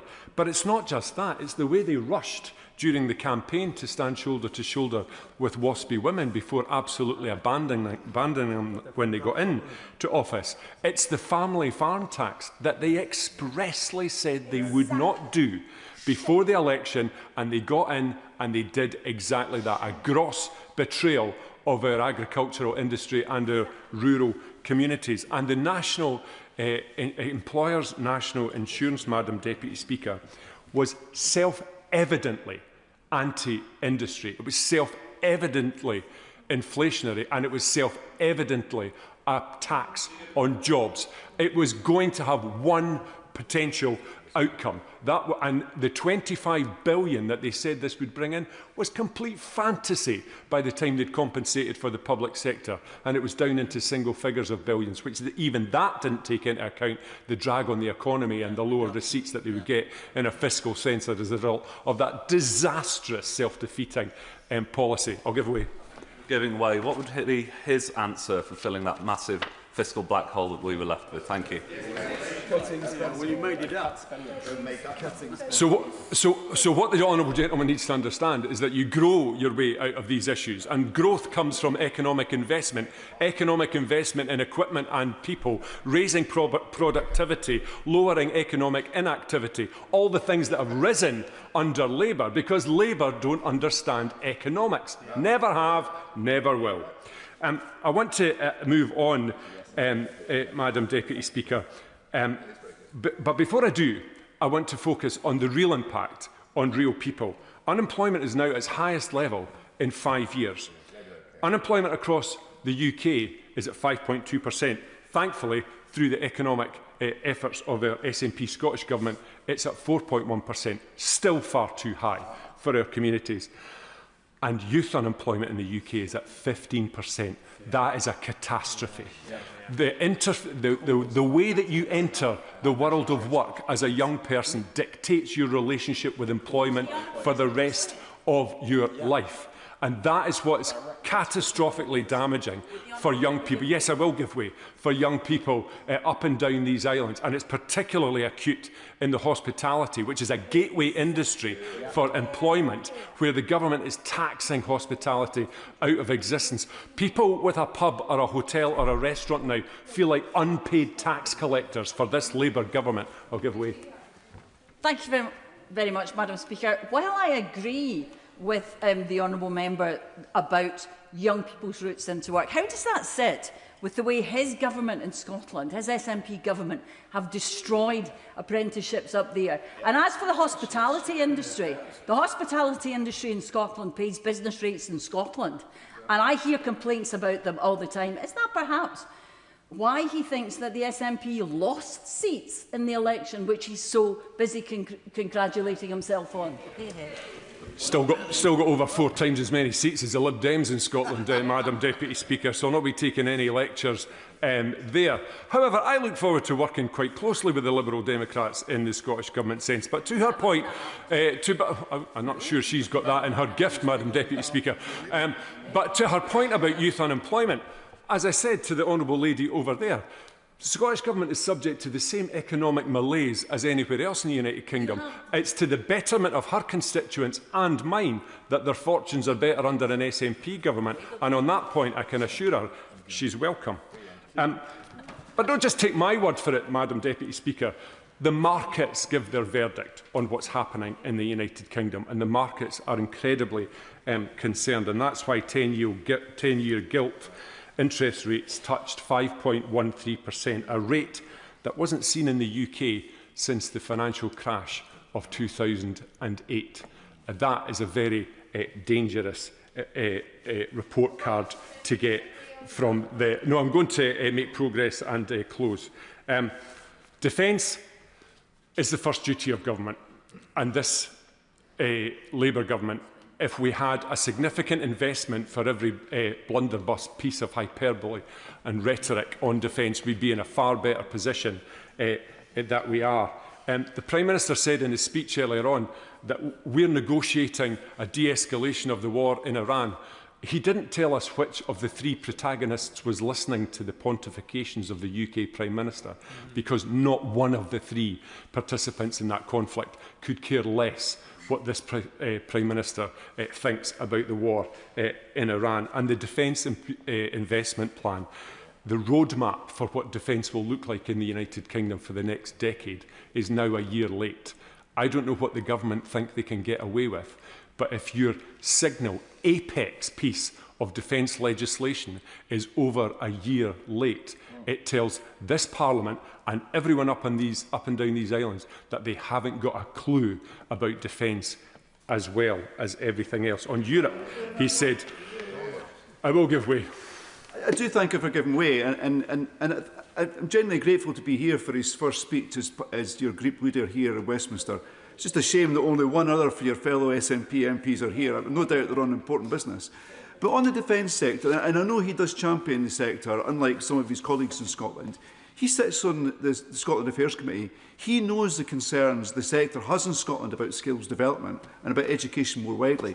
Does he share their concerns? And what is he doing to influence his colleagues in the Scottish Government to make sure that sector is more fully supported? So the defence sector is a very significant part of the Scottish economy, and I just wish that he and his unionist colleagues in the Labour Party and in other lesser parties would acknowledge the fact that this is a mutual endeavour, and that the UK benefits greatly from the skills and expertise that exists in Scotland.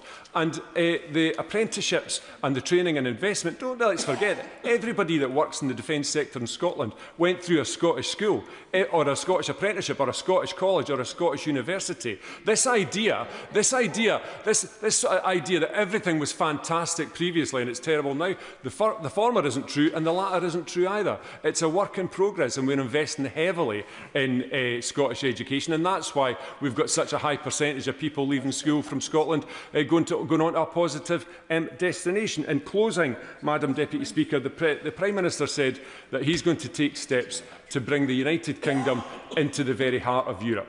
Well, you're not going to do that without rejoining the EU. Yet more hyperbole and fantasy.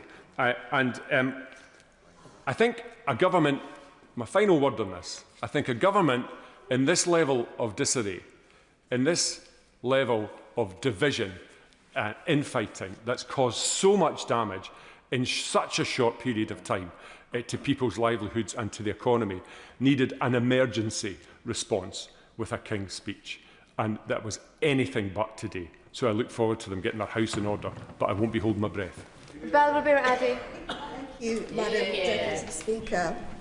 In 2024, the public voted for change, for an end to Tory chaos, and for a government that would transform their lives. That summer, our government set out a King's speech to deliver that, and in the past 2 years, in spite of everything, we have begun to make truly transformational changes, like ending no-fault evictions and finally scrapping the two-child benefit cap, things that have changed lives. But today's offering pales in comparison, perhaps because we have already heard so much of it before, but definitely because it lacks the urgency and the radical transformation we need. I don't believe this is the further and faster that we've been hearing so much about. It seems we have put the handbrake on offering change, and we are wasting political capital on divisive measures that weren't even in our manifesto, like ID cards and curtailing the rights of asylum seekers. I do want to be clear that I'm not in any way objecting to the King's speech. I'm pleased to see measures like the bill on conversion practices, votes at 16, Hillsborough law on candour, tackling anti-Semitism, reforming leaseholds and many other key measures. But why are we not doing more? What is there to shout about? Last week, the electorate sent our party a clear message that they were dissatisfied with government. And I don't believe that this is a King's speech to inspire them back to us. I don't believe my constituents will hear this and think my life will be better when Labour introduces digital ID or replaces the water regulator and instigates another top-down reform of the NHS. At a time of great turmoil and difficulty, with global uncertainty hitting households in their pockets, people need policies that will ease the financial pressure they are under today. So building on the successes of the last legislative session, and there were successes, I would have liked to see an extension of renters' rights and the introduction of rent controls, especially in major cities where private rents are beyond extortionate. We acknowledge that those living in social housing need their rents capped and regulated, yet we disregard the thousands of low-income households and young people left at the mercy of private rental markets. I'd hoped to see a second employment rights bill announced today. While the first one deserves significant praise, it doesn't go far enough. We need a bill that will restore sectoral collective bargaining, give basic rights to the self-employed and gig economy workers, and commits to greater insourcing. The nationalisation of British Steel is welcome, but this should have been accompanied by the nationalisation of rail, mail, water, energy and other essential services. These are not mere industries, they are lifelines. They should never have been handed over to shareholders, and it's long past time we took them back. I would have liked to see greater acknowledgement on the biggest existential crisis we face as a species, nationally, by reducing the planning burdens on solar farms and on offshore wind. If the government really wants to help people with their energy bills, then we need to be switching to renewables much faster. Internationally, I would have liked to see steps to introduce debt cancellations for climate vulnerable nations who are fighting the crisis with their hands tied behind their backs. If we want to reduce numbers of people seeking asylum, then we need to be working with allies to tackle the biggest causes of displacement. As the only Labour MP to vote against the Brexit implementation agreement, I was very pleased to see measures on the strengthening of our relationship with the EU. We can now all stop pretending it was in any way a good idea. And watching that disastrous impact that it's had, I feel vindicated. But I would also advise the government that with all of the Henry VIII clauses in that bill, we could do so much more faster. And we could do it in a way that would quickly benefit our nation. I also want to point out that whilst I understand that some things take time, some things are not hard, I would have liked to see steps to address the continued private sale of human remains. At the start of this year, I presented a very simple bill that ought to end the vile practice of human remains, many of which have unknown provenance, being bought and sold by private individuals. It would have been relatively straightforward to end this practice, but the government have no plans to close this loophole and implement it. As I said, I understand that these things take time, but there are some simple things that we could just get done. And I know, and it feels like the government may be inclined to capitulate to the right and row back on some climate goals, but I remind the government that we lost more votes to the left of us than we did to the right of us. And if we carry on doing the bare minimum on climate issues, this could only get worse. So I would have also welcomed strengths, I believe, to strengthen the citizenship rights of children born here or who have grown up here, and addressing the extortionate fees that block these children from becoming citizens. I have raised this again and again in this House, just about every single year, and I was guaranteed that there would be some changes on this. I do not like being misled inadvertently or otherwise on issues such as this. Whatever our differences on our views on migration, right across this House, people agree that these children are not migrants, and we continue to treat them like that and price them out of their rights. I also want to acknowledge the cost of living crisis and the fact that there have been measures in this King's Speech to tackle them. But frankly, successive governments have been skirting around this issue for years, making minor tweaks that slightly ease the pressure but don't go far enough. I think it's time to be very bold. It's time to consider the merits of a universal basic income. This is not a radical idea, it's something that I believe is a logical one, because poverty is a political choice. Even at these difficult times, we remain one of the richest countries in the world. So why do we have such a huge cost of living crisis? Why are people skipping meals, rationing heating, working themselves into the ground, doing multiple jobs just to stay afloat? This doesn't happen by accident. It happens because those in power decided it was acceptable. And for the avoidance of doubt, we are the ones in power. The question is not really affordability, it's whether we have the courage and the will to take on such a transformative policy. Because at the moment it feels like we are offering piecemeal change, minor tweaks, while they may be necessary. I don't believe they will excite anyone. They believe they will make the tangible change that we need. Now, I know we can't sell people the world, and systematic changes do need to be made to facilitate reforms. But you cannot solely offer that and then tell people that their lives have been changed, especially not after the very clear message the electorate delivered to us last week. People may call me unrealistic, but I would say that I am ambitious for what we can achieve in government right now and in this parliamentary session. Labour governments have always accompanied radical transformational change in our society. This is the change that the electorate wants. This is the change that we promised them. They made it very clear. And I don't believe this legislative agenda goes far enough to achieve that for them. The public is demanding more, and I believe that we can do more to give them that. Sir David Davis. Thank you, Madam Deputy Speaker. During the privileges debate, I told the House that I had hoped a couple of years ago that the Prime Minister would make a success of his new job at the time. Unfortunately, with this House debating against the backdrop of a Labour psychodrama, that psychodrama wouldn't have happened except for the fact the government has failed, and failed very clearly. In his now infamous speech, the Prime Minister said he was going to undertake a reset. And I don't know about the Labour Party, but the country certainly needs a reset. But what he said was, in describing his reset, is he needed to explain things better. That's not a reset. That's a respin of what we're doing. We need a proper reset. And I would quote the words of the Honourable Lady, the member for Hornsey and Wood Green, who said, Labour must be judged on actions, not just our words. And I think she's exactly right on that. Labour came, as a number of people have said already, including the new leader of the SNP, Labour came into office promising its #1 mission was economic growth, and they're right.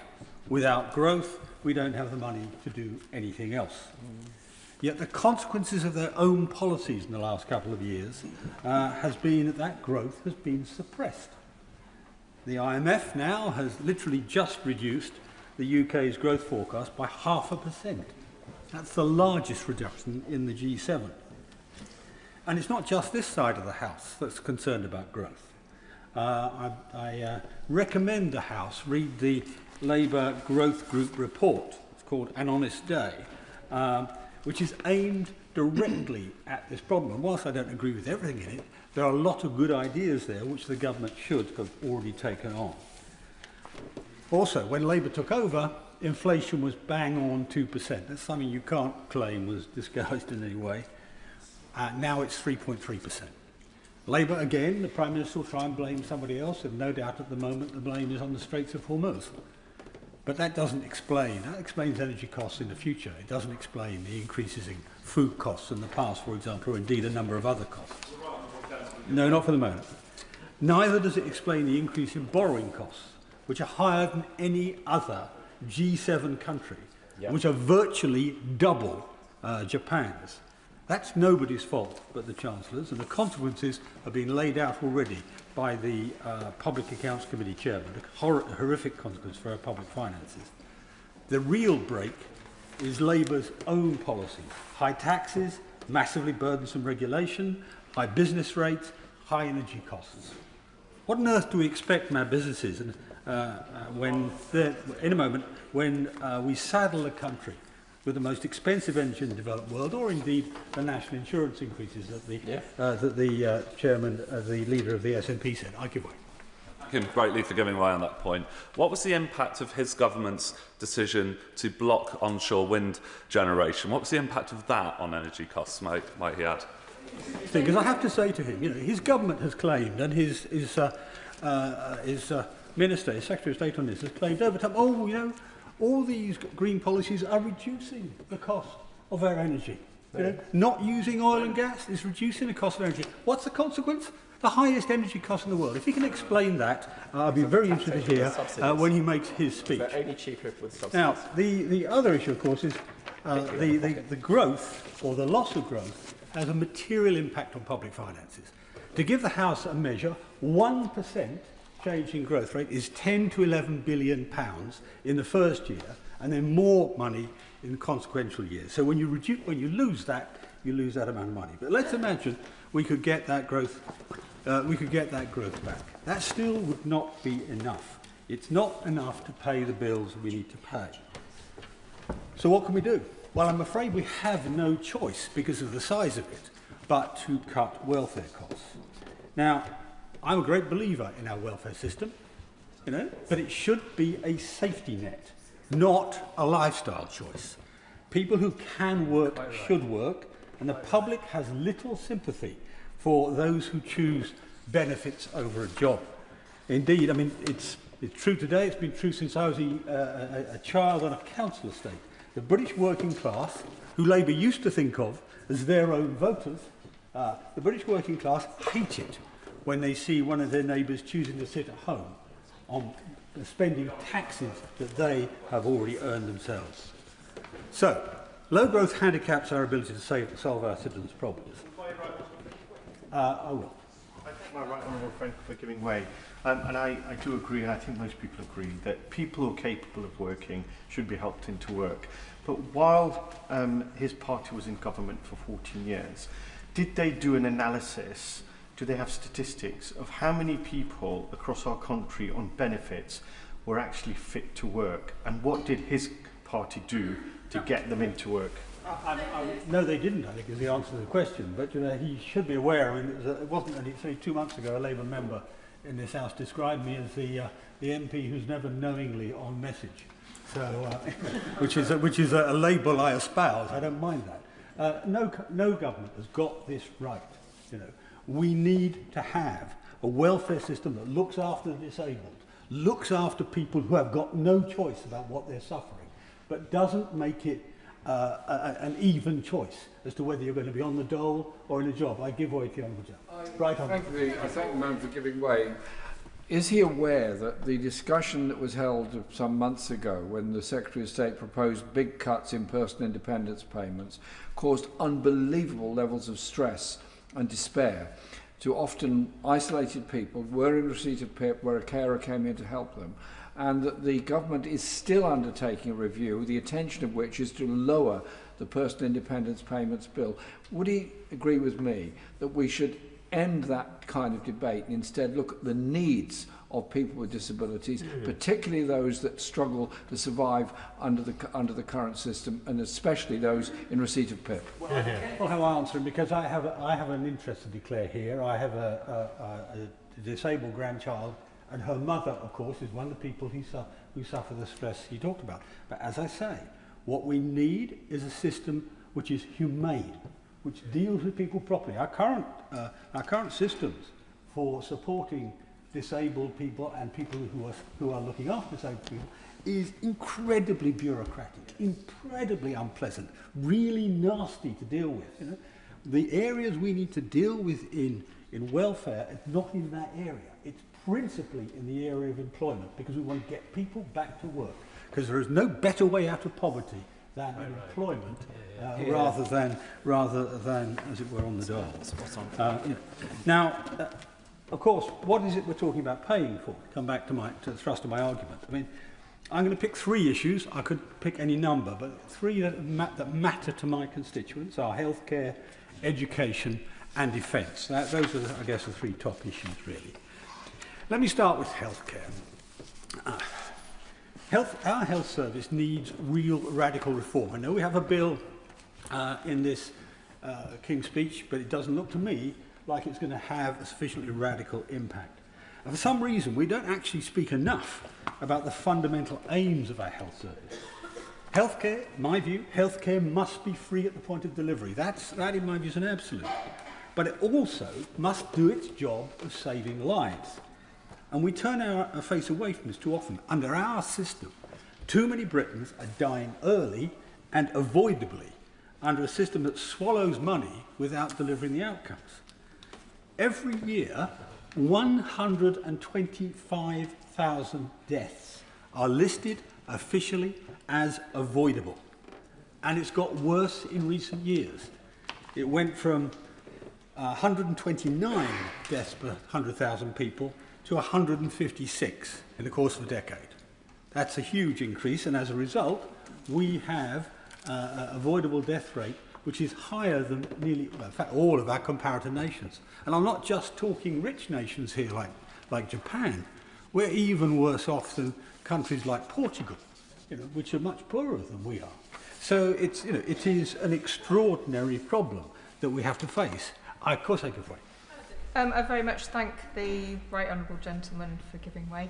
I would agree that patient safety is not enough of a priority in the NHS. There is too many incidents of patient harm. We see that reflected in the large clinical negligence bill.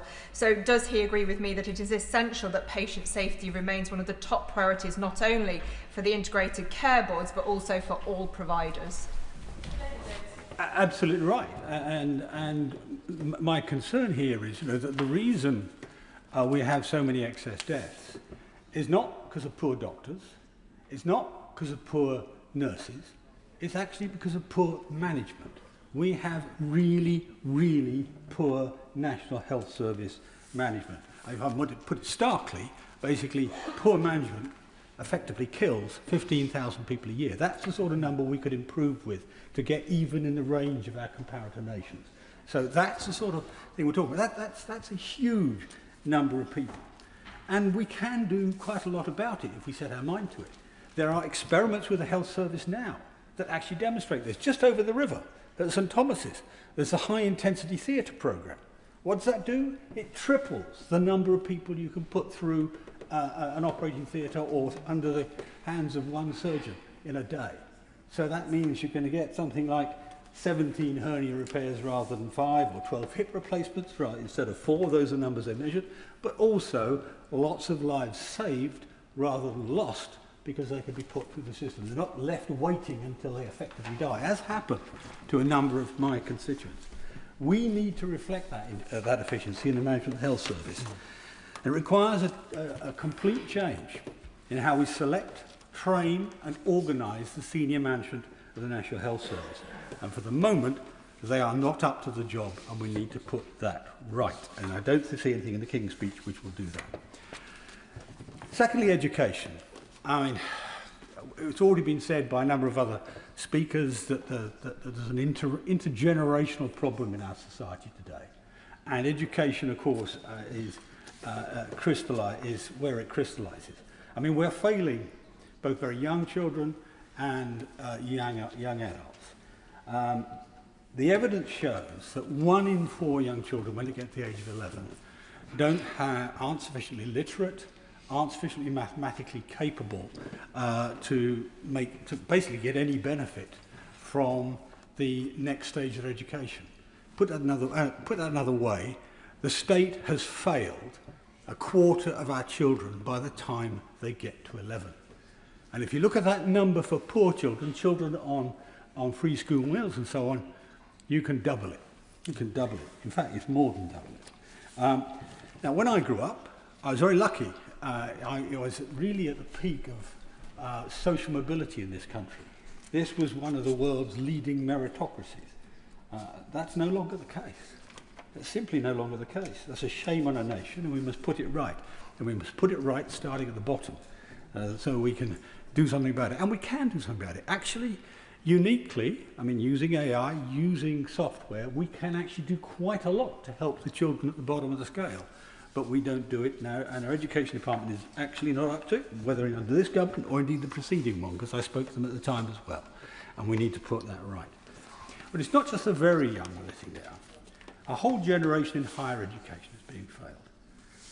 The transition to student loans and tuition fees by the Blair government has been an unmitigated disaster, shackling a whole generation to mortgages without houses, to futures without jobs. I opposed it when it came in. I opposed my own party's decision to uphold it when they came into government, and I oppose it today. It takes away much of the point of university, because at least 1 in 5 courses do not give youngsters opportunities that will pay for their education. That means we have to write off their loans, which means in the next 50 years, the government's going to pay, or the state's going to pay, £430 billion in unpaid loans in cash terms. And I'm pretty sure, from what I've seen of the calculation, that's an understatement, an underestimate. It's my view that we should revise this whole policy radically. Look again at grants for certain courses. Maybe, I mean, I think the Liberals have actually talked about it, maybe with a 2% graduate tax to offset it, something like that. Better than what we have now, leaving a loan hanging over people's lives for their entire adult life, a loan which they may never pay back. Grants may be for science, technology, engineering, mathematics, for medicine, for architecture and design, for courses that will actually contribute to the economic growth of the country, and then take the rest from there. So we need radical reform, which we won't see in this year's education bill. Lastly, I want to talk briefly about defence.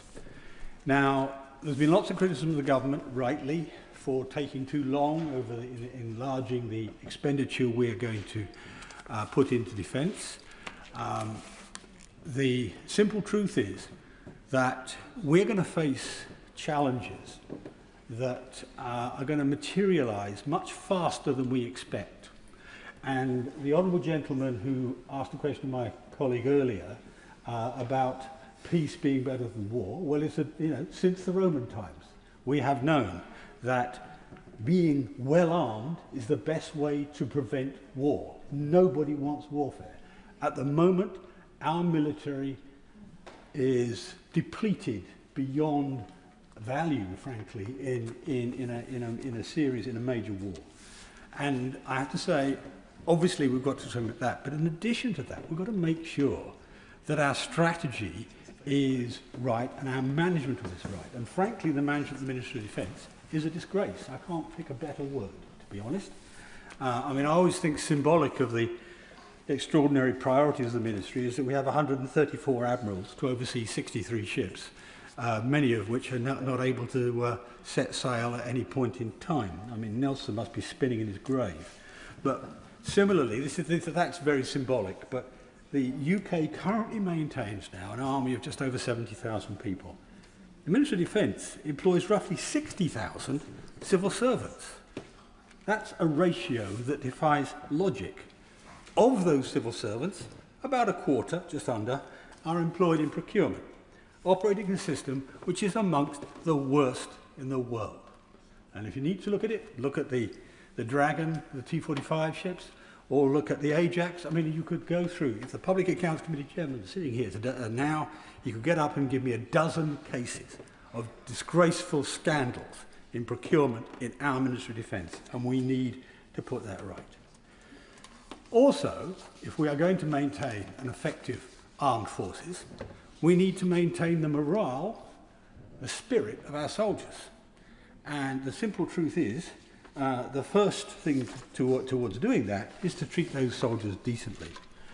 We're not doing it. The Northern Ireland Bill, which is still going through the House, it's carried over, is actually exposing soldiers who fought in Northern Ireland to being dragged through the courts, sometimes 3 times, the latest one, Soldier B in the Cope case, 3 times over the course of 5 years, in their 60s, their 70s, their 80s. Honourable people who fought bravely for their country, did nothing wrong, are being punished in their old age. That is a disgrace. Now, the excuse the government used when it started this bill was that the previous legislation was illegal. And that's what a lower court found. But last week, the Supreme Court in the Dillon case overturned that judgment. So there is now no legal basis for the government's policy. And yet we are still pressing on. I asked the Prime Minister, he said they're still pressing on with this, effectively psychologically torturing people who serve this country. Now that's morally wrong, but it's more than morally wrong. It's also causing people to leave, I mean it's in public domain now, I can say it, leave the SAS in numbers. You know? Our best, our most active regiment is now being depleted and destroyed. The regiment that the rest of the world is envious of is being undermined by the strategy of the government. And it should walk away from this policy. It should drop it. We should bin this bill. Now, I don't want to take any more of the House's time, so I'll simply say this. I mean, I've just picked out 3 subjects. There are many other important issues, of course, that the government will need to address. And I'm going to say it again. I hope the Prime Minister succeeds in resetting the government, in giving it some new dynamism. But at the moment, for me, the only attractive part of this Queen's speech was the last line, which always says the same thing. Other measures will be laid before you. Kemi Badenoch. Thank you, Madam Deputy Speaker. Can I first congratulate my honourable friends, the members for Bradford West and for Harlow. The member for Bradford West gave us a personal tale of strength through adversity, and that should remind us why, as she said, this is the greatest country to live in, and she spoke as a true patriot, a patriot that is there for all of us if we choose to use it. And then my honourable friend, the member for Harlow, we often have a lot of rivalries in this chamber. He, the proud advocate for his new town of Harlow, I, the proud advocate for the first new town in the UK, Stevenage. But he's done so much for Harlow. He's run for a good cause in Harlow, and on this Saturday I will be joining a resident of Stevenage, Luke Wainberg, who will be running an ultra-marathon, even further than a marathon, around Fairlands Valley Park in Stevenage. When I say join him, I'll join him for the park run bit of the ultra-marathon. But the point is that, as my honourable friend has done, each of us in this chamber, I think, for all our political differences, are proud of the constituents we serve. And that means that when we come together in this place, when we come together in big moments like we have today, we should think about the country as a whole and not about what divides it. And I should now congratulate His Majesty the King, of course, because, as has been said in this chamber, he has given speeches recently of great depth, humour and wit, and I thank him for that. But today his speech to us, as is normal for speeches in these buildings, was very serious. It was a serious speech for serious times. And I recall his opening words. An increasingly dangerous and volatile world threatens the United Kingdom. Every element of the nation's energy, defence and economic security will be tested. How true that is. And it demands more than warm words in response. It demands strength, and it demands a government that acts. Because the world has changed. It is harder. It is less stable. It is less predictable. So we cannot treat security as something distant. We cannot treat it as something optional. And this government is committed in investing in our nation's security and indeed the security of each of us in our own lives. It was a Labour government in 1945 onwards that recognised the threats that faced our country then, following a devastating war, but the uncertainty of the future. Amongst its many responses, it built new towns. It built the new town of Stevenage to deal with a housing crisis, a crisis that we face again today. And in new towns like Stevenage, it provided jobs, security, hope for the future. And some of those jobs, in those days and to this day, are in the critical defence sector that this country, and indeed the rest of the civilised world, needs. So security is what we need today. But it can't just be a slogan. It is a plan that must run through everything we do. That's why I'm pleased this government is bringing forward a cybersecurity and resilience bill.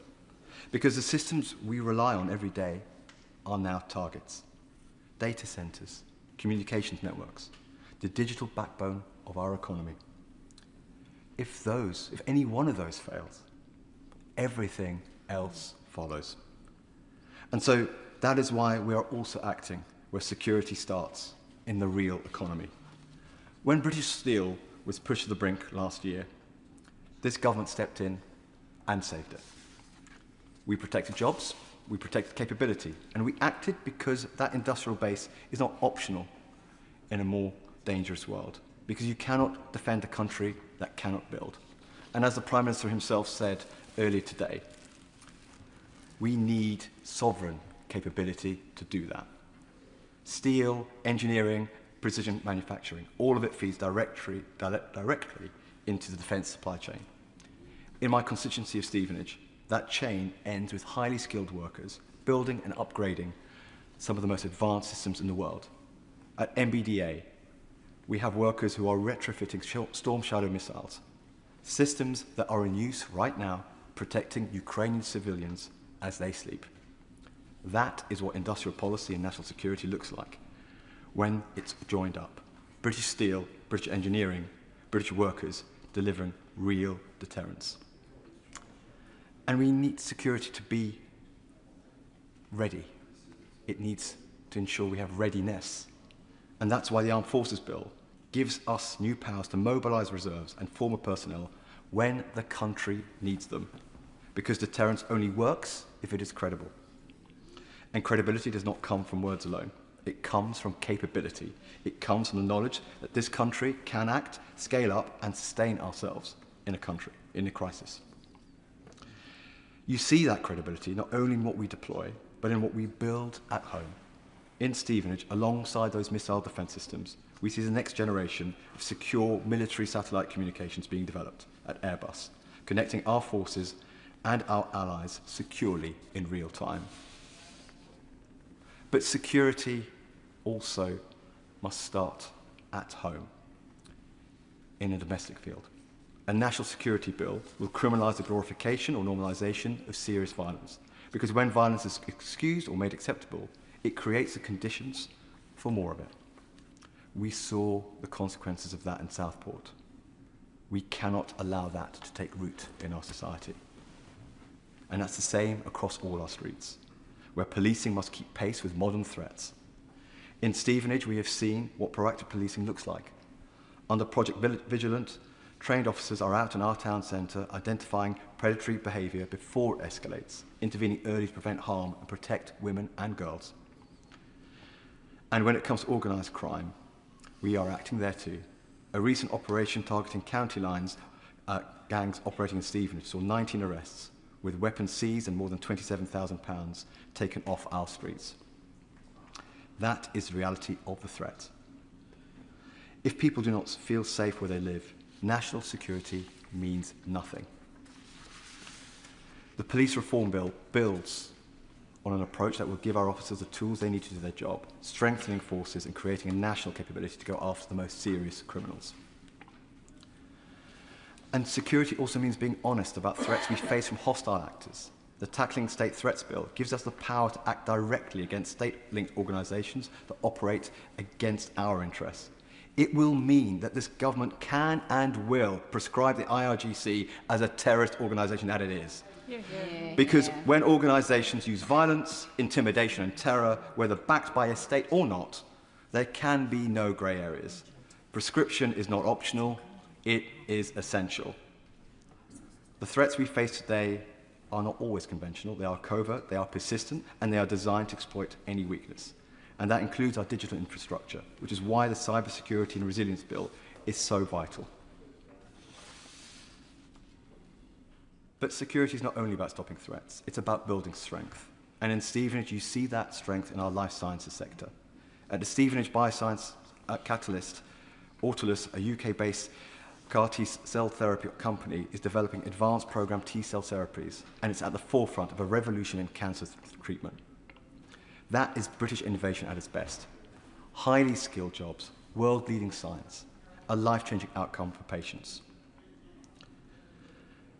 A country that leads in science, in manufacturing and in innovation is a country that is more secure, more resilient and better prepared for the shocks we know are coming. Because those shocks are real. War has returned to Europe.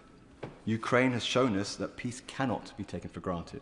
The Middle East has shown us how quickly instability spreads from conflict abroad to pressure on energy markets and prices at home. And some of those most serious threats are the ones people never see. Cables beneath our seas, networks under constant pressure, hostile states probing for weaknesses every single day. We have already seen this in action. Just weeks ago, Russian submarines were detected operating over critical undersea infrastructure in waters around the United Kingdom and our allies. Let us be clear about what that means. These are the lifelines of our country. The vast majority of our data flows through those cables. Our energy supplies depend upon them. Our economy depends upon them. That was a deliberate act by the Russian state to test our defences, and we must call it out for what it is. It is unacceptable, it is hostile, and it will not be tolerated. Our armed forces tracked those submarines, exposed their operation, and forced them to withdraw. And the message to the tyrant Putin was clear. We know what you are doing, and any attempt to damage our infrastructure will have serious consequences. Because in the modern world, there is no warning sound. There is no clear beginning. The attack comes quietly.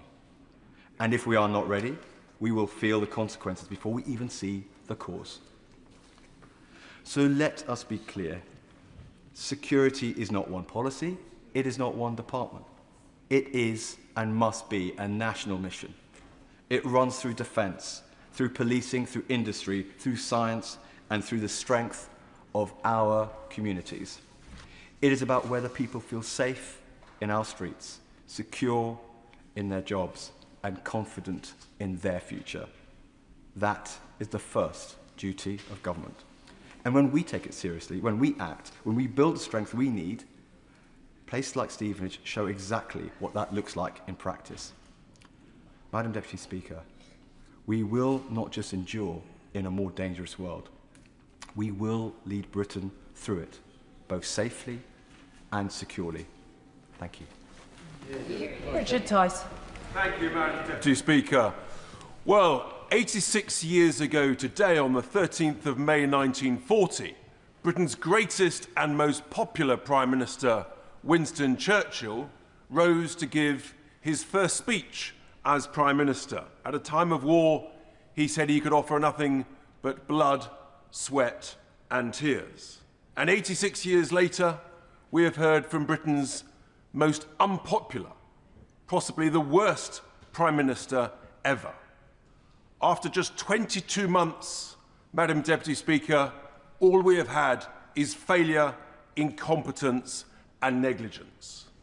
And we have a programme of government in this King's Speech that in a sense represents everything that this Prime Minister currently that we suffer under represents. Process and regulation. Process and regulation.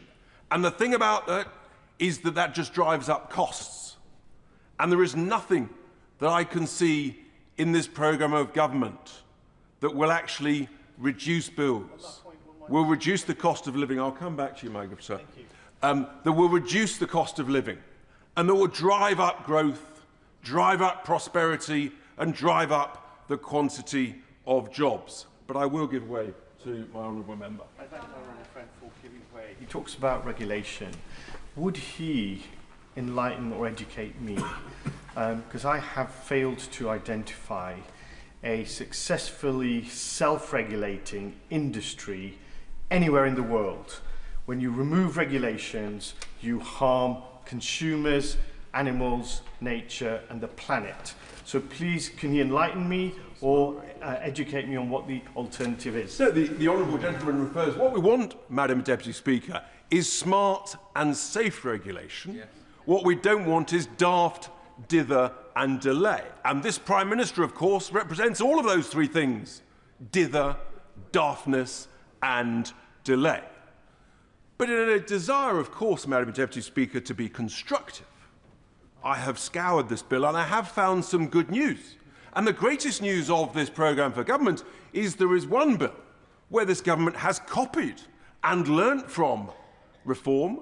Listen to what I said almost exactly a year ago when I said we must nationalise British steel and invest in it and grow in it so that it becomes the heart of our sovereign steel-making capability. And although it is somewhat delayed after a year, thankfully, this Prime Minister has listened to me and reform. And there is another important area, Madam Deputy Speaker, which is in the critical issue of special educational needs and the government's plans for a bill to follow the White Paper. And this is incredibly important to so many children and parents across all of our constituencies. And I actually think that in the White Paper produced by the Secretary of State some weeks ago, I said in this House that there will be much, hopefully, that can reassure parents. And as we look at the details of that bill, what I hope is that some of the measures that are brought forward that will give better outcomes for children, faster outcomes for children, that will reduce the conflict between parents and councils. I would urge this government to try and accelerate some of those measures for the benefit of so many children. I think that is absolutely vital. But, Madam Deputy Speaker, there is some very bad news in this bill, I regret to say. And the first of that is that when we all talk about the crisis of our energy bills and our electricity bills, the plans for an energy independence bill will make things dramatically worse and completely unbelievably, ignoring all the evidence of the growth of the 80s and the 90s in the last century when we were growing at 2.5% to 4% most years because we used the great energy treasure in the North Sea of oil and gas. This government thinks it's a good idea, it's not, it's a terrible idea, to ban all new exploration of any more oil and gas fields. Unbelievable. We must be the only nation in the world with the joy and the pleasure and the treasure of oil and gas that says, no, it's a good idea to leave it down there. It's unbelievably incompetent, it is negligent, and it is the reason that we have such high energy bills. And it's an absolute tragedy, because that could drive up the growth and the prosperity. So we must absolutely ensure that that does not happen. My other deep concern, deepest concern of all in this programme of government, Madam Deputy Speaker, is that, in a sense, I am joyous. We at Reform are joyous. We've just completely smashed it last Thursday in the local elections when voters said, after May 2025 and the success of our brilliant 10 councils where we have majority rule, voters have said we want more reform. They have said they've given us 10 more councils to have full control of, another 9 more councils where we are the largest party. I give way to the honourable gentleman. The Honourable for giving way. He says they want more of it. Well, we've had lots of reform councillors elected in the past year, and we've had a reform councillor in my patch of Stevenage.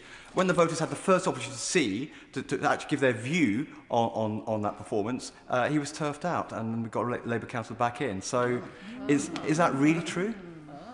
Clearly, the honourable gentleman may not have looked at the data, but the data shows that we have secured some 1,450 new councillors, and I think the Labour Party have lost well over 1,000 new councillors to the benefit of our great country, Madam Deputy Speaker. I will share the love by giving away to the honourable lady. I am most grateful to the honourable member for Boston and Skegness, but does he, in talking about the successes of reform in England, not recognise that it is possibly the bombast and the predilection for foreign money which means that Plaid Cymru now holds Welsh Government in Wales and Reform does not? I congratulate Plaid Cymru on this success, of course, but I also note the success of Reform in the second largest party in Wales, and we are indeed, Madam Deputy Speaker, proud to be the largest unionist party across Scotland and, of course, Wales. I will, of course, give way once more to the... I thank the honourable member for giving way. I believe in Milton Keynes, the Reform Party was forecast to win 26 seats, but after the honourable member's visit, that went down to 9. Does that not prove that the more they get to see of you, the less they, the more they get to see of the honourable member and his party, the less they want them? Yes, well, it's interesting because actually, Madam Deputy Speaker, I spent most of the election campaign in the West Midlands, and in the West Midlands we absolutely smashed it, securing full control of councils like Newcastle-under-Lyme and Walsall, and we are now the largest party, of course, in Birmingham. Truly remarkable, as indeed we're the largest party in Bradford. Also, fantastic news. But Madam Deputy Speaker, this success is because actually voters have looked at this government, the failures of this Prime Minister, and they have said, we want to vote reform and we want this Prime Minister out. And I suspect what we have seen, just bear with me because I'm on full flow, what we have seen, I believe, is the last important speech from this Prime Minister. Let's see what the next few days bring, but I give way to the Honourable Lady. And for giving way, he mentions Bradford District and notes the fact that Reform got the largest number of seats. But will he also recognise that the vast majority, 3/4 of people across the Bradford District, voted for parties other than Reform UK? And will he recognise that whilst they got seats, they are not popular? Clearly, if we've just won and become the largest party in Bradford, by definition, we must be popular. Now, obviously, I'd like to please everybody, but sometimes even that is not possible. That's the joy of democracy. No, the reality is, Madam Deputy Speaker, that the voters have spoken. I have given way to the honourable gentleman. I feel people may have enjoyed my dialogue and others wish to speak. But the key thing is that the utter failure of this programme of government is that they now think it's a good idea, having listened to the voters from last week who've said we want, in the Midlands and in the North, in those Labour heartlands, who voted 10 years ago, they wanted less EU, they wanted less European interference. What is this government's brilliant response?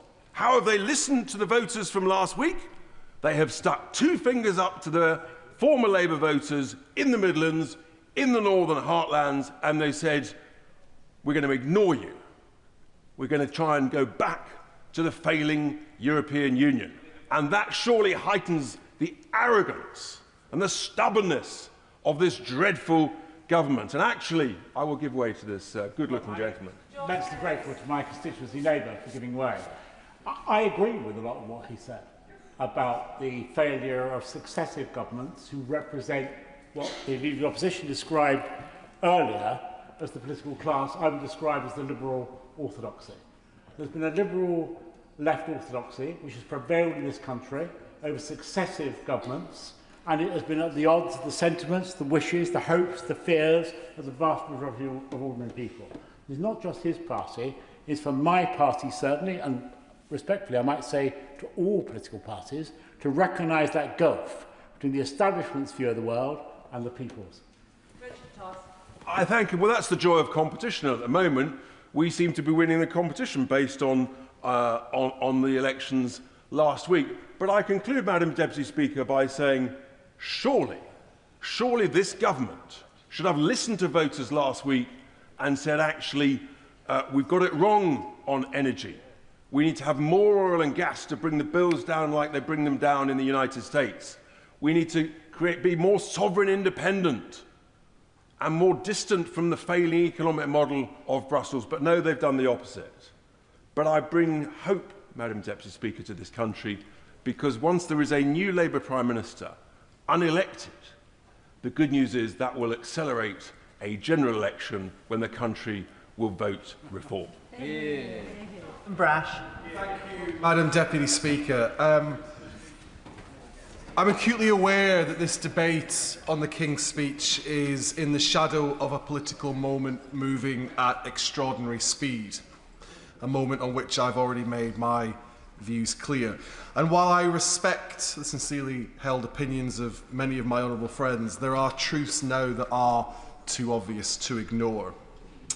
Last Thursday's local election results, in which many hard-working, dedicated and talented Labour councillors in Hartlepool and elsewhere lost their seats, was not a routine protest vote. It was a roar of unbridled anger. In towns like Hartlepool, that anger did not begin 22 months ago on the election of this Labour government. It has been building for more than 20 years. People have repeatedly voted for change. They voted for change promised by members of Reform when it came to Brexit, and they were failed. They voted again for change under the Tories with levelling up, and were let down once more. And now that accumulated anger lands on our door, alongside an understandable fear amongst many of my constituents that politics will once again let them down. The message last week was unmistakable. People want a government that acts with urgency, courage and purpose against the crushing pressures of everyday life. And if they do not get it, they will once again roll the dice, and even if it is on a charlatan, because desperation drives risk, and people are desperate for hope. And for however difficult it may be for many on these benches to admit, it is now clear to me that this Prime Minister can no longer provide that hope. I do not say it with pleasure, but leadership is not only about knowing when to fight on, it is also about knowing when your authority has ebbed, when trust has frayed, and when it is time to leave the stage. Some people will say this is about personality. It is not. It's about policy, and whether we are prepared to meet the moment with the scale of change it demands. This government has done so much in its first 22 months, and there is much to applaud in this King's speech. But caution will not save us now. Incrementalism will not save us now. We must be bolder. We need a programme of radical renewal that improves the lives of working people in Hartlepool and across Britain. That means abolishing the hated council tax and replacing it with a progressive system that no longer punishes poor communities for simply being poor. It means radical welfare reform that is both compassionate and demanding, support for those who need help, but a clear demand that everyone who can work must work. It means bring failed monopolies back into public ownership where markets have plainly failed, from water companies to the Royal Mail. It means cutting taxes on jobs and investment in deprived regions so that opportunity finally reaches communities left behind for decades. It means banning estate management companies altogether and requiring every council to adopt every street. It means finding the £2 billion the British Dental Association has said is needed to rescue NHS dentistry. It means lower energy bills for those communities hosting the new nuclear, hosting the new wind, the new solar that powers Britain. And while I absolutely support the Home Secretary and stand absolutely behind her reforms, if it is necessary, it means declaring a state of emergency at our borders and turning boats back. It means banning southern councils from discharging their homelessness duty by shifting the burden to communities like mine simply because our housing is cheaper. It means taking defence spending out of the fiscal rules and spending what this dangerous world requires now. It means giving councils the power to simply seize empty shops, abandoned homes, derelict sites where absentee owners refuse to act. It means finally standing up for justice for our WASPy women. And it means delivering a national care service, not eventually, not someday, but now. Madam Deputy Speaker, I do not want this country to fall prey to Trump-style populism. But the truth is, only we on these benches can prevent it. We have the parliamentary majority, we have the mandate, and we still have time. But if we do not use it, to deliver visible, meaningful change, if we do not give people hope they can feel in their wages, in their streets, in their communities, then others will inevitably fill that vacuum. And if that happens, the responsibility will lie with us. Thank you. Savile Roberts. And it's really, I listened with interest to the speech for the Honourable Member for Hartlepool. Very much of what he said that I heartily agree with. But of course, we know that something momentous happened in Wales last week, although there was no mention of Wales from either of the front benches. It's as though Wales, and I would wonder many other places possibly in the UK, don't matter that much to this place. But of course, I'm a member for Plaid Cymru, so it is my job to talk about Wales. And across the campaign that ended last week, people responded strongly to our message of hope and fairness, and putting their nation, for putting Wales first, for putting their communities first. Plaid Cymru has won at least 2 representatives in every one of the Senate's constituencies. This is unheard of. This is momentous. We came first in 11 out of the 16 constituencies in Wales, all across Wales. The message that we only reached out to certain people, that has gone. Our party is now active and representing everywhere in Wales. I am proud to say that 60% of our group in the Senedd is women. This historic result represents a decisive break from the past. It gives a Plaid Cymru-led Welsh Government a clear mandate to act on urgent priorities, including reducing child poverty, cutting NHS waiting times, and unlocking our economy's latent potential. Our Cabinet was announced at 4 o'clock this afternoon. We will now need to work to deliver the progressive and stable government that Wales craves. In doing so, our priority is to form a government that reflects the seriousness and ambition that Wales, our nation, expects and deserves. The groundbreaking result was a rejection of the stale status quo of the Labour Welsh Government and the divisive politics of reform. It also demonstrated the Welsh public's expectation that the UK government ends its neglect of Welsh communities. People are crying out for change, not for more of the same.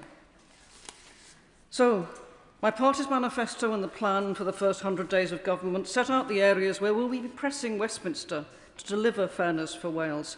So we look, of course, to the King's speech for inspiration. We need to see steps taken to devolve the Crown Estate, justice and rail, and to deliver fair funding that reflects Wales's needs.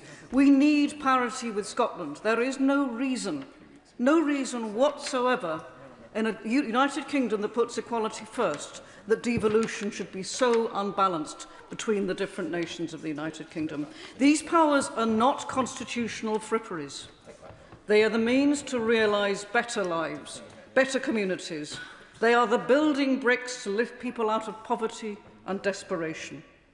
Wales needs control over our natural resources so that our communities directly benefit from their wealth, ending the scandal of high energy prices in an energy-rich country like ours.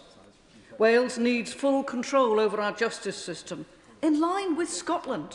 Why is this such an extraordinary thing to ask? So that Wales is no longer holding the infamous status of the highest imprisonment rate in Western Europe, and instead we will be able effectively to promote rehabilitation and the thriving communities that will follow with that more effectively. We need to see the end of the Great Welsh Train Robbery, that is HS2, and other English rail projects to deliver billions in funding to our crumbling, inadequate transport network so that people can travel quickly and affordably across our nation. And Wales needs to see the scrapping of the Barnett formula and its replacement with one that reflects the reality of our population's needs. Despite the mountains of evidence and popular support, the UK government has stubbornly refused to engage with these issues. That has been the reality of the partnership at both ends of the M4. That is what we have seen, and that in part is why we've had the results that we have had in Wales. And after, of course, last week's election result, it is no longer possible to ignore Wales's voices and people's demands for fair treatment.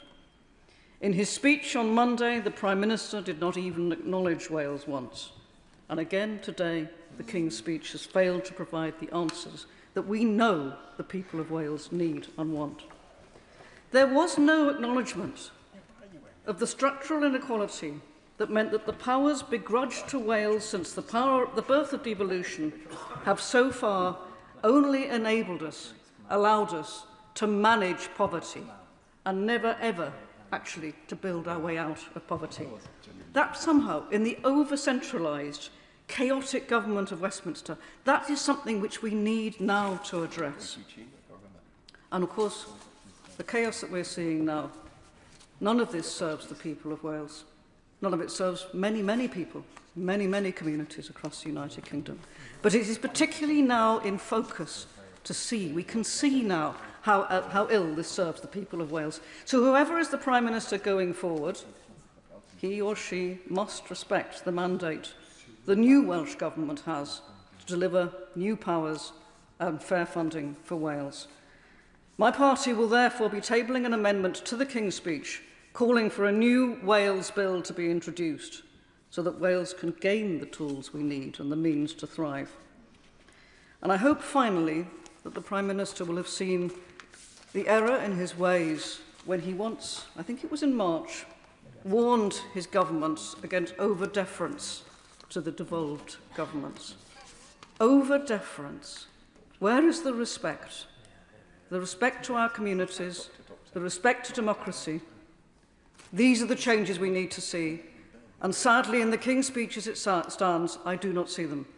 But there is potential, and I would urge the government to think seriously about the need for a new Wales Bill. Diolch yn fawr.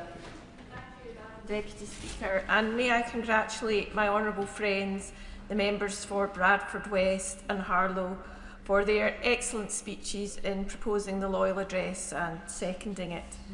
It is an absolute pleasure to support the Government's programme for the coming session of Parliament. The Government has set out a challenging programme to build the security and growth that our country so badly needs. After many years of stagnation, this Government, under the guidance of the Prime Minister, the Chancellor and the Cabinet, are laying the foundations for sustained growth and the economic prosperity my constituents in Paisley and Renfrewshire North so badly need. It's that long-term thinking that has been missing from politics for a long time. My constituents need to see the life chances of their children correspond with their talent and effort. Too many young people have started to think that a life in another country would be a better alternative. We need to appreciate more our young people's efforts when they join the workforce. I have yet to work with a young person who I have not learnt enormously from in so many ways, making me a better leader, a better manager, a better person, a better business owner during my previous career and experience. This Government's transformative actions around employment law, abolishing zero-hour contracts, increasing the minimum wage and legislating for more job security are all things that this House should celebrate. If we lose our young people, if they do not feel rewarded and appreciated, they will literally vote with their feet and move away. We also need to do better at explaining that an apprenticeship is every bit as worthy as a degree. In Canada and Australia, centre-left governments are working well for their people, and this in part explains why many young people want to leave the UK and travel there. We're losing skilled young people who have been nurtured, educated and cared for from birth, and we're losing these to other countries. One industry where we need more apprenticeships created and nurtured is my former industry, the property sector, a key economic driver and delivery body for the homes and businesses of the future. No other sector has the ability to both transition our economy to a greener, less energy-hungry society, whilst providing hope and new environments that will inspire and attract our young people to stay here. Madam Deputy Speaker, it is true places like Paisley are changing.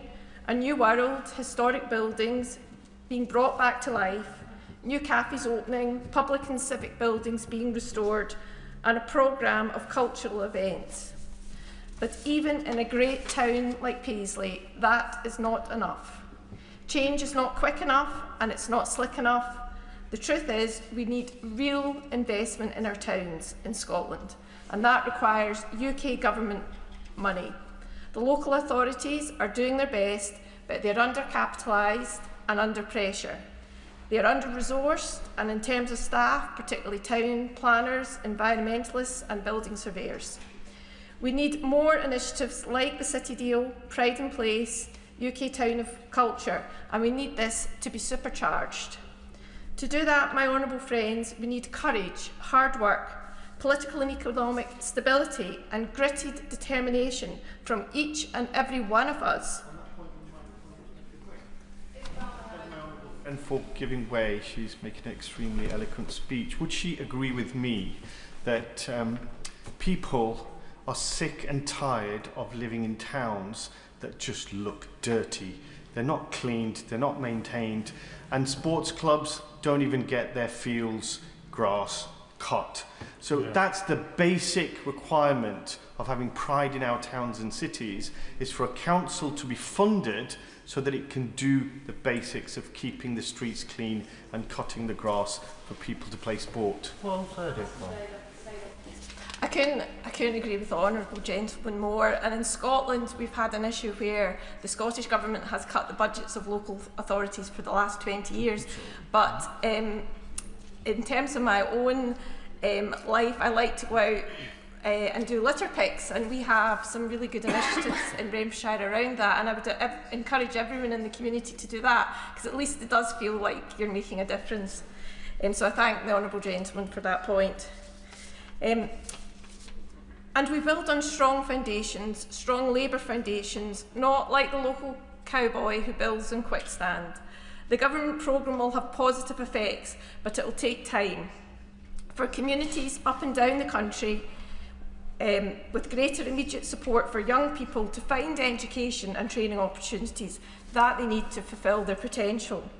This programme will also continue to promise long-term economic growth based on strategic investment in housing and infrastructure. There is still a very great deal to be done, Madam Deputy Speaker.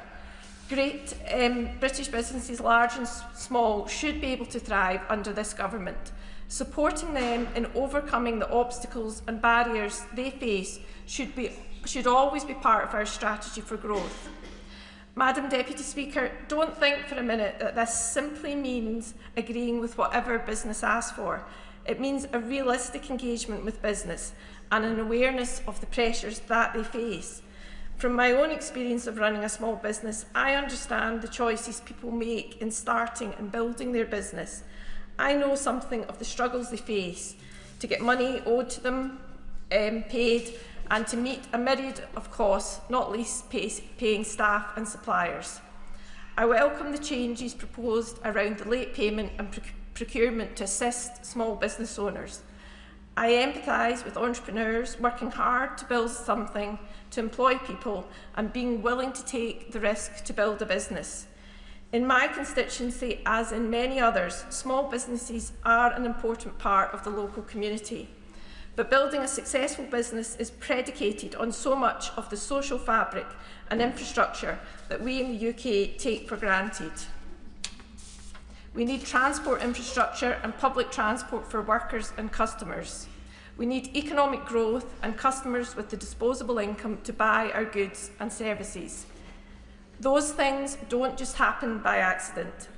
The Noble Address makes clear this government's commitment to building a thriving economy, because people need that to do business, and so does society at large. The choice isn't between good for business or good for workers. It's between good for society or long-term decline. On this side of the House, we want to build a future for everyone. And Spencer. Thank you, Madam Deputy Speaker. And I'd like to begin by paying tribute to the speeches by the honourable members opposite Bradford West and Harlow at the beginning of this debate. But context is key.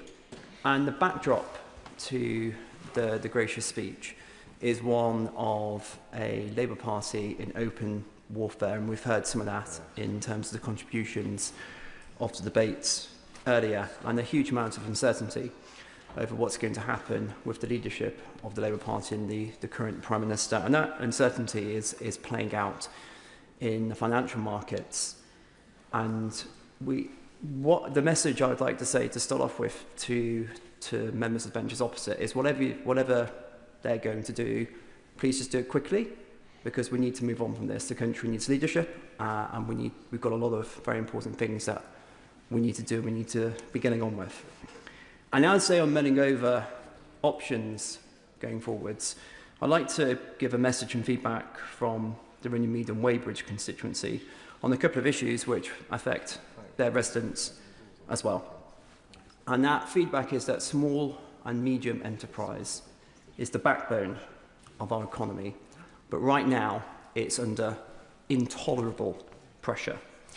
I'll give a couple of examples. I received a letter from One Cobham, which is a business improvement district in my constituency covering Cobham. It's co-signed by 50 other bid members, raising the issues of business rates in particular, but also rises in rent, wages, utilities. 2 companies already having gone bust recently, and the intolerable pressure this is putting on the high street and businesses. Very happy to give way. Giving way on business rates, would you agree with me that there needs to be a different model for small businesses that should be linked to profitability with a maximum cap, rather than having to pay the flat rate regardless of what you're making or not making? Well, in a different world, we would have a very different King's Speech, and we'd have the one which is the alternate King's Speech delivered by the Conservative Party, by hopefully soon to be the leader of opposition as Prime Minister, which would scrap business rates of up to, please look at the detail, but certainly up to, I think it's around 110,000. But I'll go to a different company, which I visited in recent weeks in the north of my constituency, in Egham. This is a logistics company. It's a very specialist logistics company. They transport medical devices which are due to pathology and investigations. In fact, probably St Tommy's across the road has been supplied by them in their pathology department. This is a company that's been operating for 40 years. And when I met with them, they are facing the wall because of increases in business rates, taxation burdens of the company, and all the people who work for them. I hope to God they are okay, and this government changes course and they continue to be successful. But if they do go to the wall, then all these jobs and livelihoods will go with this.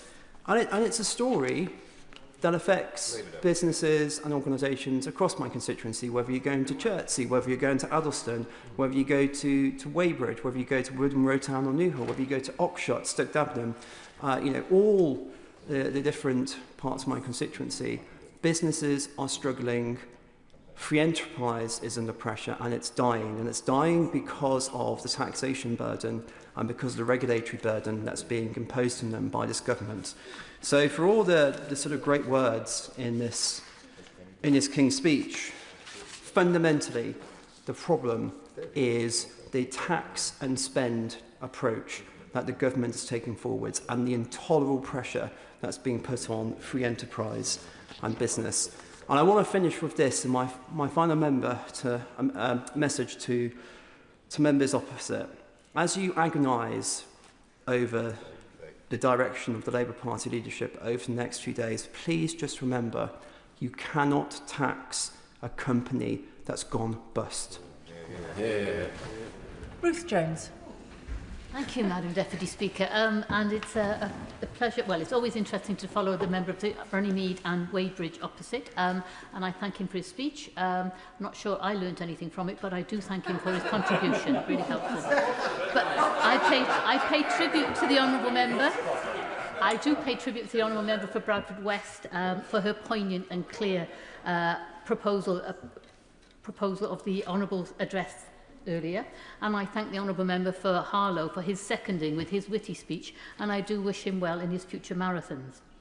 I do welcome this King's Speech's firm focus on the day-to-day security of British families, putting the cost of living front and centre of this government's priorities, because this Labour government has already increased the minimum wage, boosted pensions and ensured wages are rising faster than prices for the first time in over a decade.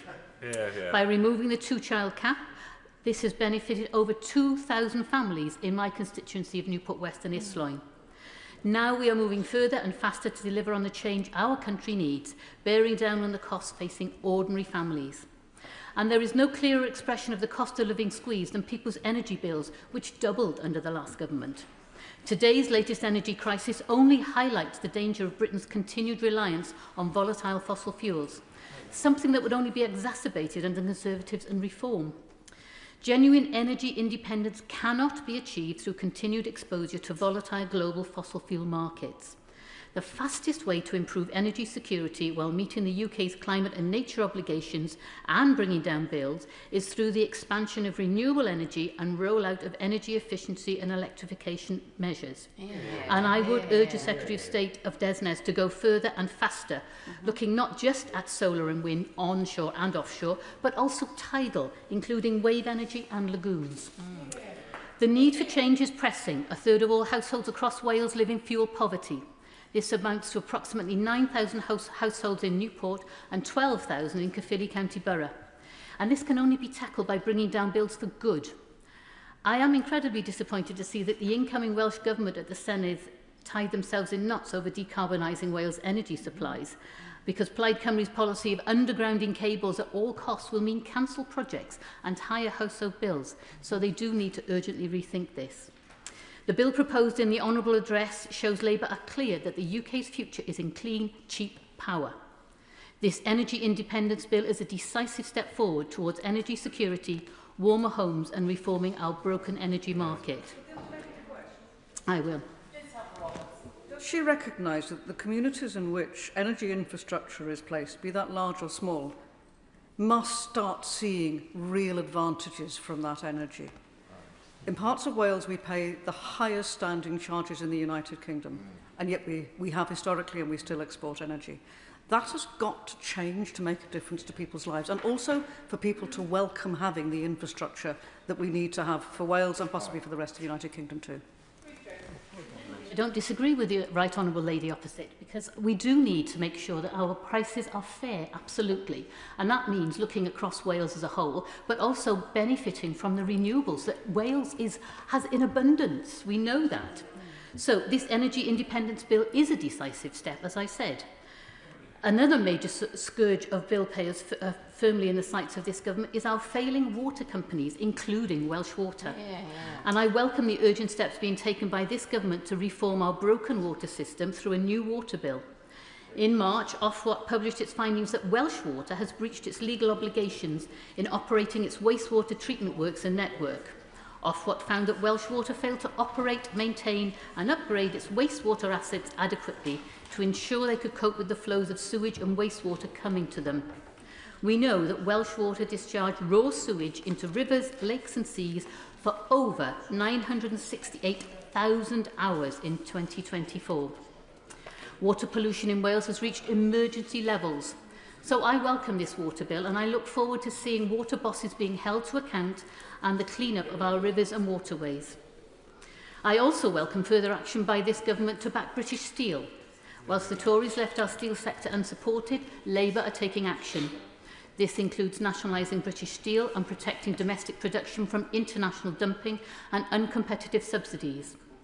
UK Steel has said that the government's steel strategy is the most significant intervention to support UK steel competitiveness in over a decade. The government's new target for at least half of steel used in Britain to be made in Britain is a major boost for Welsh steel, with Welsh manufacturing expected to account for half of future steel making.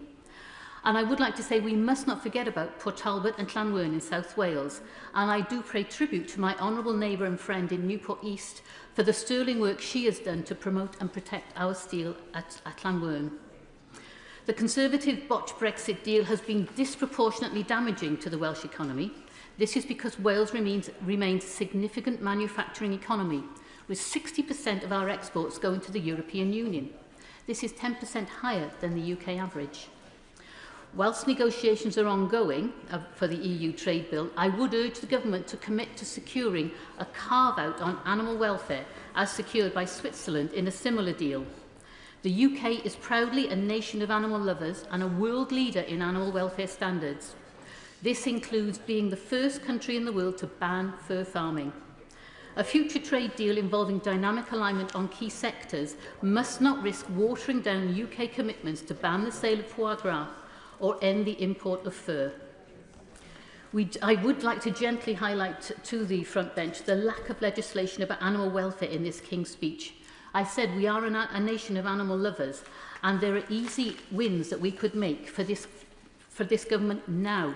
We are committed to the animal welfare strategy, yes, and using this, we could ban the use of snare traps, bring forward a close season for hares, and bring into effect the Animals Low Welfare Activities Abroad Act. These are small pieces of legislation but could make a huge difference to wild, domestic and farmed animals, both here and abroad. Now, moving on to small businesses, we know that the Federation of Small Businesses has estimated that 50 to 54% of SMEs regularly experience late payments. Late payments cost the average SME £22,000 a year, and businesses spend on average 86 hours a year chasing invoices. And this is a massive problem for businesses in my constituency of Newport West and Islwyn. And I'm pleased that we are taking action to stop this happening. So looking ahead now to GB Railway, this Labour Government New Railways Bill will transform the railway network in Wales as we deliver our £14 billion plan to improve Wales's railways. Front and centre of this is the £90 million investment in 5 new stations between the Severn Tunnel and Cardiff, including new stations in Newport West in my constituency, Cardiff Parkway next door, and these new stations will support over 12,000 new jobs across Monmouthshire, Newport and Cardiff. South Wales is also set to benefit from additional £40 million investment in upgrading 2 sets of rail tracks, which will improve service reliability and capacity for additional services. Labour's railway bill will also give the Welsh Government a new statutory role to ensure that Wales-wide strategies feed into cross-border plans by Great British Railways. This will be a key pillar of the continued constructive and professional relationship between the two governments, working together for the benefit of people in Wales. Turning now to the TIMS review, and I would welcome the government's continued ambition to support more young and disabled people into work by reforming the welfare system. But these changes must be based on compassion and providing effective support mechanisms for people to move into work, building on the already introduced right to try. I agree with His Majesty that we must have a system which is fair and fit for the future. Finally, I turn to the conflict with Israel and Palestine. I welcome this government's continued commitment to supporting a two-state solution. We urgently need to work with partners to ensure a viable Palestinian state alongside a secure Israel. In supporting peace efforts in the Middle East, I would also press ministers to call on Israel to end its continued bombing in Lebanon, which has seen over 1 million civilians displaced from their homes. Will the member give way? I will. I'm grateful for the member giving way. Does the member agree that it's now time that the government supports the ICJ court case and calls it what it is, a genocide, and now is the time to cut all diplomatic ties and end all arms licenses, because Israel is a rogue state? Hear, hear. I thank him for his contribution. I must say that if you cut ties, you cannot communicate. Therefore, the only way to lasting peace is through communication. We must keep communication channels open. That's the only way to a lasting peace. So I listened carefully to the Honourable address this morning, and I'm pleased to hear of the proposed 35 bills and the actions planned. I look forward to them being delivered swiftly for working people across the UK so they can feel the benefits of a Labour government working for them and with them. Thank you. Hear, hear. Jerome Mayhew. Madam Deputy Speaker, and you don't need me to tell you that this is a deeply unhappy government. It's a deeply unhappy party sitting on the benches opposite. And the reason for it, what they don't appear to understand, is the core problem that they have is a lack of economic growth. If the party opposite was presiding over fast economic growth, The taxes would come rolling in, their ability to spend on their pet welfare projects would be unlimited, and they would be riding high in the polls. And they used to know this. When they came into office, they said their #1 mission was economic growth. And yet, what we've seen in the 2 years following is the most appalling example of a fundamental misunderstanding on how an economy works. Because instead of bringing in policies which have increased economic growth, we've entered into the depressing doom loop of increased taxes to fund increased welfare, leading directly to reduced economic activity, which then, of course, leads to increased welfare needs, and therefore an increased need for tax rises. Instead of this, we need a leader, we need a government that has a plan, not just words, to support economic growth. Something that reverses the welfare taxation doom loop. And what do we have in the King's Speech? Where is that welfare reform bill? It is an appalling statistic, Madam Deputy Speaker, that we now spend more on welfare than we recover in income tax. 4 million people, 4 million adults receive PIP. That's gone up by 500,000 since the last general election.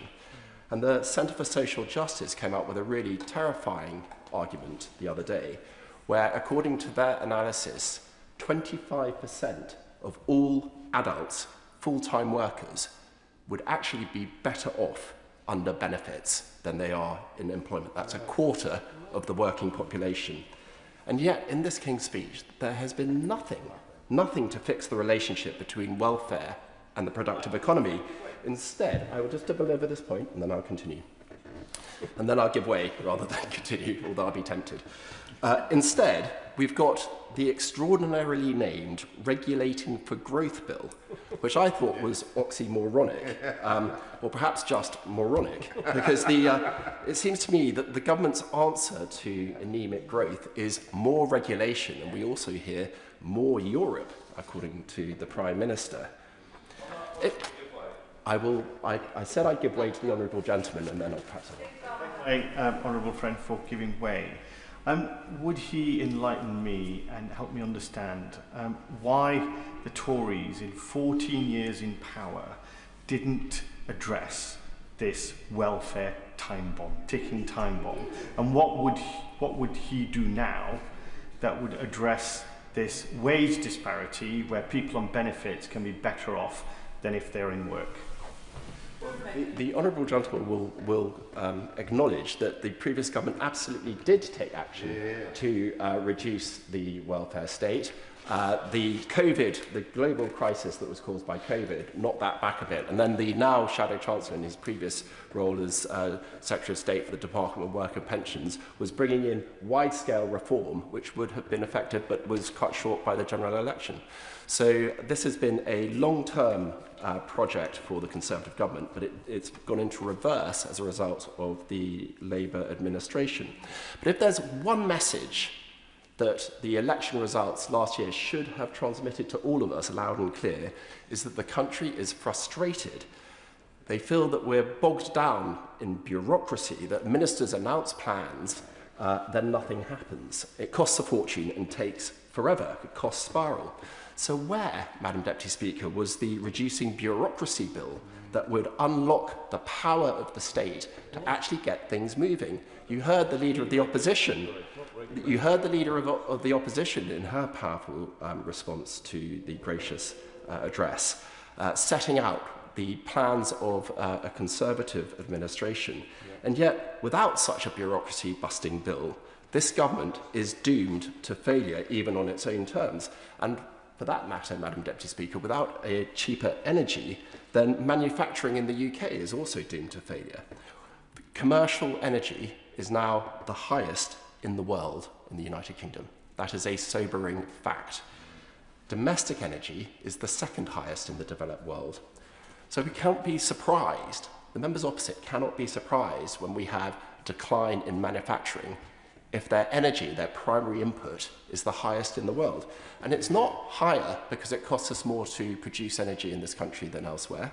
It's higher because of deliberate taxation and levy decisions taken by the government. So the government taxes and has levies on electricity to subsidise expensive renewables. Where's the cheap energy bill? We've done the opposite. The party opposite have doubled down on the renewable levies, tying this country into the world's most expensive energy for decades to come. And let's look at the wider economy. The high street has been hammered by Labour, whether it's from the business rates revaluation, the removal of the hospitality and leisure exemption, and also by the employers' national insurance contributions. Pubs and shops right across the country, not just in my constituency, but in every one of their constituencies, have been closing in record numbers. So where's our Bring Back the High Street bill? It's not there. In fact, there's no coherent plan for a stronger economy and a stronger country. The King's Speech instead has just been a hodgepodge, bureaucratic fiddling whilst the Prime Minister burns. The government has had 2 years already, and yet the opposition is doing more serious thinking about solving the problems of this country than the government is with all its resources. It is shaming. They shouldn't be laughing. They should be ashamed of themselves and of their government that the opposition has a more complete King's Speech with more complete answers to the problems of this country than their government seems able to bring forward.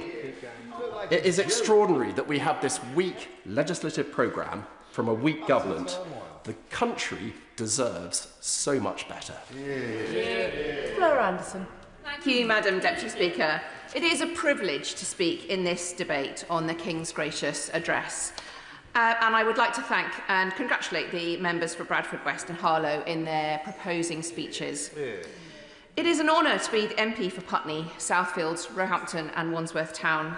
And I'd just like to take this opportunity to thank all the people who stop me on the street, who stop me in events when I go to school, and thank me for the work I do for our community.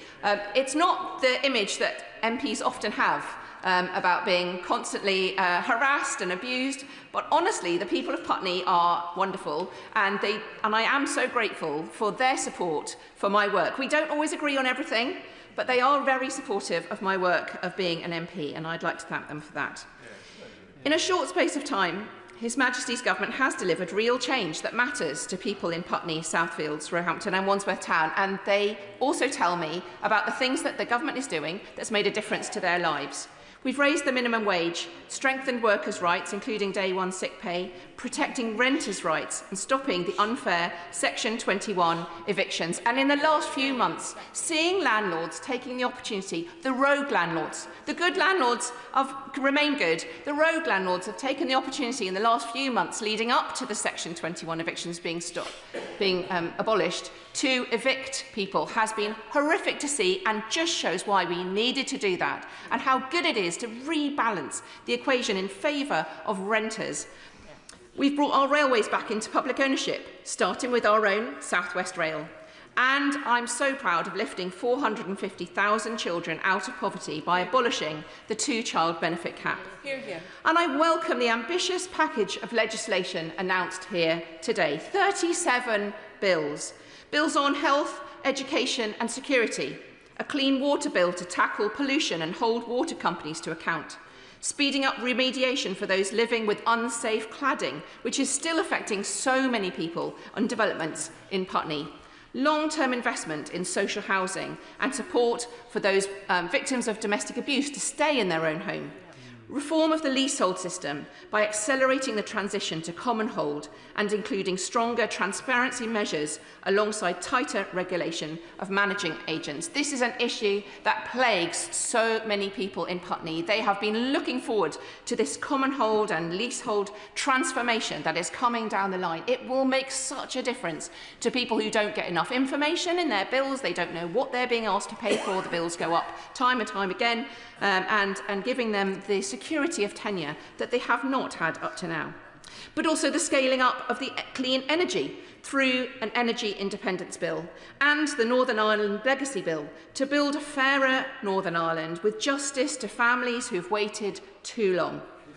I would have liked to see, I certainly will. Can I commend the Honourable Lady for her speech and a very positive from her point of view? But on the legacy bill, unfortunately, we do not see the emphasis that we wish to see upon victims. So does the Honourable Lady agree if we're going to have a legacy bill, it has to address the issues of victims and also address the issue of the Republic of Ireland, who has more say in the process than what we have here? I absolutely respect the work that the Honourable Member does in his own constituency and across Northern Ireland to bring about reconciliation. But I would say that the bill does put victims at the heart. Its victims have been spoken to constantly to create the bill, to rework it since the Tories bill didn't work, and to put their justice that they want to see at the heart. And we should make sure that across the chamber, we make sure that the bill does deliver what he advocates for there, because it should deliver justice and the answers that families have been waiting for so long. I must say I'm disappointed that there was no mention of the renovation of Hammersmith Bridge in the King's speech. I live in hope one day the King will sit upon the throne and talk about the renovation of Hammersmith Bridge.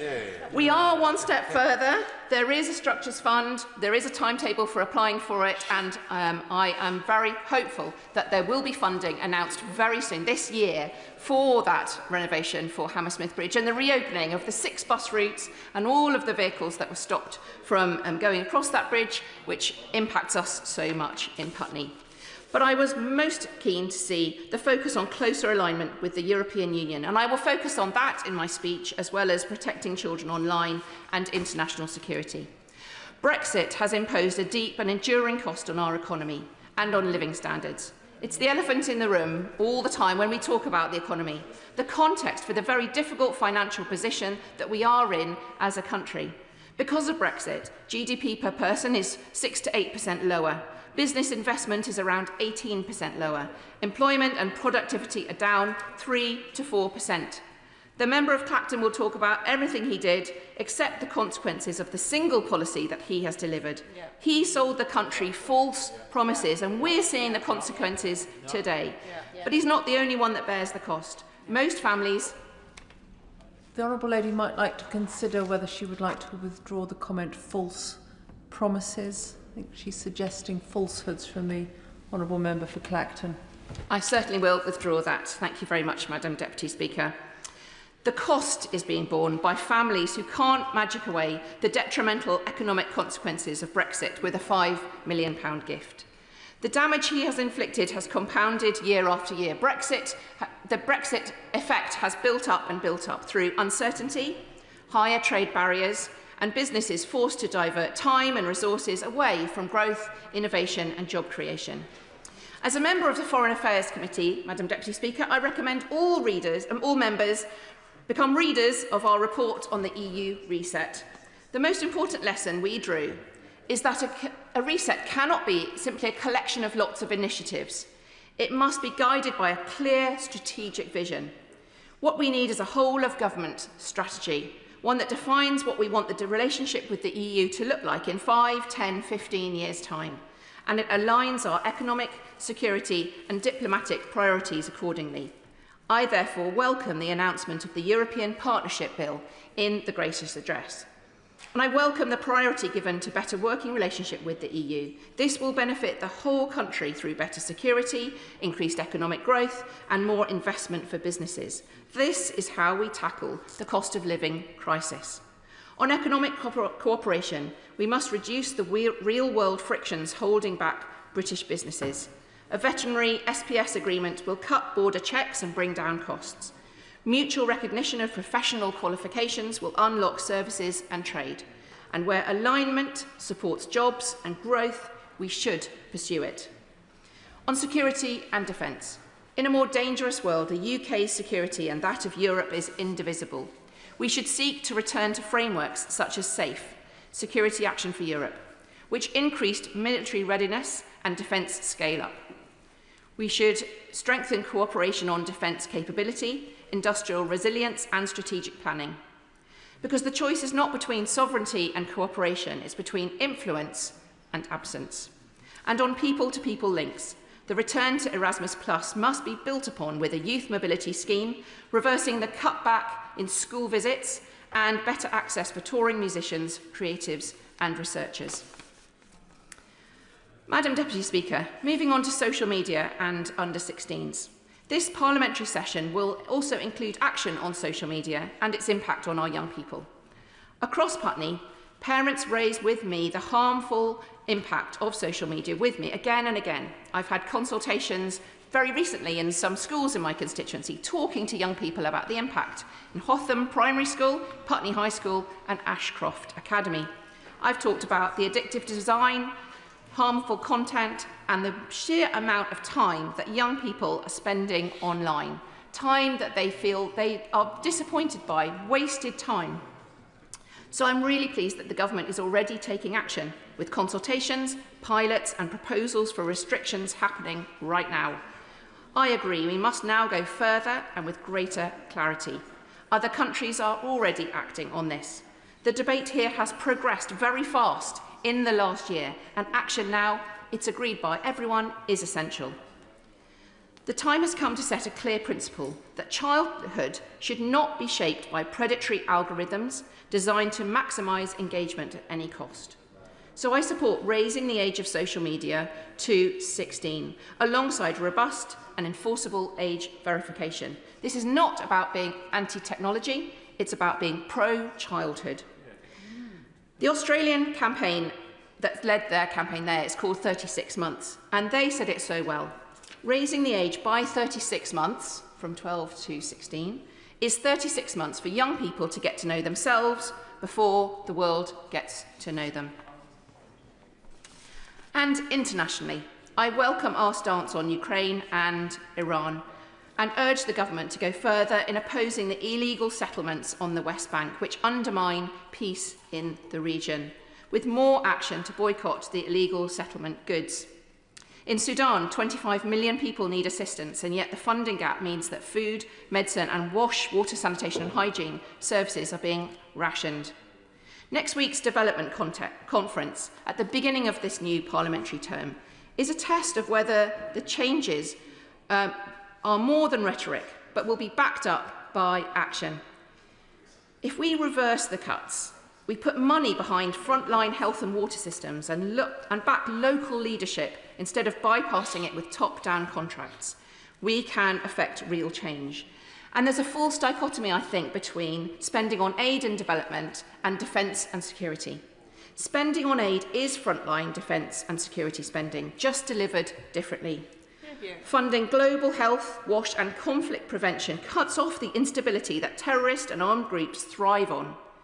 Aid preserves a political space for diplomacy and stops conflict, stops the need to evacuate citizens, stops the need to deploy troops in the first place. Madam Deputy Speaker, this is a King's Speech for talent. Britain's got talent and Putney's got talent. And this King's Speech shows that this government backs the talent of Putney's young people. My constituents in Putney voted for Labour at the general election for action. Action to change their lives for the better, action from a government in touch with the issues that really matter to them, and action with a long-term view of the changes that are needed. This King's Speech is a programme that delivers on that, and I look forward to working with the government to continue to achieve the ambitious programme for change that we promised. Thank you. Spencer. Thank you, Madam Deputy Speaker. I'm grateful to be taking part in this debate on the Royal Address and honoured to be doing so on behalf of the Green Party. And this is only the second time I have made a speech here, so I hope you will all bear with me if I get any protocols wrong. In my maiden speech, I gave a shout out to the many professions and communities that haven't been well represented here in Parliament in the past, and I made a promise to help give them a voice. And today it feels especially important to keep that promise because there's sadly not enough in the King's Speech that is going to make their lives significantly better. And that is why us Greens have tabled a reasoned amendment for all the people working hard or to raise a family or to just get through each day, because everyone deserves a safety net and a chance to get ahead. For everyone who wants things to be different. And 1 in 3 households in Gorton and Denton live in fuel poverty. And the UK has got some of the leakiest homes in Europe, and I know that because I have worked on thousands of them in my last job as a plumber. And so if we want to cut energy bills for good, we really do need a properly funded and a properly regulated national home insulation scheme, and to go even bigger on renewable energy. And that is where investment should be going, not into nuclear power. And the King's speech includes some steps in the right direction, but it is nothing like the transformative, progressive programme that this moment demands. It doesn't rise to the climate and nature crisis that is happening now, and that's a crisis that can't be separated from the inequality and cost of living crises that are happening too. Because it is always the poorest people that suffer the most, here in our country and around the world. And while certain people will claim that climate action is pushing up bills, we know that that isn't true. And we know that some of the people saying that are being bankrolled by the very companies causing climate destruction and ripping off our constituents. And the representation of the people bill must go further on cleaning up politics, because a greener, more affordable, more secure future is possible if you stand up to those vested interests.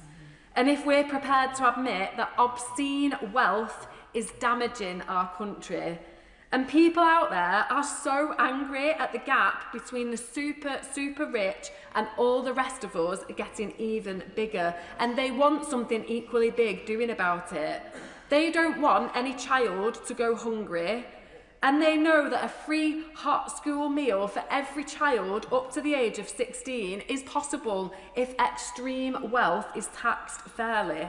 They want public transport to be more affordable. And they know that we could start by giving free bus passes to all the under-22s, again paid for by our tax system being made fairer.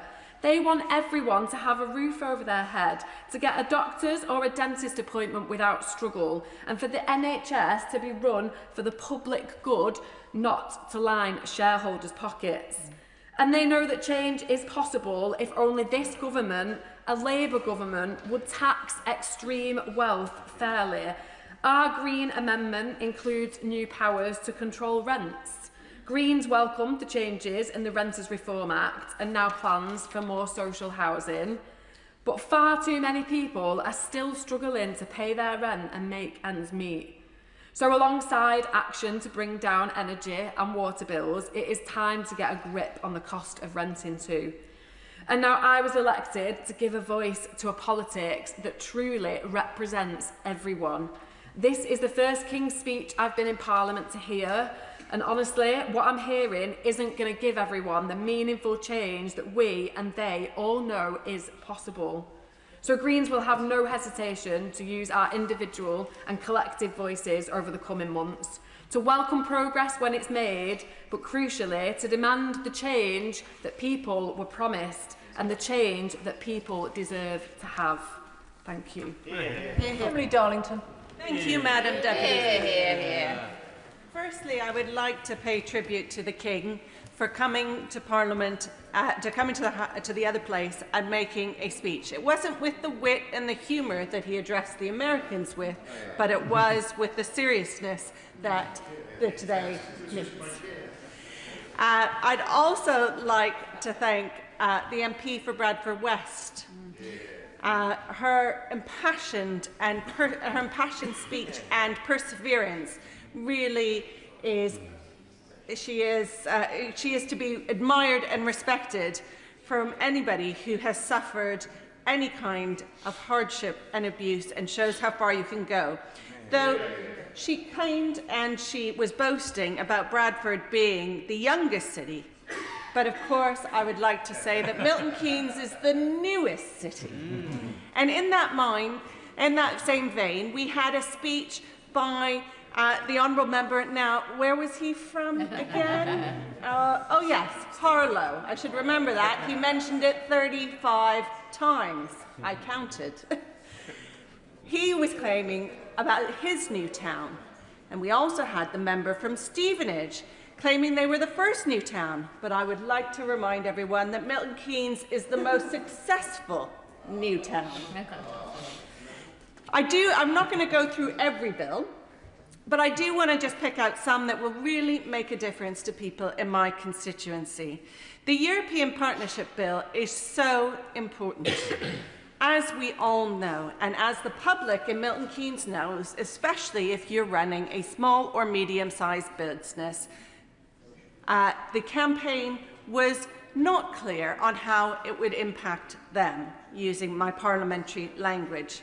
The biggest thing that we could do to support small and medium-sized businesses here in the UK is to make sure they have full access to all of the European customers and trading area, working together with their European counterparts and trade partners and actually building growth here. We've heard from other members some of the impact that we've already seen. So if we are serious about growing the economy and supporting small business, as the party opposite says it is, I'm sure we can count on their full support to get closer to Europe to make that happen. Also, the Clean Water Bill, as Milton Keynes has both a river and a canal, and some may remember the previous MP decided to demonstrate how clean the water was or isn't in the river by taking his shirt off in a photo shoot. It is not clean. And it is a bit weird, but he was from your party. Oh, sorry. He was from the Honourable Member's party opposite. It's not the way we can agree on. But the Clean Water Bill is actually about taking on vested interests. It's not just about cleaning up the waterways, it's about taking on those water companies who have absolutely taken us for mugs. And I would say to anybody who still puts Thatcher up in their office, let's remember Margaret Thatcher up in their office. I would remind them that the reason we're in this place in the first place around water companies is because of the legacy that she has left us. We want to end leasehold for good. That is hugely important in a city like Milton Keynes, where many people own their properties, because we are that new town, that promise that you can move and own either a flat or a property. But we must go further than that. We must make sure that there's an end to leasehold, because those that buy freehold houses should not continue to pay a service charge for going many, many years into the future. And this is a huge problem in Glebe Farm, where there are 6 different developers charging 6 different service charges to freeholders, and this must end. We also need to make sure that we have the social housing renewal bill. Social housing, which was part of my cabinet portfolios when I was the Labour deputy leader in Milton Keynes City Council, and we were able to build new council homes at high standard green standards with air source heat pumps and solar panels, bringing down energy bills further for our council tenants, as well as a social housing decarbonisation fund, which has supported over 2,000 of our tenants to bring down their bills through installation, new windows. Yes? Regarding social housing, I think in the late 70s and 80s, housing benefit that was paid to low-income families or people on benefits, 80% or more of that went to local authorities, and they used that money to provide services. Today, over 80% of housing benefit is going to private landlords, not to councils. So that money needs to be provided by government to councils for them to maintain their properties and provide the public services. Would she agree? Thank you very much. The Honourable Member makes a good point, and I agree. In Milton Keynes, we did not privatise our social housing stock. We have 12,000 in the housing revenue account, and the reality is that the reforms that were again done under the party opposite during the 1980s meant that it destroyed our council housing stock across this country. And that wall that has been put between the housing revenue account and the council's account means that you can't invest in building new housing to reduce your temporary accommodation. And things like that need to go, as well as making sure that if you are a victim of domestic abuse, you should not be the one evicted from your home with your children. It is the perpetrator who needs to leave. And for the first time, we're bringing forward legislation that will make sure that happens, because the stability for those children and for the victim needs to be absolutely at the forefront of our minds, rather than saying we're going to move them around the country to protect them. We need to intervene to get the perpetrator away and protect them from that perpetrator. Finally, I just wanted to say, a nod to the fact that we are banning conversion practices, which should have been done before, but it's finally going to be done under this government. We're doing the removal of peerages bill, and that is so important. And the digital access to services bill, which people will know my views on, and I think is absolutely vital to making sure that we modernise our public services. But I do want to talk about security, which is the theme that runs through this. And I agree with my honourable friend that when we talk about security, we need to talk about domestic, defence and development, because they all go hand in hand. And when we talk about tackling state threats, we need to see that bill not just in light of the horrible events that we've seen against our Jewish communities in recent weeks. We also need to see it in the context of our democracy. And that's why in the Representation of Peoples Act that is coming back with this bill, we have to do more to protect democracy. The most personal form of power that any of us hold is the power to choose freely who we vote for. That power is fundamental to democracy. But today it's under threat from foreign states who want to cause us chaos. Tech bros who do not share our values, and opportunists looking to make money off of division. They aren't taking away our right to vote, but they're distorting the national conversation and undermining genuine voices. Deepfakes stop us being able to trust what is real. Bot armies spread disinformation. Algorithms that prioritize engagement over truth amplify all of that, and foreign actors exploit it. This is a make-or-break moment for the security of this country's democracy. We cannot shy away from what's at stake. Democracy does not require agreement, but it does require us all to live in a shared reality. Every member of this House has seen misinformation, disinformation, bot activity, or deep fakes in action. In fact, many of us have been victims of it. If we don't act, we are putting our democracy in the hands of tech bros in other countries who do not share our values, and in fact, some have even called for riots in our streets, and cannot be trusted with our future in Britain. The Representation of Peoples Act of 1983 was not designed for a world of deep fakes, micro-targeting political advertising, deep fakes of politicians, and algorithms with agendas. So I'm thrilled that this government is reforming it, and I will be retabling my 7 amendments to the bill at report stage when it comes. I want to see clear laws that recognise and define digital manipulation as a serious offence against our democracy. I want increased powers for the Electoral Commission to demand back-end real-time access to social media platforms when manipulation is suspected.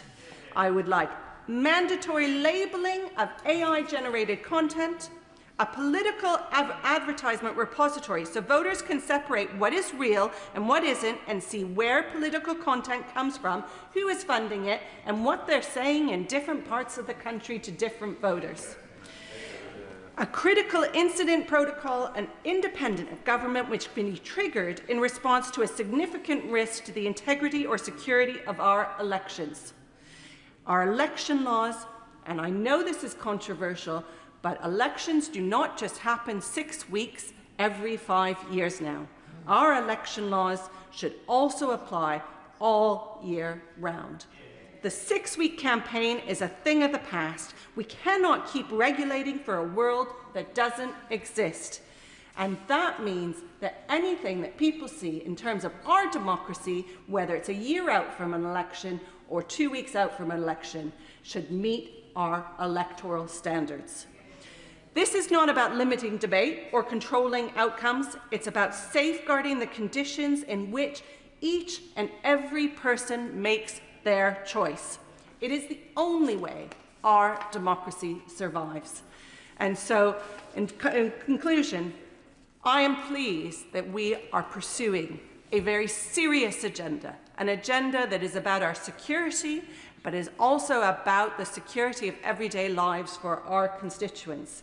In Milton Keynes, this King's Speech, this 35 bills, on top of the 50 that we passed in the last session, is making a real difference to everyone. Thank you. Martin Vickers. Thank you, Madam Deputy Speaker. It's a pleasure to take part in this King's Speech debate, and I join with others in congratulating the members for Bradford West and Harlow in the way they spoke earlier. I want to focus in particular on the proposals to nationalise British Steel. Now, my Brigham constituency takes in a part of the Scunthorpe Steelworks site. Many hundreds of my constituents work in the industry, and many more in the supply chain. It's also worth noting that MHCLG estimate that the loss in economic output in northern Lincolnshire over the next 5 years would equate to £802 million if the steelworks were to close. Now, it's, as a Conservative, it's not a natural for me to speak in favour of nationalisation. And it's somewhat uncomfortable in many respects. But the present situation where Jingye still own the site and the government ministers and appointed officials actually manage the site is clearly not sustainable. And it's difficult to see any other alternative during the short term.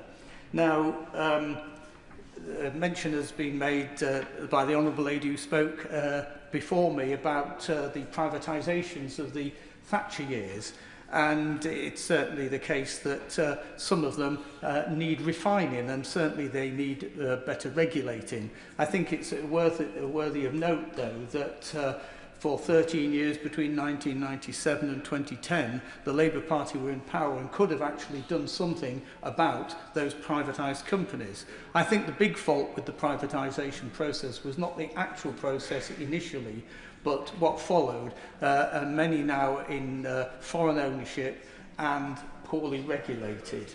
If I could just also comment about the EU reset, which is proposed within the speech. Now, I'm an ardent Brexiteer, and I'm old enough to have voted to leave the EU, or the common market as it was then, in 1975.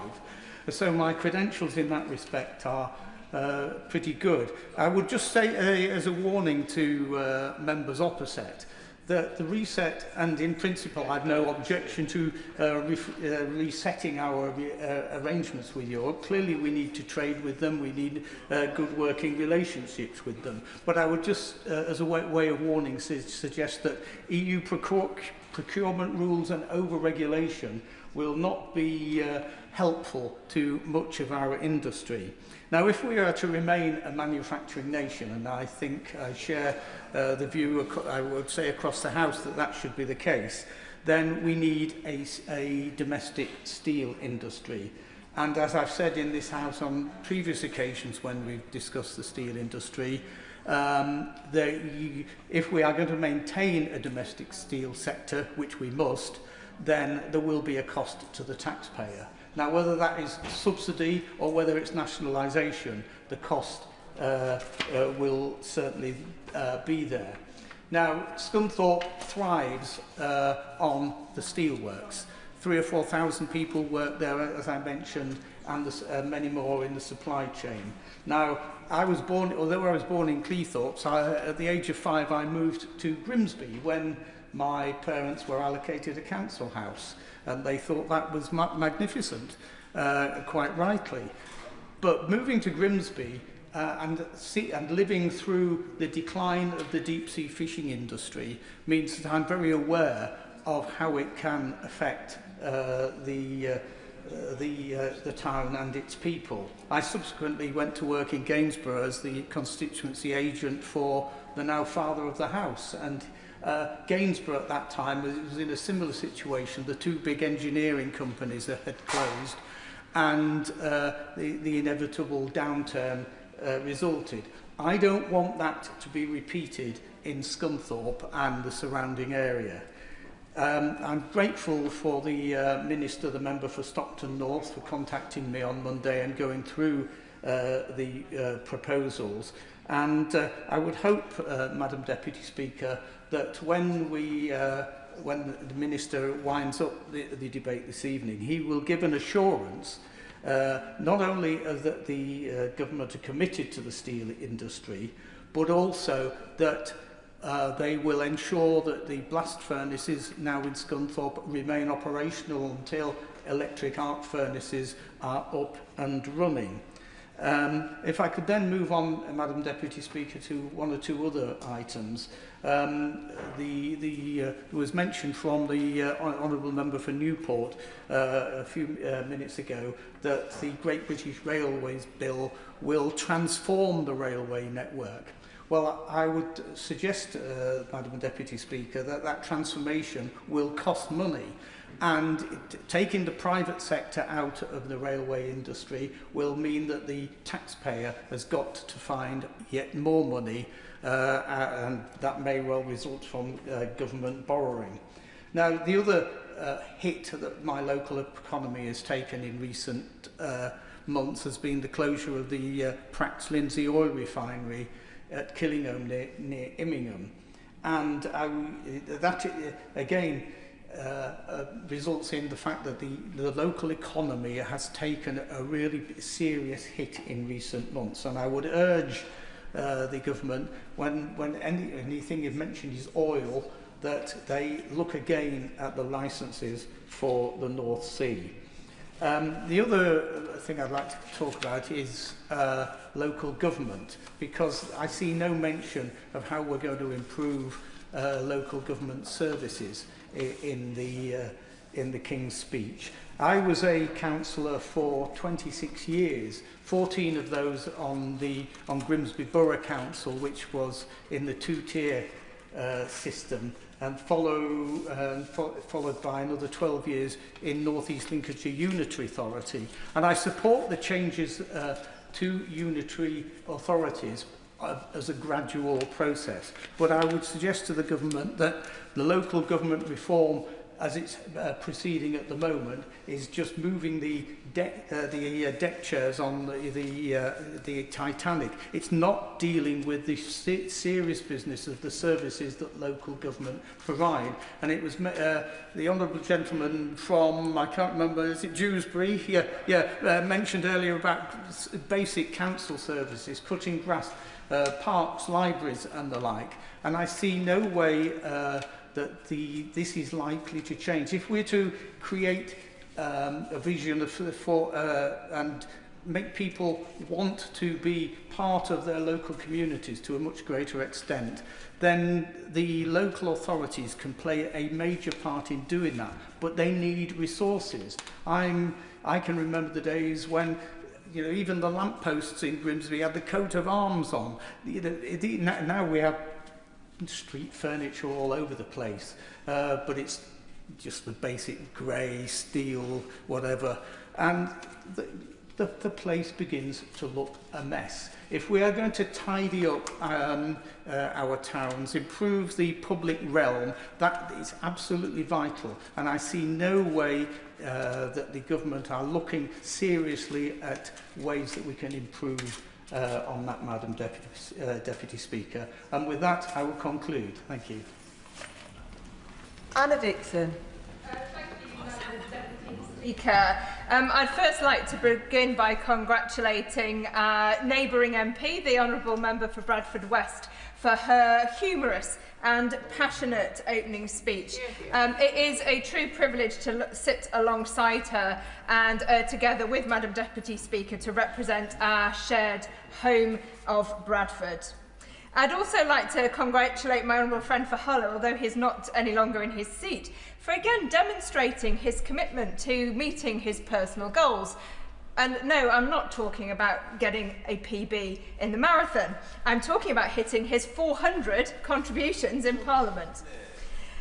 Madam Deputy Speaker, it was just 10 days ago that I stood in the other place to hear the prorogation of Parliament, and I proudly heard an account given of the many things that this Labour government has achieved in its first parliamentary session. Renters are no longer worried thanks to secure tenure under the Renters' Rights Act. Children lifted out of poverty and families supported through the removal of the cruel Two-Child Limit Act, and stronger safeguards through the Children's Wellbeing and Schools Act. Workers no longer on exploitative zero-hours contracts thanks to the Employment Rights Act. I returned to my constituency buoyed up, ready to take the positive message onto the doors alongside hard-working Labour councillors defending their seats and a new group of enthusiastic candidates, some standing for the first time. All of them prepared to stand up for their communities and to be a strong voice in City Hall, wanting to be part of a Labour-led council that, after a decade of overseeing drastic budget cuts handed down by a Tory government, could finally turn a corner.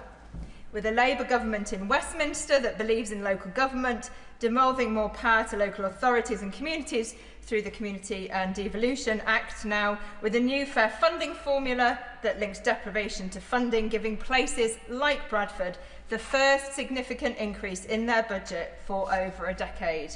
Commitments to investment in Northern Powerhouse Rail to better connect our city, and I'm pleased to see that in the King's speech. I could go on. There was hope. There was possibility, Madam Deputy Speaker, but all that was dashed as the results came in. And I was devastated to see so many brilliant Labour councillors lose their seats, to see Reform take the most seats in Bradford Council, and to see people who frankly should not even have been allowed to stand as candidates due to racist comments that I won't repeat in this place, winning seats. And Madam Deputy Speaker, Reform UK were spreading their despair. They argued that Britain is broken and it can't be fixed, and they undermined the very foundations of our democracy. And let me be clear, the majority of people in Bradford rejected their divisive politics, despite them achieving the most seats. And I fear, Madam Deputy Speaker, that they are bringing their divisive politics to our beautiful and multi-faith and diverse city, as the Honourable Member for Bradford West so beautifully described. So as we begin this second parliamentary session and hearing the King's speech, we need a bold agenda that delivers tangible and visible improvements in the lives of people in every community across the country. I therefore welcome today's King's speech, but I urge those who sit on the front bench and other ministers that as they bring forward these bills, they must ensure that they go as far and as fast as they can in delivering the change that we promised to the people of this country. I'd like, Madam Deputy Speaker, in the minutes that I have, just to pick three of the bills that are coming forward that I particularly think we need to grasp the opportunity. So I welcome the Leasehold and Commonhold Bill, which will abolish the outdated and frankly feudal system by which leaseholders can be held to ransom by unscrupulous freeholders. And I have constituents in Bingley and Rose who face massive increases in service charges, failures to carry out maintenance to acceptable standards, and unexpected bills for large upgrades. I have estates in Gilston and Cottingley where homeowners are left on unadopted estates paying out extortionate fees for ground maintenance. So I look forward to hearing more about how the government proposes to strengthen the regulation of managing agents to ensure this new system works fairly and has the confidence of leaseholders and common holders alike. And I hope ministers will ensure that there continue to remain ways in which older people looking to right-size can benefit from living in specialist retirement communities when switching from leasehold to common hold. While this, with the Renters' Rights Act, will provide security for renters and homeowners, for those with no home, those in temporary accommodation and those waiting for a social home, the government must make more radical steps to accelerate the building of a new generation of social homes so that everyone can have the opportunity of a secure, safe home. And I look forward to hearing more about the Social Housing Renewal Bill. Secondly, I welcome the government's intention to bring forward legislation which will strengthen accountability for the NHS, abolishing NHS England and making sure that we continue to put funding to the front line to bring down waiting lists and improve patient care. But I would urge the government not to wait until the next parliamentary session to begin to lay the foundations for a national care service. We urgently need national commissioning standards to ensure greater consistency for older and disabled people, a workforce strategy that addresses the need for better training and career progression for care workers. Baroness Casey has made an initial set of recommendations, but I hope the government will act with urgency and take this opportunity to put in place legislative provisions which will enable us to move further and faster towards our ambition of a national care service as we also rebuild our national health service. And finally, Madam Deputy Speaker, I welcome the inclusion of the Clean Water Bill to take forward the major reform of the water sector that is needed. But I'm concerned that if we simply take forward the proposals for a new regulator without more fundamentally addressing the financial failings of the water companies, we will only perpetuate a broken model. I have urged ministers to seek to use the existing powers to immediately take Thames Water under special administration and use this as an opportunity to explore alternative public ownership models. I would also hope to see the government create a legislative path for bringing other water companies into public ownership in future. I will give way on that point. I thank my honourable friend for giving way. Bournemouth is a footballing town and we're so excited for the Cherries who are in pole position to qualify for European football for the first time in our history. With that being so, would she also welcome the measure in the King's speech to curb ticket touts, especially ahead of Euro 2028? Yeah.